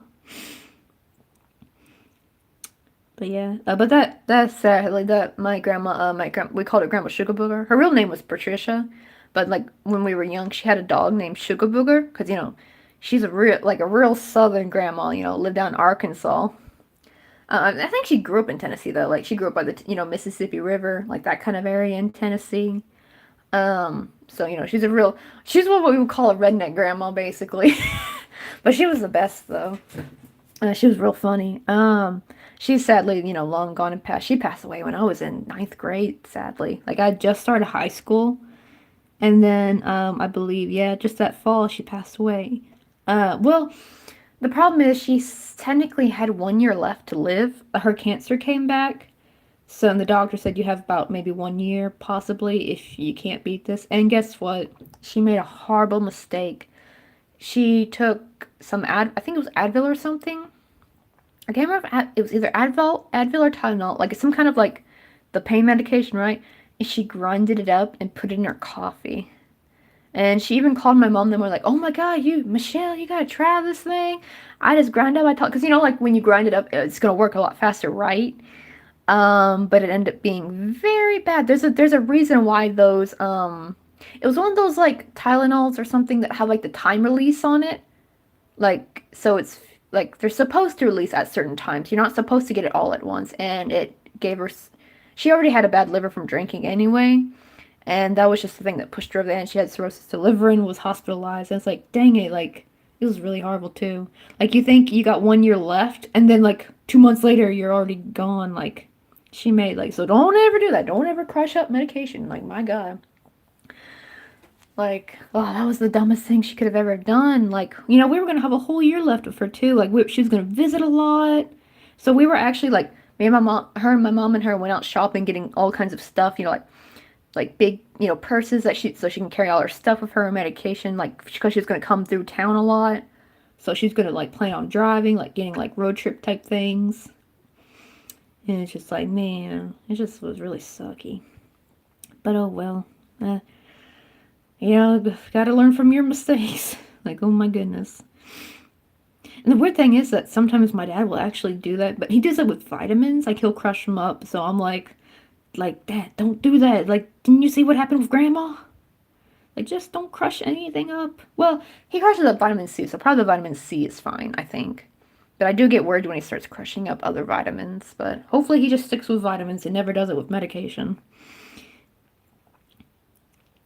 Let's see. I keep getting distracted from, like, where I was supposed to be crocheting. I think I was supposed to do an increase. Yeah. Oh, but let's see. But yeah, so that sucks that you guys don't have dishwashers either. I know, I miss having a dishwasher. Apparently they do sell them here, but it's like really rare to get one installed. And there's no dryer, and there's really not dryers. The only time you really see a dryer is at a laundromat. And I don't really mind hanging my clothes, actually. Because in the summer, it's actually quite nice. They dry really quickly, actually. And they smell better. But it's the winter time. I hate it because, one, the clothes are all cold when they come out, and it makes, and you know, the window, I have to have the window open because, you know, I gotta dry the clothes. Because if the window's closed, they're gonna get smelly. So you gotta have ventilation, and oh my God, my hands will be so frigid, and they take like 3 to 4 days to dry. And you know, and especially because in the winter time, you know, what we would do is, like, sometimes if it's really cold, especially in the morning right before school, we would toss our clothes into the dryer real quick for like 5 minutes, get them all warm and toasty. Oh, that's true. We hang clothes in the sun. It's fun in the summer. It's actually kind of like a fun experience. Like, I'm pretending like like I'm pretending I'm gonna live what do you call it, Small House on the Prairie or something, when I you have to do like the snap thing to like get all the wrinkles out. Oh yeah, I know what you meant. That'd be funny if, like, under the sun, you, like, just some random kid, like boy, and it's like someone's son is just like you hang all the clothes under him.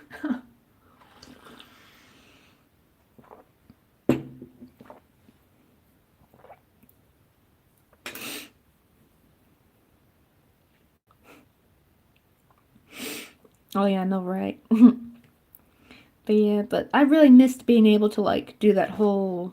Well, I guess if you live in like a very warm climate, that's probably not a problem. But here in Korea, at least here in Wonju, it gets really, really cold. I remember it got up to like negative either 15 or 13, like around there. And it was just awful. Like negative, usually, but even then, like those days were like specific days. Usually, normally it's like negative 10. That was like the average it would be every day, like negative 10 Celsius. And also for me from the south, who's used to like a very mild winter, and even back then, I hated winter. Like, I would be like all chilly. Mostly because our winters, even though it was mild, it would rain a lot. So it was always wet. And like, even though it's only like, I don't know how much this would be in Celsius, but in Fahrenheit, it was like 44 degrees Fahrenheit. And I think here, when it's like negative 10 Celsius, I think it's like around really low, like high 20s, like 20 something in Fahrenheit, I think. I gotta check. I gotta do the conversion. So I have no idea what my hometown would have been in Celsius. I know the trials and tribulations of being American, like not knowing, having to do like all these stinking conversions for temperatures and all that crap, and the metric system too. Because, you know, they weigh stuff out here in grams and stuff. They don't really use ounces. And I'm so used to ounces and pounds and everything. And here they use kilograms.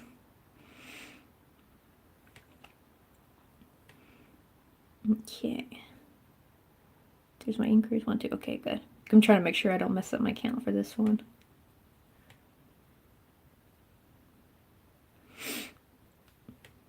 But yeah, it would just rain a lot. At least the good thing though is it did snow here. Actually, I wonder if it's gonna snow soon because the first time it snowed. Oh my god, that scared me for a second. Oh yeah, we use the different metric system. It's so annoying. It sucks. Like, well, when you're in America, it's fine, but like then when you go to another country, then it's just like the little meme guy, the song that says panic. That's how it is when we go to a different country because we're unable to comprehend like how much is it, like I think 1 kilogram is like 2 pounds, right? I think. So at least now, whenever I see something, like I cannot help it when I see something like a bag of flour or something, it says 2 kilograms. My dumb or like 1 kilogram, my dumb brain thinks, oh, it's only 1 pound. That's not a lot. But then I'm like, oh wait, that's 2 pounds. So that's like a good amount. I know, right? It really sucks. Like, and the funny thing is because of the weather app, so every day, like last winter, I would, see what the temperature was. And I would think, okay, it's -10 Celsius. So I wouldn't think in Fahrenheit. But then I never saw what the temperature was in Celsius in my hometown. So the only thing I can think is like 40 to 44 degrees Celsius. 40, not Celsius, that'd be freaking hot. 40 to 44 degrees Fahrenheit. But I don't know what it is. Let me see. Wait. If you're American, how do you pronounce one of our dishes? Roti. Is it canai? That's how I think we would pronounce it. Roti canai. But I'm not sure. How do you guys pronounce it?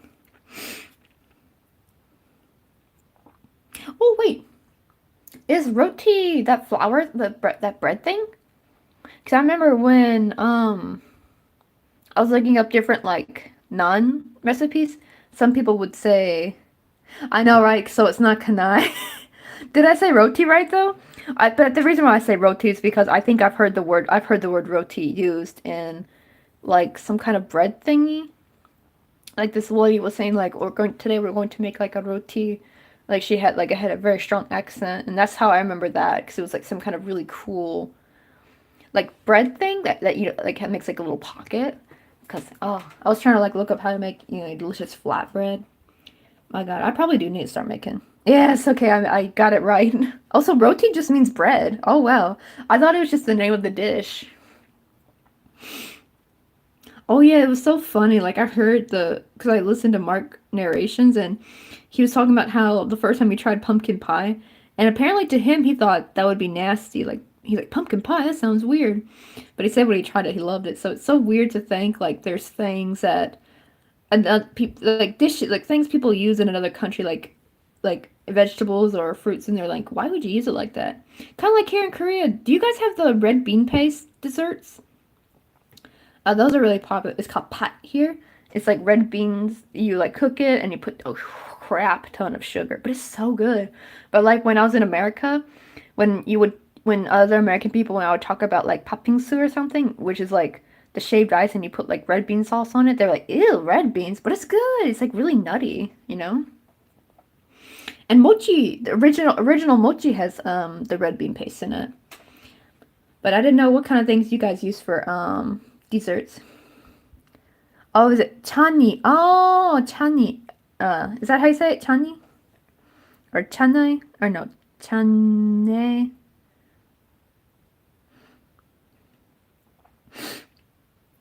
Oh, chani.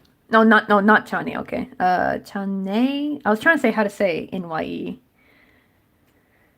I know that's right. I know that's the problem with English. It's so hard to try to sound out because it could always be pronounced so weird, so differently. And sometimes it depends on what region of America you're from too. Like because even Americans will pronounce things differently from so cha nyai? Is it nyai? Ni? Nay? I'm trying to think of how NYE would be pronounced. Chane? No. Chan. So you said it's not chani. Let me see. How would it be pronounced? I probably should just Google it. Oh, so it's ni, right? Chani. So roti chani. I hope I said that right. Roti chani. Oh, wait, no, you always said it wasn't Chani. Ah. Because that's the thing. N-I-E would basically be pronounced as Ni or Nai. That sounds German. Nai. um, let me think. Oh, it's Nai, really? Oh, well, when I thought in a German kind of sense. Oh, Chanai, Chanai. So roti Chanai.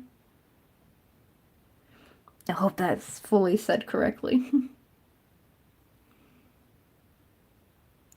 Let me see. Da, da, da. Where's my increase? Okay, so I'm actually halfway done. Yeah. Oh, roti chanai. Yeah, finally. I know. It's too bad because when I lived in San Francisco, um, what do you call it? Like I had a coworker from India, and I just loved her accent so much. She was so like such a pretty accent, and she would like when she would talk about the like dishes she would make. Oh, it was like so eloquent every time I'd hear her speak. I miss her. She was so funny to talk about. And it was also funny, like, when she would come, because she was a cashier, so, you know, she had to deal with all the Karens. It was so funny when she would, like, complain about the customers, but, like, with her really heavy accent. So it was just so cute and endearing watching her, like, be all pissed off at these Karens, but with her, like, super heavy, like, Indian accent. I think same also for, like, Lisa. She's, like, she was half Vietnamese, half Chinese, I think. But she mostly spoke with a Vietnamese accent, and oh my god, and she had like this cute high pitched voice when she was angry, and it was so cute when she was cursing. Like, yeah, when you work at a clothing store, you have to do like a crap ton of Karens. I know, right? I miss them. That's the only thing. I don't really miss living in San Francisco, but damn, I miss my old coworkers. They were so fun to talk to. I mean, I still technically have them connected on Facebook, but you know, no one really talks. We just like each other's posts here and there, and I don't even get on Facebook that much.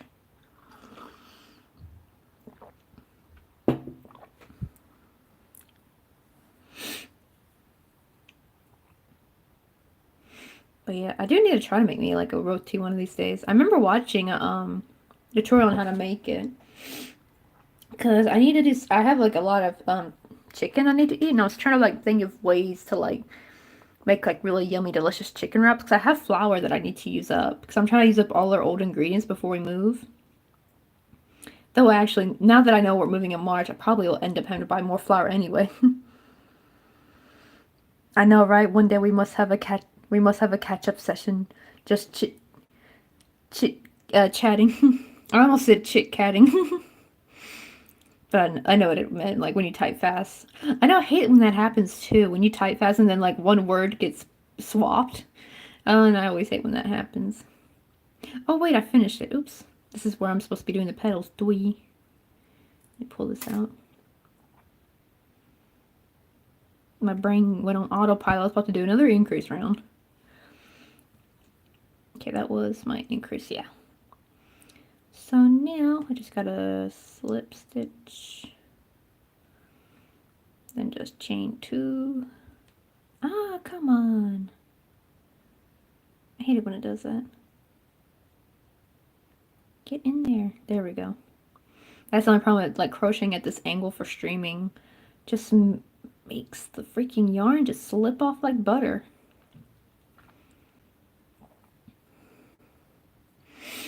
But yeah, I think what I'm gonna do for like the crochet get-togethers, like that kind of thing. That way, we're like where we all get on like voice call or something. I think I'm gonna do a poll.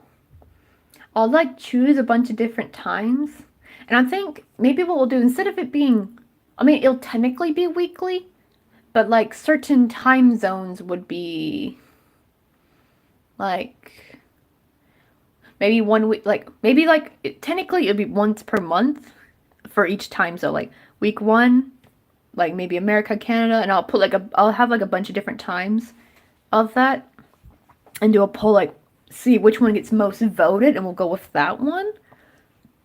And then like 1 week, let's see, we'll have America, North America, Europe, Asia, and Oceania. I think, yeah, that's perfect. One of each week. Yeah, I should do that. Yeah, I think so. I'm gonna let the people choose the time. That way it's not on me. You know what I mean? Like not me, but more like I can get like some feedback of like, hey, what time are you guys fine with doing this kind of thing? We'll pick the most majority voted. Um, and maybe if there's like two times that are like closely voted together, maybe we'll try to find like a compromise time for that. But yeah, I'm gonna need to definitely work on that. So probably after this week, once I finally done with the crochet class, I finish that test, then I don't gotta worry about it till next August. Because that was a funny thing too, was actually I was gonna start the class up again in March, but in Busan. But since now we're moving in Busan, there's really kind of no way we're gonna be able to sign up and have that class. So probably we're gonna skip and wait to start the class until next August, probably, for me to go to the next level. But that's fine because that's kind of what we did anyway. I didn't even know there was a class in March because the last time I took this Korean class was, well, last August, from last August to Christmas. And after Christmas, they didn't say anything. But then when like August rolled around, they're like, "Hey, the class is starting. Come join." Like, okay, but the teacher told me, "Oh yeah, the next class that starts is March." I'm like, "Really? Oh, you're gonna be on a call chit chatting?" Yeah, that's what I'm thinking. Like, have like a big old call. Maybe some of us are like sharing our screen of like what we're crocheting, and we're just all chit chatting. I don't. How many? I don't know. Is there a limit to how many people are allowed to do that? Like, how many people are allowed to share their screen at once in like a group chat or something? Oh, yeah, I don't know. I'll have to see. If not, then we'll probably just stick with chatting. Um, but like that kind of thing. Because I do need to make like, because our Discord, we're almost to 600 members, so we're enough to be, what was it? Not partner. We're eligible for something. I forgot what it was. The minimum was 500 members, but the Discord activity is too low. Which is really funny because everyone, like a lot of people post on there every day. But I guess, but then when you compare it to like a gamer's Discord, those things are so busy. Like so many people are texting in and out all day long. And I'm guessing, because even Louis' account at the time, his activity was considered like not enough, even though he has like 1,200 something like members. So I think he was able to get Discovery though, which is good. Though I don't know if I can't remember if Discovery went by activity or not. I know Discovery you had to have like 1,000 members, so I know that he qualified for that part.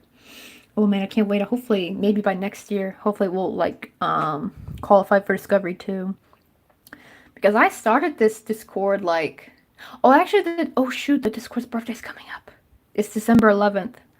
And I was gonna do like another challenge, like Christmas challenge. I totally forgot about that shit. I gotta come up with something. Um, the prize is not gonna be that big though. Like, cause last time the prize was like a $25 gift card, but I'm getting like squeezed tight that I can't be spending too much money, so I don't think I can make the prize that expensive. I'll have to come up with something else. Or maybe rather than a contest, we'll just do like an event or something. I don't know. Oops. I meant to do a treble. Oh, $5 gift card. See, that's the thing. I actually would like to do like something like $5. But how to do that though? Cause like that's the problem is I wanted to do like a $10 Etsy gift card, but turns out Etsy's minimum amount you can give as a gift card is freaking $25. And I even ran a poll. I was like, did you want the prize to be Discord Nitro or Etsy gift card? And everybody wanted the Etsy gift card. And I was like, crap.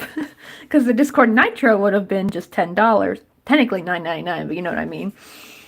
But everyone wanted the Discord Nitro. And I'm like, at the time though, it was okay. Because I still have some of my stimulus money. But now it's like getting a bit low. Oh, I keep forgetting to do a treble crochet. And it's getting low though, so I really need to like make it a very, very small kind of gift. And I think, and also there's someone in my Discord who's doing like a Secret Santa thing, but I think that's already closed off. I think the members that joined that have already like was it? I think she like closed submissions to that. That's like something she's running. Because they're actually gonna send each other stuff, like mail each other stuff, and I'm just like, yeah, I can't do that. I'm too far from everybody, and I don't want to pay. I don't want to pay shipping. Plus, it also requires you to give someone your address, and I didn't know if anyone would feel comfortable doing that.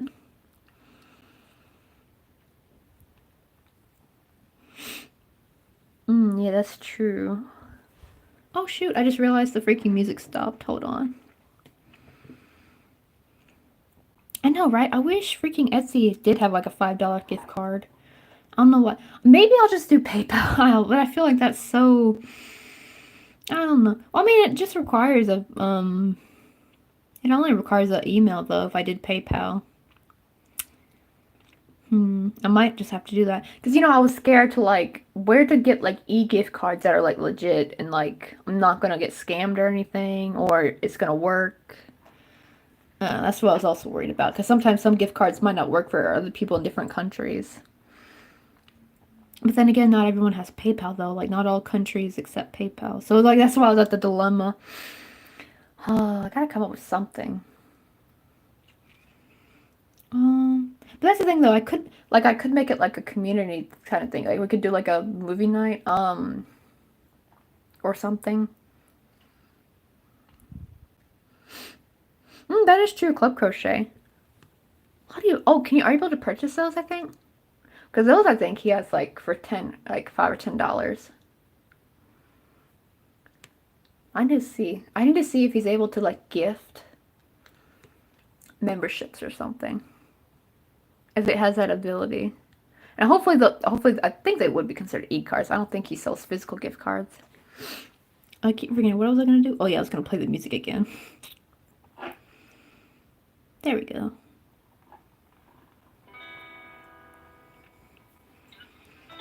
I do, yeah. So I'm gonna look on his page and see, because that would be kind of nice. Would a Starbucks gift card work, maybe? I wonder if you can do that, because I think most countries have Starbucks. Because it doesn't have to be necessarily crochet related. That's why I included like the Discord Nitro if anyone wanted that. Oh, I was so salty because guess what? Because Discord Nitro had like the little get 1 month, get one free for like Black Friday. But guess what? Apparently, if you already had Discord Nitro, you weren't eligible to get it. I'm like, that's so unfair. Like you would have had to not have it for a couple of weeks, basically. For 3 weeks, you would have had to not have had Discord Nitro. Or even, I don't even have Discord Nitro. I have the classic one, the really cheap one. That's true, though. I wonder how that would work. But I had to see if they're universal, though. Like, could other people in countries accept that? I might just do another poll, maybe, like, hey, Starbucks gift card. But I need to see that, though. I need to see if... Because when I purchase it, I purchase my US debit card, so it will be in US dollars. But I gotta make sure the other person's able to use it. See, the good thing with the Etsy gift card was, even though... Because you have to purchase it with whatever country your card belongs to. If I try to purchase it in a different currency, it won't work. But when they receive it, it's supposed to convert over to whatever currency they use on their Etsy. I know like Etsy doesn't have like a bunch of supported currencies, but I think like people are able to still buy stuff. Just it would get like they would be buying it with how much currency the gift card had. Oops. Or how much it converted to whichever one they chose to use. But that's what I got from the article anyway. So that's why I knew like at least Etsy gift card was safe. Just I hate that they like... Oh wait, so he does have $5 on. Okay, I'm going to see if I can do that then. That might be better. And then it's not going to matter about currency because they know where to go use it. It should work regardless of currency. I think that would be much better. And plus, I think that probably Louis is going to come out with probably some cute Christmas patterns soon too, so that'll be perfect. But even without just a contest, I wanted to do like some kind of communal kind of thing for Christmas. The only problem is I did find it was kind of hard. So I want to do a movie night, but I want to do it where you actually stream the movie. And it's so weird because so many tutorials said, oh yeah, just go on your Netflix and like stream it. But then I found out like Netflix doesn't like you doing that, and they'll actually like not show it, like they'll make your screen black or something. I'm like, that really sucked too, because what do you call it? Oh, he came out with an elf? Oh, when did that come out? Man, see, I'm like missing out on everything.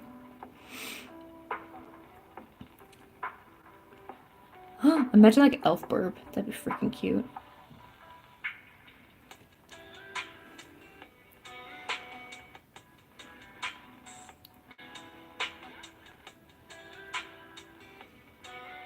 And actually, I'll still like, just in case, what I'll do is I'll find whatever gift cards I'm able to give, and I'll do like a poll and see what people want. Though I'm probably not going to do Etsy this time. I don't think I can spare another 25 bucks. Because that was quite steep. That's probably telling, especially now that I'm trying to save up. Trying not to spend money so we can save up for our move. This is going to cost quite a lot.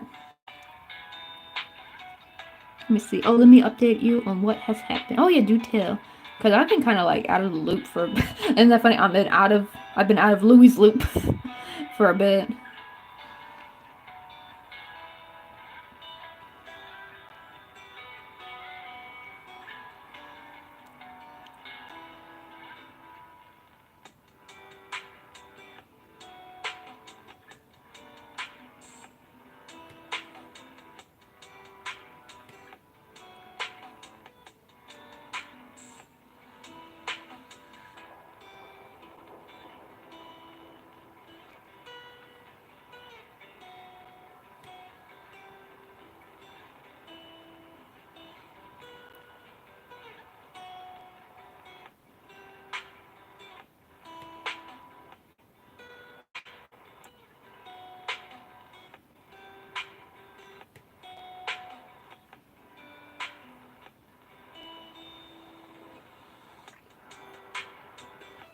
Let me see. Frogs. Oh, with a W.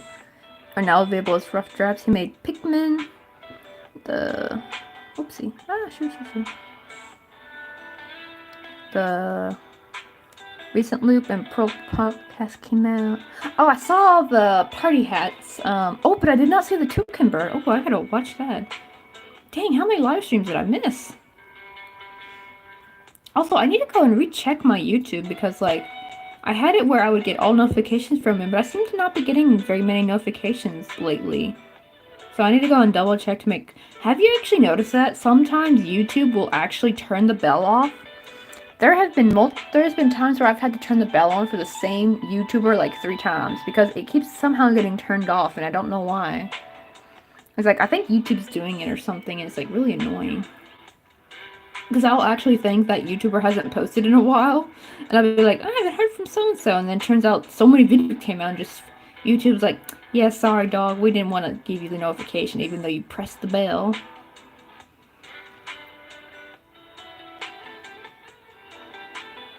Kind of like the whole thing with, like, sometimes you'll be unsubscribed from, like, YouTuber. I really hate when that happens. Like, I was like, I know for a fact I subscribed to this person a month ago. Why am I not subscribed anymore?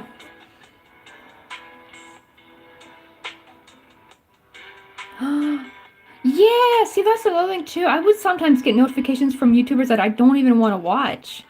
That I'm like, I know I didn't turn the bell on for them. Like, this is like someone I just like to watch every so often, but I'll get like some YouTubers notifications all the time. Even if I don't have the bell on, I always get their notification. But then for the people who I do have the bell on, I almost hardly get the notification for them. It's so weird. Like, YouTube, let me decide. I am the viewer. You know, it's so dumb. Now, maybe, I don't know if they're doing it on purpose, or maybe it's like an AI problem or some bull crap. I don't know.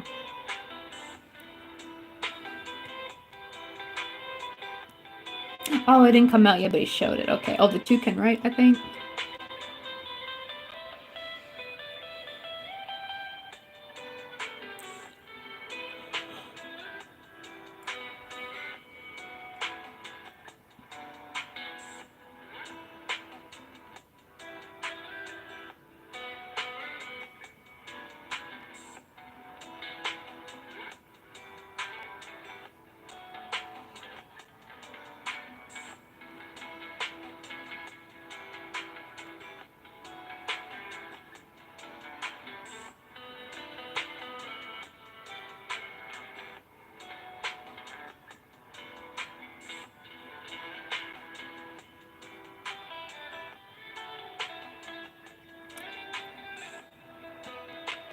Oh, he's such a fun guy. He always makes me happy for Mondays. I know, right? And the sad part is too, when my Korean classes started, they were on Tuesdays and Thursdays, so I was still able to watch his streams, and then it changed to freaking Mondays and Wednesdays. And in the morning, nonetheless, because it used to be because my Korean classes used to be like Tuesdays, Thursdays at like 2 o'clock, 2 p.m., right? So it was perfect. And then some other student change, and then also with my tutoring, I had to change as well, so now it's like freaking Monday mornings, and it like just bites into the time. But that class will be done soon. This is the last week. Ooh, which reminds me, probably after this, once I finish this flower and in this stream, I gotta do dishes, and I've gotta sit down and kind of study a little bit for tomorrow.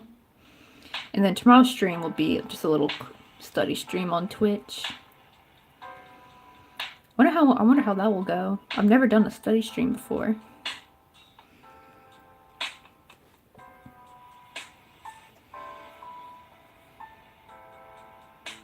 Let me see.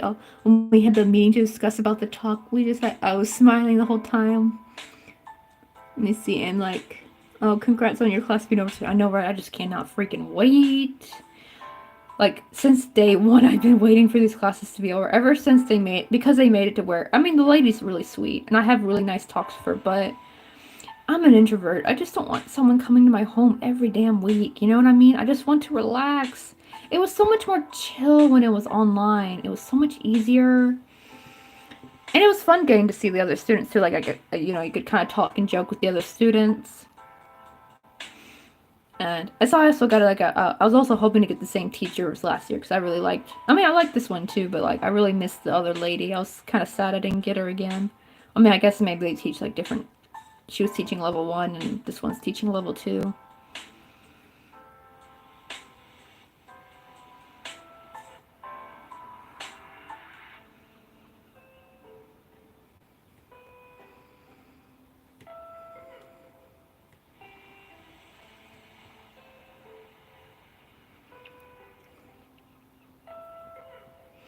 Yeah, it's finally gonna be nice. The stress of not having someone come over, because it's like you have to like make sure everything's clean. You gotta make sure the house smells nice. That's another thing too. Is like sometimes the apartment will get a little bit stuffy if the windows are closed for too long. It wasn't so bad in the summertime, because obviously we would have the windows open, but now it's winter, so I gotta time it right. I have to like open them up like an hour before the class and then close them, so that way it's not too cold, because if I leave them open, it's gonna be too cold, in the home. And it's just, ugh. And the class is like 2 hours long, and it's just like, ugh. I don't know why they just didn't make it one. I prefer 1 hour classes. I don't really like it when they stretch it to 2 hours. And that's another thing too, is that when it was, even though last year's was 2 hours, they gave like a little break in between. Like after 1 hour passed, we'd have like a 10-minute, was it 10 or 15 minute? Like a 10-15 minute break in between, which was also really nice, because then we could like close our cameras, go to the bathroom or something. But with this, I can't. Like, I'm just stuck there, like doing the class, and it's all in Korean too. Like, she doesn't speak English at all, so there's been some trouble communicating quite a bit, because my Korean's not up there, and she doesn't know any English really, except for like common known Konglish basically.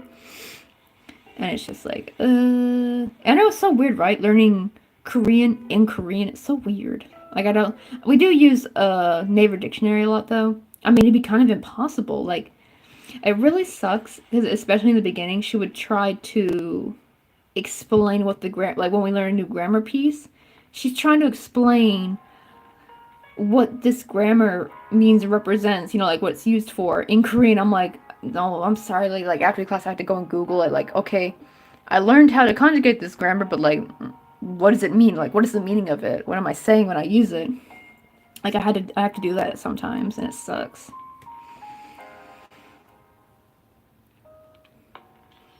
And not to mention the class, I feel like also the class could be like 1 hour, not 2. Like, if it's like, how sometimes teachers have to like drag things out to meet that like time requirement, you know what I mean? Like, she has to do that, and I'm just like, can we just get this done quickly? And you leave and I go back to sleep or something like that.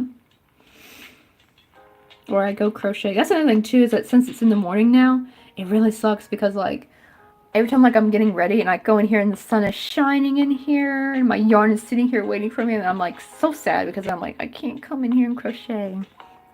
Then by the time it's done, it's like 12 o'clock, so I only have a little bit of time before I had to get ready to go out to go tutor the kids. And then when I come back, it's all dark, which sucks.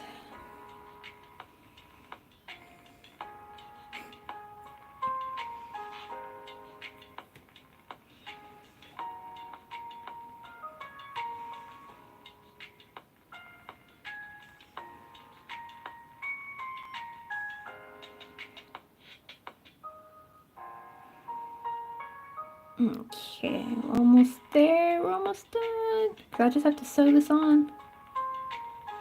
Oh, that's right. I gotta cut out some cardstock though, real quick.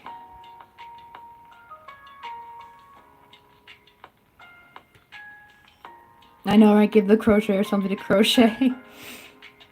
Oh shoot! I probably do need to give her a goodbye gift. I might actually. I think I'll give her one of these actually. She doesn't have pierced ears, but actually. Like, maybe this could be, like, her goodbye gift. Because she likes more grown-up-y kind of things. I think this will look nice with her. Like, I think this would fit her style. So, after making, like, a bunch of these, I'll give her one of these as a goodbye present. But, yeah. I'm just gonna be so happy when the class is done. It's like that weird introvert thing. It's like, I'm sorry, I like you, I don't hate you, just, I don't want to be here. Like, that kind of feeling. Like... I just want this to be over already. Yeah, I gotta gift her. I had like this. Okay, this I got kind of slightly disappointed, but then it's not so bad. So like, I thought this was tissue paper when I bought it in Daiso. Like, I bought like a roll of it for $1. I thought this would be so perfect for like wrapping my stuff in, like, you know, like giving a nice little wrap. It's like. You know, like dryer sheets? Have you ever felt a dryer sheet? It's like that same material. Like some kind of cotton fabric thing. And apparently you're supposed to make like little bags out of these. But I'm like, it's a whole roll. Like, why? Like, do they want us to sew this together to make little baggies out of this? I don't know. But that's what the picture showed.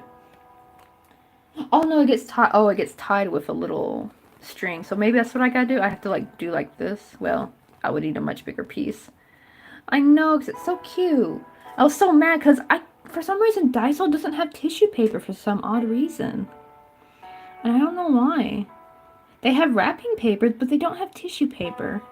The only tissue paper I have is I bought from Dollar Tree, like, when I was looking for that. But sadly, they didn't have any solid colors. And I was stuck having to buy, like, very, like, neon-y kind of, like hot pink and aqua blue and purple kind of, like. That was the only option they had for some reason at that Dollar Tree. But yeah, when I go back to the US, I'm definitely wanna. I mean, I know they must have tissue paper around here somewhere. But I was really surprised that Daiso did not have, because they have a pretty extensive like gift like section, like cute little gift baggies. They even have like those little pillowcase, they call them pillow case things, where it's like that cute shape. I think people use it for like candy and stuff, or like small gifts. They have all that, but they don't have tissue paper.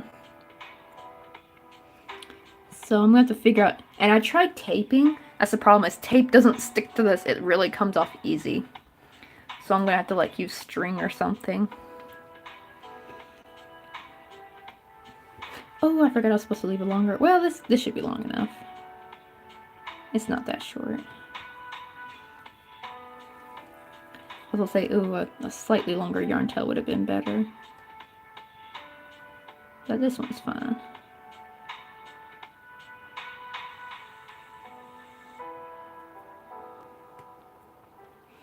I know, that's true. And also now I gotta start thinking in terms of like shipping and stuff, since I'm trying to get ready. And let me see, where is my daisy earrings? Oh, here we go. I tried practicing the other day, like what it would look like. Like, this is the same cardstock I just used a minute ago. And I freaking love this thing. I finally have a rounded cutter. I love this. It's like the best thing ever. It makes everything so much cuter. And so I chopped and rounded out the corners. And the problem is though, is that I can still kind of feel the bit of the stud kind of trying to stick out. But I put tape though, so the tape seems to help it not come through, but I think I would need to put like a little bit more bubble wrap. But yeah, I was trying to practice with that because I don't want someone to get like bented studs or something. Oh, and you can't see, but there's actually like bits of foam that I cut. I don't know if you can see it right there.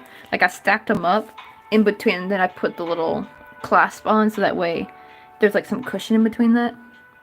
Yeah, it definitely needs a bit more. But I have a whole bunch of what do you call it? Bubble wrap. That's not a problem to get.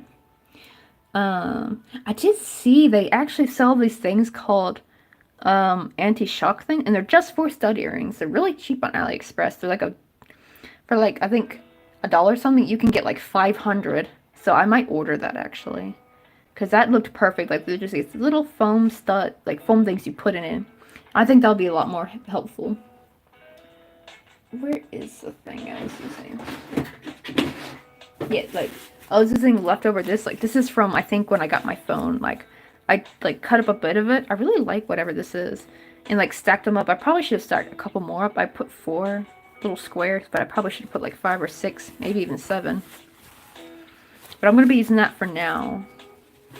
So it seems to like get the same job done. Like puts like a little area of protection, but I need to put something on the tip though, because even after I put the clasp in, there's still that tip of the stud that sticks out, and that can like poke through. We don't want that happening.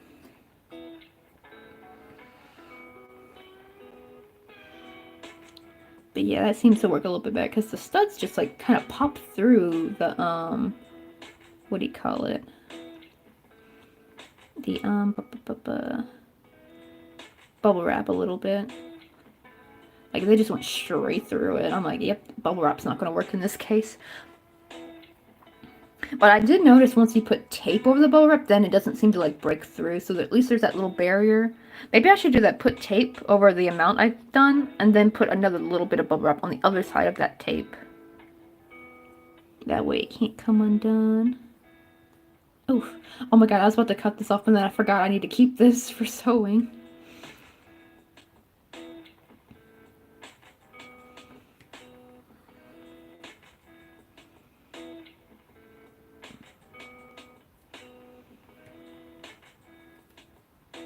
Oh wait, why'd I come on this side? I actually should have stayed, because this is the side I'm going to sew on. Oopsie.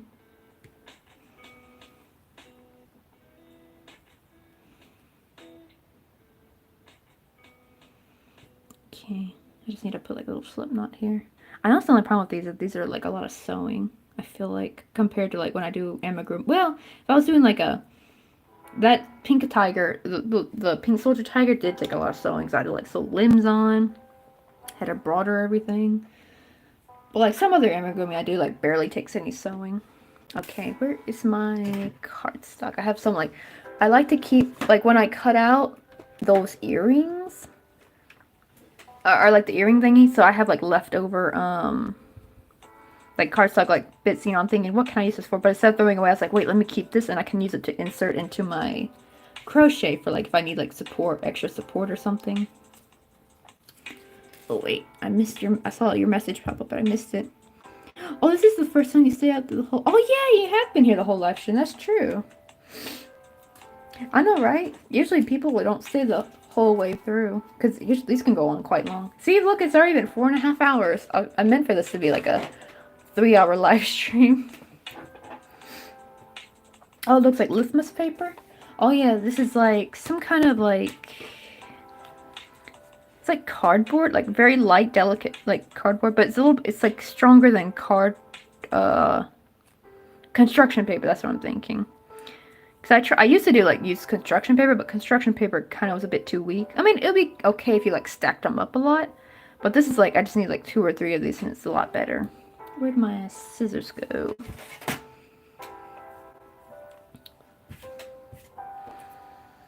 Let me cut like 2 squares. That way I can cut it into kind of a circle.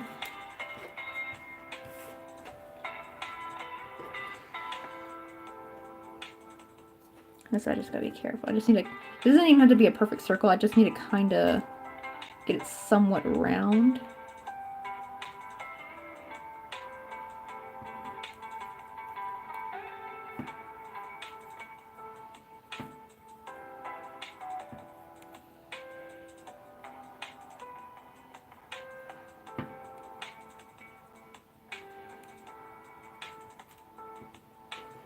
Oh wait, that side's just a little point, a little too pointy. I'll round that out. Perfect.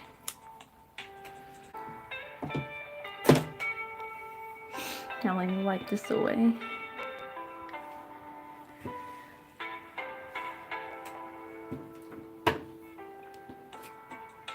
Okay, now I gotta try to poke a hole through these.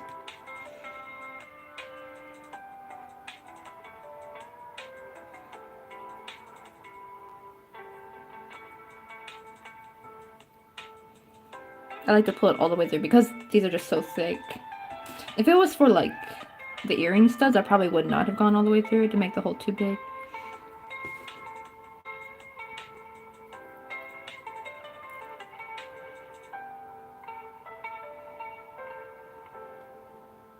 Oh, I forgot about that little thing. Yeah, I forgot about that. I gotta make like a, well, at least it made like a little scratch where it went, so I just gotta make a slight hole there too. The problem is it's trying to get it to go through both pieces at once. Okay, I think that should work. I think I actually made, yeah, I made like a little rose, so I had I tried making some rose earrings one time, and it turned out way too big, but it still looked nice, but it was bigger than what I wanted it to be. Because the other twin was a lot smaller, so I'm like, oh, these don't match. One looks way bigger than the other. And then I thought, oh, let me make it into a pin. So that would be actually good for like reject earrings. Well, if it's just because of a size thing, because it doesn't match the other one, then using it as a pin is perfect. That's why I'm really happy that I bought these a while back. Because, you know, I like to watch, like, some illustrators. Like, I love watching Catnip Studios. Even though I don't do digital design, right? But I just love watching her, Etsy, like, studio vlogs. I know, right? No flowers go to waste. Let me give this a quick glue on there, just so it's, like, really in there. I mean, I'm going to put more glue on it later, but I don't want to move around too much. This is just to help it, like, keep it from popping out of the cardstock. I'm going to flatten it, too. I use this table so much for flattening with my hot glue. See, like, my old desk back in San Francisco would not do that because it was really cheap, like, what's the word? It was like, I don't know, it was like some kind of different material, like really cheap. And what would happen was, like, the black bit, like, it was a black desk, like, part of the desk paint would come off, like, it would rip it up. Ew, that did not go as planned. Whoopsie. Oh, well. Okay, make sure this is in the inside part. Now this is like the tricky part. I gotta get a little bit of glue in there. But I gotta do it before. I gotta do it like little bit by little. Because I don't really want to get glue on, you know, that part, the sticking out part.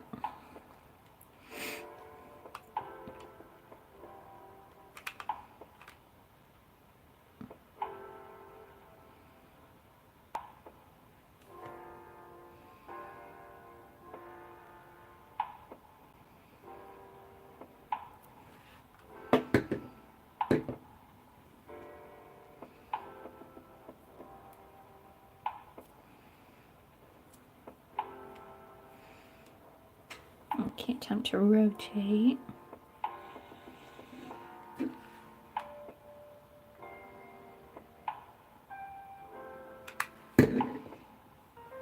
Oh yeah, definitely want to make sure not to accidentally go over this too much, the yarn I'm going to sew with.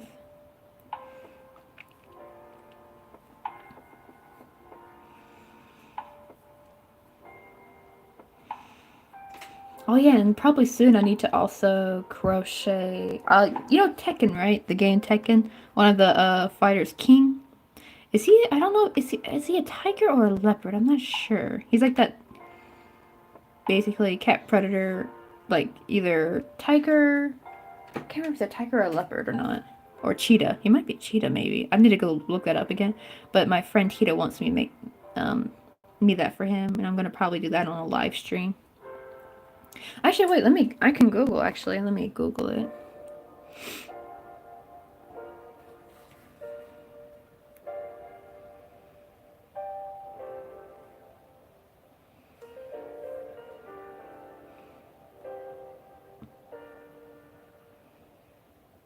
Like this character, but he wants me to do the one where he's wearing the blazer or suit. Where is it? There's this one, yeah, this outfit. Oh, it's not a coat. Oh, I thought it was a blazer. But like this, but like a cutesy pie kawaii version, basically, because you can't really crochet unless I did it much bigger, but something like that. He wants me to make. And I thought about using like the similar pattern I used for making the what do you call it?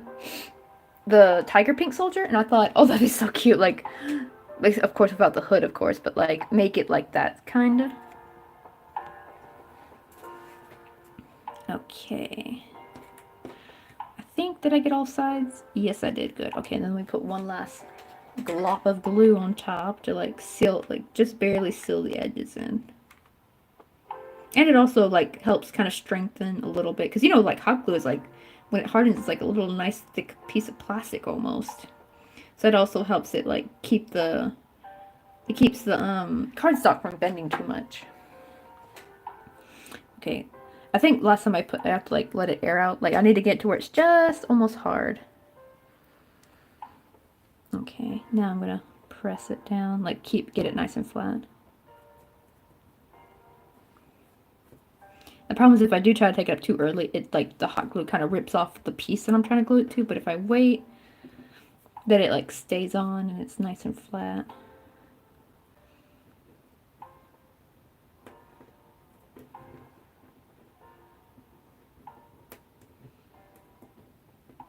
There we go. See, now it's all perfectly flat. Oh, you know what I forgot to do? I forgot to roll this. Oh shoot, now it's going to be a bit harder with the thing in the way.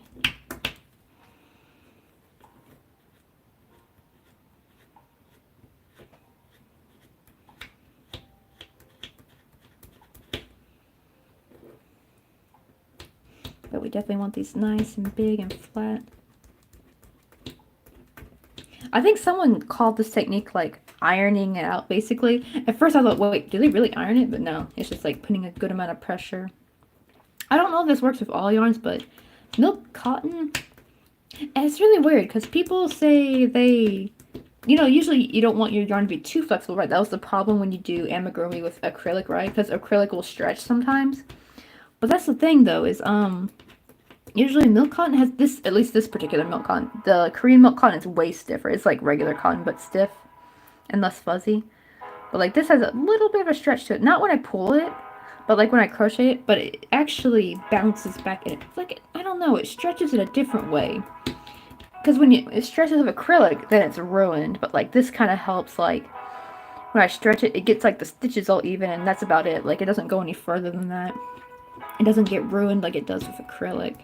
I don't know, it's just really hard to explain. And that's actually one of their advertising things, like on their package. It's got like this, the picture's got like a little cow. And it says like big stretch on it. Oh really? If I'm not mistaken, I use the same. Yeah, is it the one? Is it Chinese brand, right? Like yeah, and it's got the picture of the cow and it's got like a little bit of milk on the page. Oh yeah, wait, hold on. Let me grab a skein real quick. I have a huge box here.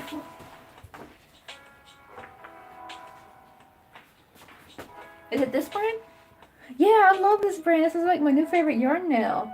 Heck, if you have this, then that means you can actually get into, what do you call it? Well, even if you have milk cotton, it doesn't have to be the same brand, because I have two different brands of milk cotton. They basically, oh shoot, oopsie, my freaking knee accidentally hit the wire. Uh-oh. There we go. Oopsie about that. the cord's like right under me and it's like kind of short. And when I moved over my chair, my knee hit the cord and almost yanked it out of the socket. Also, this is the brand. Yeah, I think, where does it say big? See, it says his stretch, right? And I know a lot of people don't like that for their amigurumi, but it seems to work nicely with this amigurumi. It's stretched in a different kind of way. Not like acrylic. When acrylic stretch when I would do like when I did bigger amigurumi, and like something got stretched too much, it would like, the shape would be lost. But this is like, it's stretchy, but it bounces back to how it's supposed to be. And it's just like much more flexible. Like it's less taxing on my arm. Like when I would do regular cotton, because you know regular cotton's really stiff, and it would kind of put a lot of pressure on your wrist. But this gives like a little bit of a bounce. It's like bouncy yarn. I guess that's the best way of like explaining it. Oh, I need to flatten this particular petal a little bit more.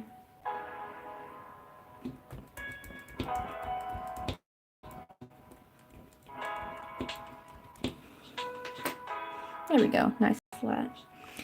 Ah, I forgot I gotta sew I did it again! I forgot to sew the leaves on before putting the darn thing in there. Oh well. I know, right? Well, yeah, if you ever want to get into micro crochet, I highly recommend this, because this yarn splits wonderfully, and you get 5 strands from like one string of this. Let me show you that. Where's the edge bit? Or like where is the string? Oh, here it is. Yeah, I'll show you. Like, you just kind of twist it. Let's see. Because sadly, my Korean one only gives me 4 strands. But yeah, you get like 5 strands from that. Also, and because like, well, usually the acrylic was fine. The like Karen Simply Soft or something, acrylic yarn. It depends, because not all acrylic yarn will split right. Some will disintegrate as soon as you try to split it. Some will be fuzzy. But the problem is I couldn't frog very well. Like with my old yarn, if I try to frog, the little fibers from the acrylic yarn would just like intertwine. So when you would try to frog, it would get all knotted up sometimes. So I found a way, like I gotta do it slowly, and then sometimes it's just impossible if it got too knotted up. But this stuff I can frog easily. This is like actually really good yarn to do beginner when you split, because you don't get all that fuzz like you do when you split acrylic yarn. Oh yeah, that's what you do when you make little mouths. You split it. Yeah, so see, you can get into micro crochet, or not. I don't know if this is considered micro crochet, like miniature crochet. Cause I've seen micro crochet, and that shit is tiny. I think you might. I don't know. Have you ever seen that artist before? Her name is Suami. I can't remember. I think she's Vietnamese. I'm not positive, but she got really popular with micro crochet for a while, because of her like tiny like whales, her tiny like little animals, and they'll be like fit in the tip little of her finger. And she has a sock monkey one too. It's like, I think like this big. Like there are the pictures of it holding the side of her finger. It's so tiny.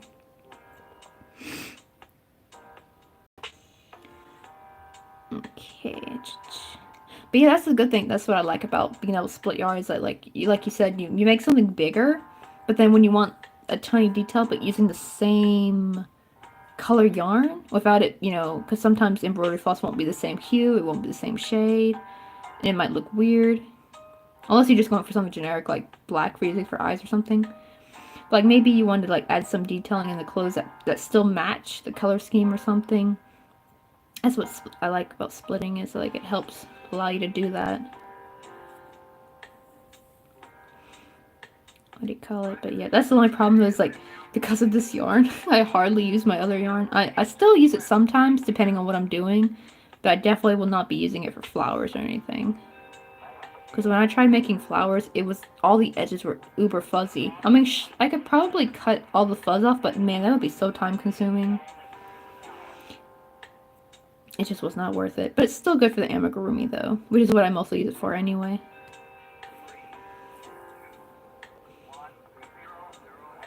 Like I tried making my cute penguins with this yarn, but I kind of preferred the colors I was using before anyway. So I think I'm gonna still use my old. They were made out of pure cotton, the cube penguins. Do I have one here? Let me try to find it. It's in here somewhere. Yeah, there he is. Which one's this one? This is a fishing one. This is the one I made earlier in the year. Ooh, see, that's the problem. Is this got kind of... This is like cotton yarn. The only problem is that it really... Well, if it would freaking focus. But it's really soft. Like, it's really matte looking. And I love it how it looks. But man, if you pull too hard, it just disintegrates. But you're able to crochet with it. Thankfully, you just have to be more gentle. But I do love the little matte look it gives. Okay, I just need to try to hurry up and sew this on. Oh, yeah.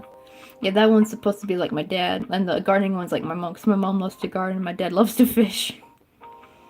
So, like, that feels like so typical, like, American couple, doesn't it? American suburban couple. The dad goes fishing, the mom gardens. Well, my dad gardens too, though, but not in the way my mom does. My mom does more like, you know, like the flowers and bushes and like, but my dad's like more like, he got his veggie garden and it does not look pretty. It's more like because like my dad's very, he just does what's practical, but he doesn't make it look nice. But my mom's better at making things look nice. Because, you know, I'm like my mom, we're both like crafty people. So like, because my mom used to actually do quilting and stuff. She used to do quilting, used to do the polymer clay. I think she still does the gardening. It was so funny. Like, she was the lady in our neighborhood known for cutting scissors with grass. Like, she would still mow the lawn, of course.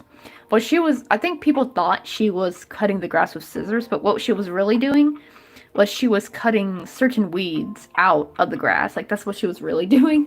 But just everyone thought of her as, oh yeah, your mom's the lady who cuts the scissor with grass. No, I mean cuts the grass with scissors. Oh my god. I hate when my brain does that. Like, it reverses crap. Yeah, cuts the grass with scissors, not cuts the scissors with grass. That don't make no sense. Okay, I'm trying not to poke myself with this.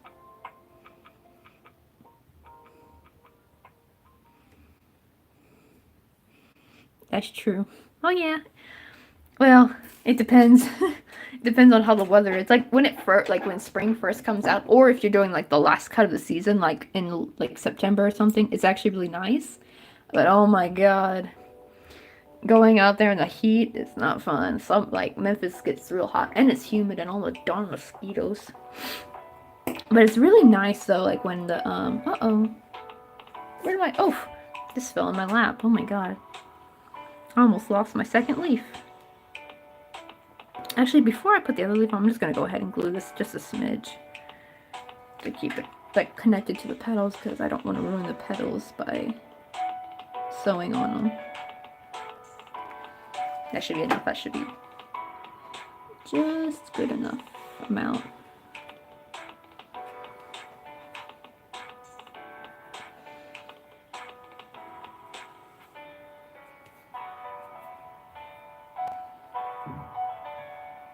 There we go. That looks perfect. Oh yeah, with the scissors, yeah. It was so funny. She was mostly doing it to get like certain areas. She'll work on like little sections, trying to get like weeds out, like things like clover and stuff. Like she was technically actually cutting the weeds out. That's just so funny. That's like something she became known for. Like people we never met would drive by, like, oh yeah, your mom's the one that cuts the grass with scissors. It was like our neighborhood's like running joke or something.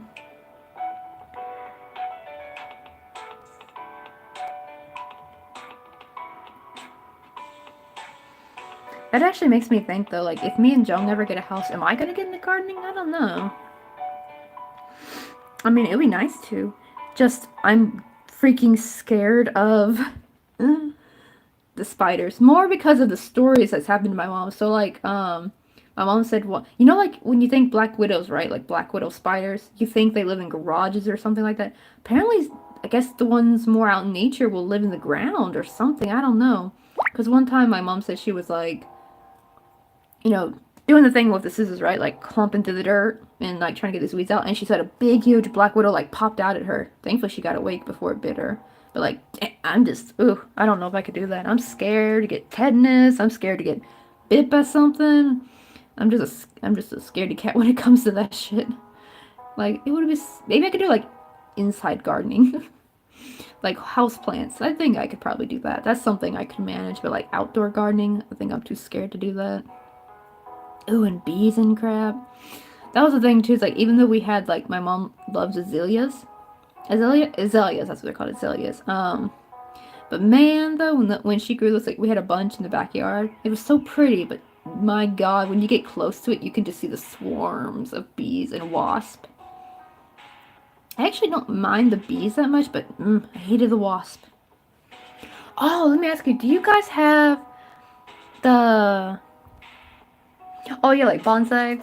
Yeah, I was thinking things like potted plants or something. Or like the hanging baskets, like indoor plants. Like, that's what my grandma would do, actually. Because she lived in an apartment, so, you know, she couldn't garden outside. So she had all these cute indoor plants.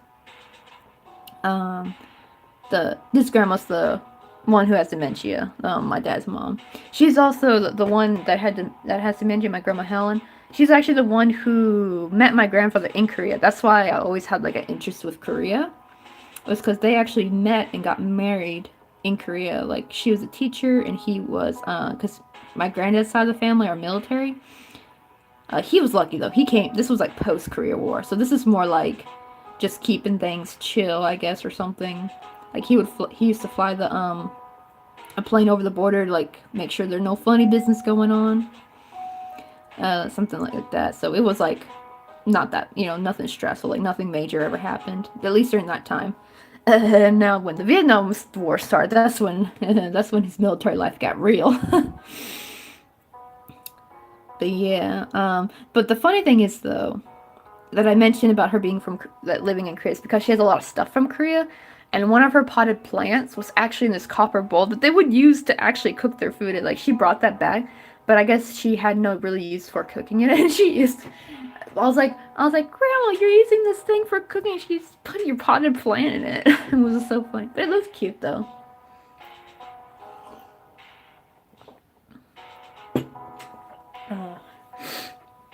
That's the sad thing, though, about her. When she moved to Virginia, she moved all her stuff there.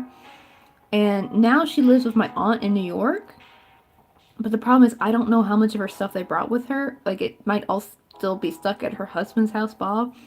Like, she has a lot of cool stuff, like, from all her trips from Russia, from Korea and China. And I'm just like, I just hope Bob's family don't take advantage of that and try to take it. You know, like, I hope my Aunt Claire, I don't know. But that's the problem is, like, where would my Aunt Claire store all that stuff, you know? I was supposed to actually get my grandmother's hum book, but she wasn't able to find, like, she didn't know where it was, because this was, you know, when she had her dementia, so she didn't know what she did with it when we visited her, which I don't know if, like, she just couldn't remember, or if maybe somebody took it. That's what I'm worried about, because I was supposed to get that. I wore it once before when I was a kid. I probably couldn't wear it now, though, because, see, my grandma's quite short. She's, like, 5'3", I think. And at the time, I was like 5'3" because I was a kid, but I became 5'6". Oh, wait. Oh, the chat delay will make me respond to the wrong time at the wrong time. Oh, really? Is there a chat delay? Wait, did I turn on chat delay? Hold on. How do you do that, actually? Oh, I'm like tapping my phone like crazy. I don't see... Oh, you can have... I didn't know you could have filters. What the heck? Oh, wow. How cool is that? Oh my god, that's neat. I didn't know. Is this new? I don't remember this being here last time. What's glamour? Oh, glamour's meh. Dream. Oh my god, look how cool this is. Oh my god, look at that. Hippy dippy. Is there a delay? I'm not sure. Hold on. Oh, no, cancel. Wait, go back. Normal. Oh, okay, it's your internet. Okay, when you said delay, because you said chat delay, I thought I somehow got it on slow mode, because I remember that being a thing for YouTube streamers, was like you're able to put your chat on slow mode or something, but I never figured out how to do that. I don't know. It might be for computer only, maybe not mobile. I thought maybe somehow I must have pressed it or something. That's what I thought. I know, right? That is cool. Let me see what other layers they got. Not layers. Oh my god. Oh, this is so old. Oh, look at that shine on my nail. Oh, this is so fun. This is like, this would be good for like some kind of like gothy kind of stream. What is beam? Beam is not too bad. The beam is quite normal. What about 8mm? Oh, that's the same thing. The dream. The only problem is it does this so when I move, so I feel like that might get a bit nauseous. I think if people watch that, they might get what's the word? Motion sickness, I think. I finished the leaf, right? Yeah, okay. Yay, now I just gotta, where's the top part? Here we go. Now I just gotta sew this. Oh my god, we're about to make it a 5-hour stream. We got 3 minutes. I know, right? I didn't think to. Well, when I did my Halloween stream, but that's the problem. I didn't do a Halloween crochet stream. That's the sad thing. I was wanting to do that this year too, and I didn't do it. Just ran out of time. I did do a Halloween stream on Twitch. Oh my god, it was so fun. I played Devour and I was dressed as Teemo. And I actually, usually I would have my light turned on, the room light. I actually had it off and made it more gloomy. And now I actually kind of keep it that way. I actually kind of prefer it. I didn't really like it when you had, too much, like when you turn on a room light, right? Like in school or something, how it's too bright. I like a little bit more ambient, so like, I was able to kind of figure out a lighting situation to where it's still gloomy, but like, I'm like perfectly illuminated, like I'm not too shadowy, but I wanted it to look like shadowy in the back. Oh, that reminds me, let me put on just a smidge in the brown spot. This glue, so that way it doesn't move around too much.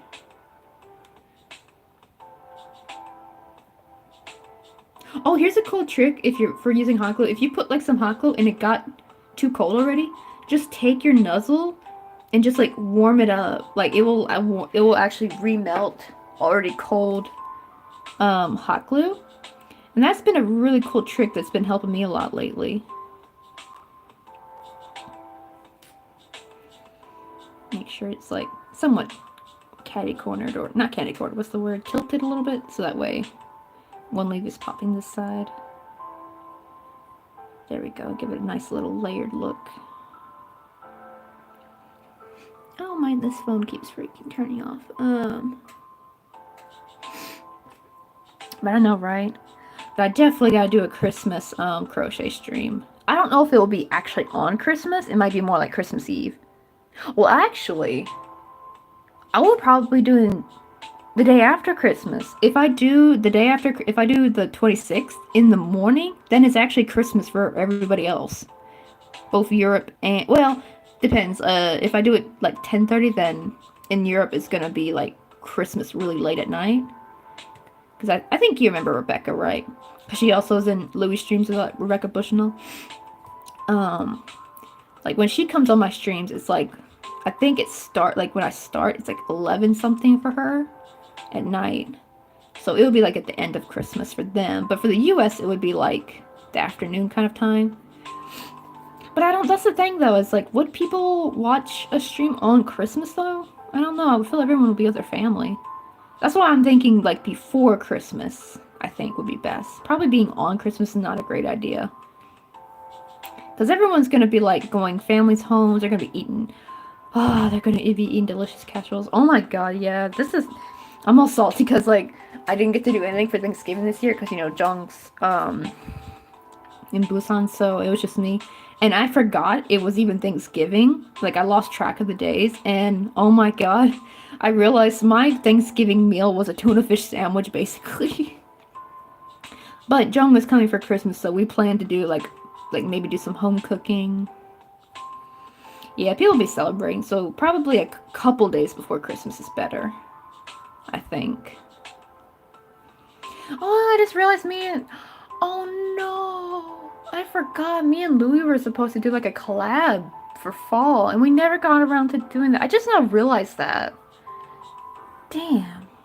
That sucks. I was really looking forward to it because I was going to do some cute like Halloween. I was at the time, like back in the summer when we were talking about this. I And we just never got around to it. We were both got just too damn busy. That sucks. I was thinking, but it's kind of, I don't know, I feel like it's too soon to try to do like a Christmas collab though. That's true, yeah, the 20th. I know, I just now realized that. We just never like got around to that. I just realized that. Well, there's always next time. But, and you know, I kind of stopped kind of doing the YouTube live streams as much, for a bit. But now I'm trying to get back into the swing of that. Let me check how my phone's doing. Well, I mean, we're about to end the stream in like a minute or so because I'm almost there. But yeah, it seems my phone is doing so much better now. Well, because, you know, my phone was freaking overheating back in the summer.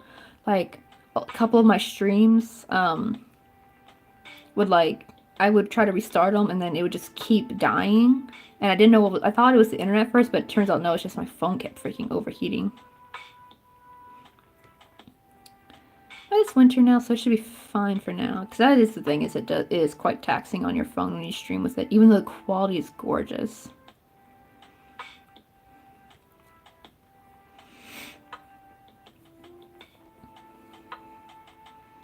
But I hope one day I'll get to like stream with a DSLR, because I think that's what Louis streams with, right? I think he streams with DSLR.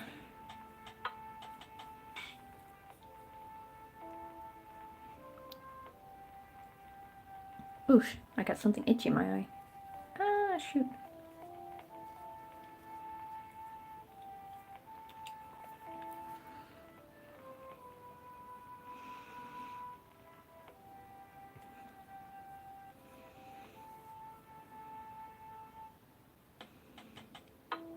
Oh no, oh yeah, I know, right?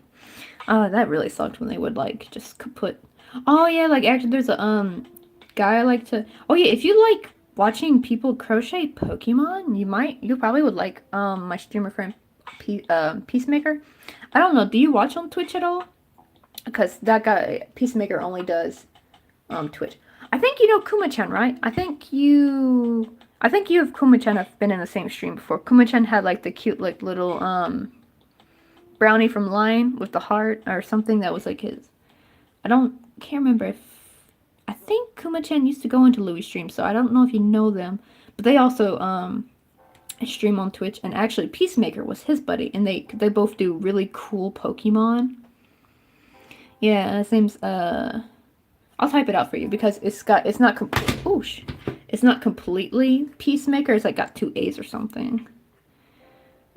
Peacemaker. It's like technically Macker, I think. I think that's it. Let me double check on Twitch real quick because I do know this has Twitch.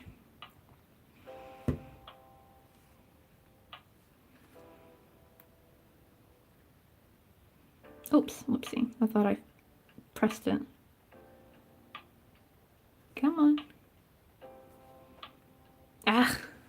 I gotta freaking hold it up. There we go.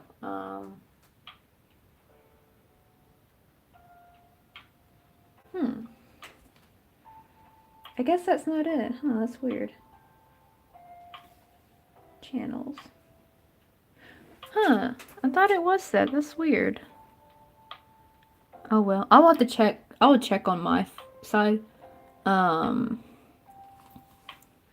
see. I could have swore that's how it was spelled. I'm gonna have to double check on my phone. Because I unfollowed him, so I can see him in my followers list. I just gotta look for his little logo. But him and Kuma-chan, they do really cool Pokemon. Like, their Pokemon are so freaking good. But he's a really nice guy. I haven't seen him stream in a bit, though. Like, he doesn't stream, like, super often, though. Though he just hit affiliate a while back. Like, I got to see him hit affiliate, and it was so good to see that. Like, we actually both hit affiliate around, kind of, I think, the same week, I think.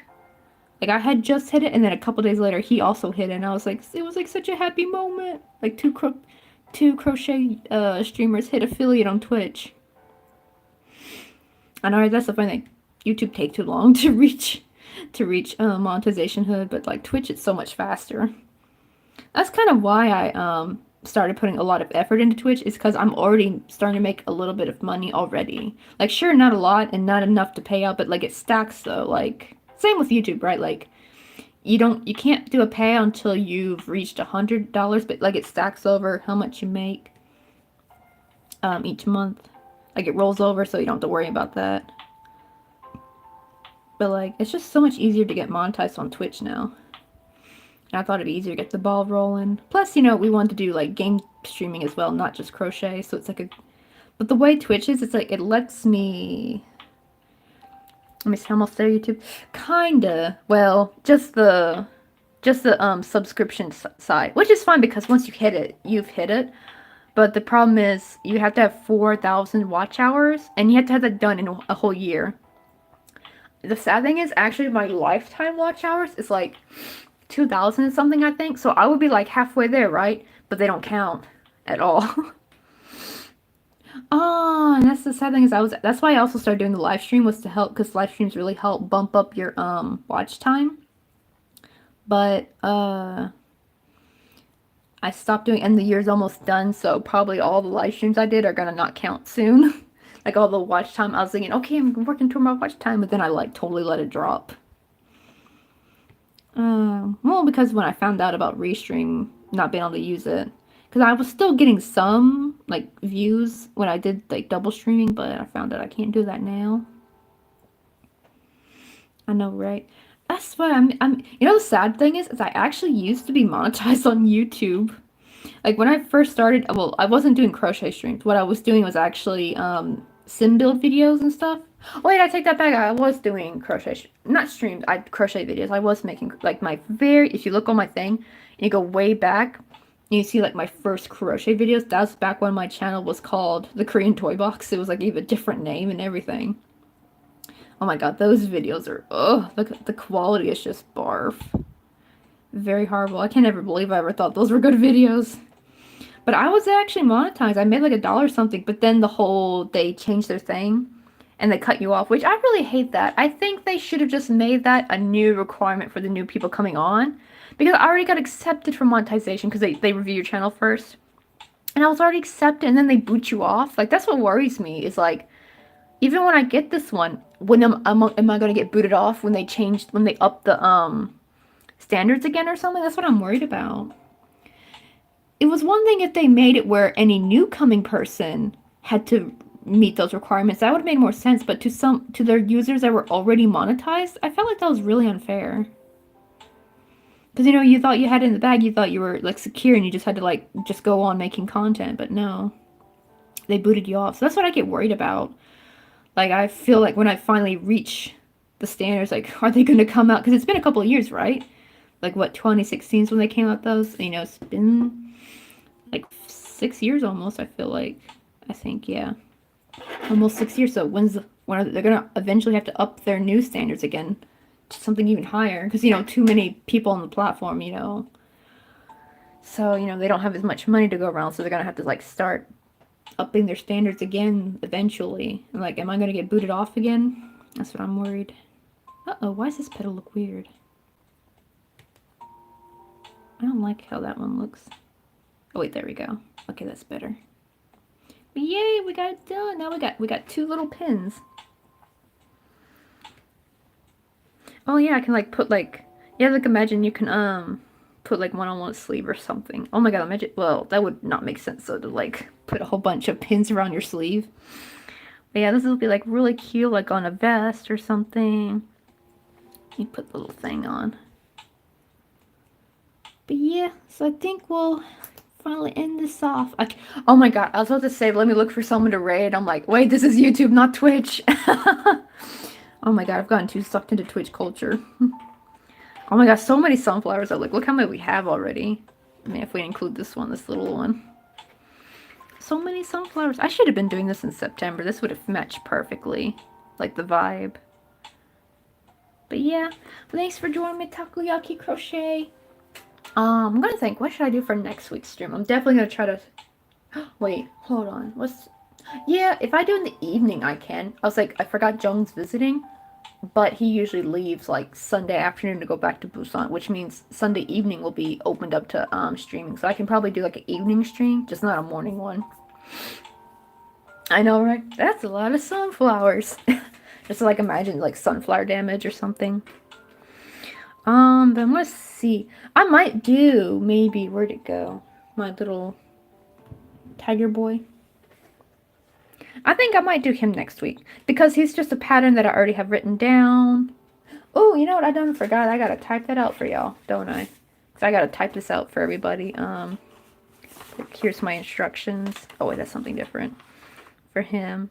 The only problem is the tiger nut is made with embroidery floss. I tried making one with regular yarn. I think the same yarn, but it was too chunky to like embroider properly.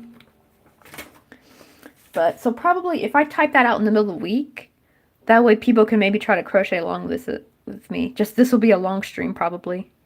I actually did this over 2 streams, I think, on Twitch. But that's because I was talking a lot. So I got distracted a lot. Let me see. But anyway, I'll see ya. I'm gonna go finally get some dinner. I have some oatmeal waiting on me. But thank you for joining me. Bye.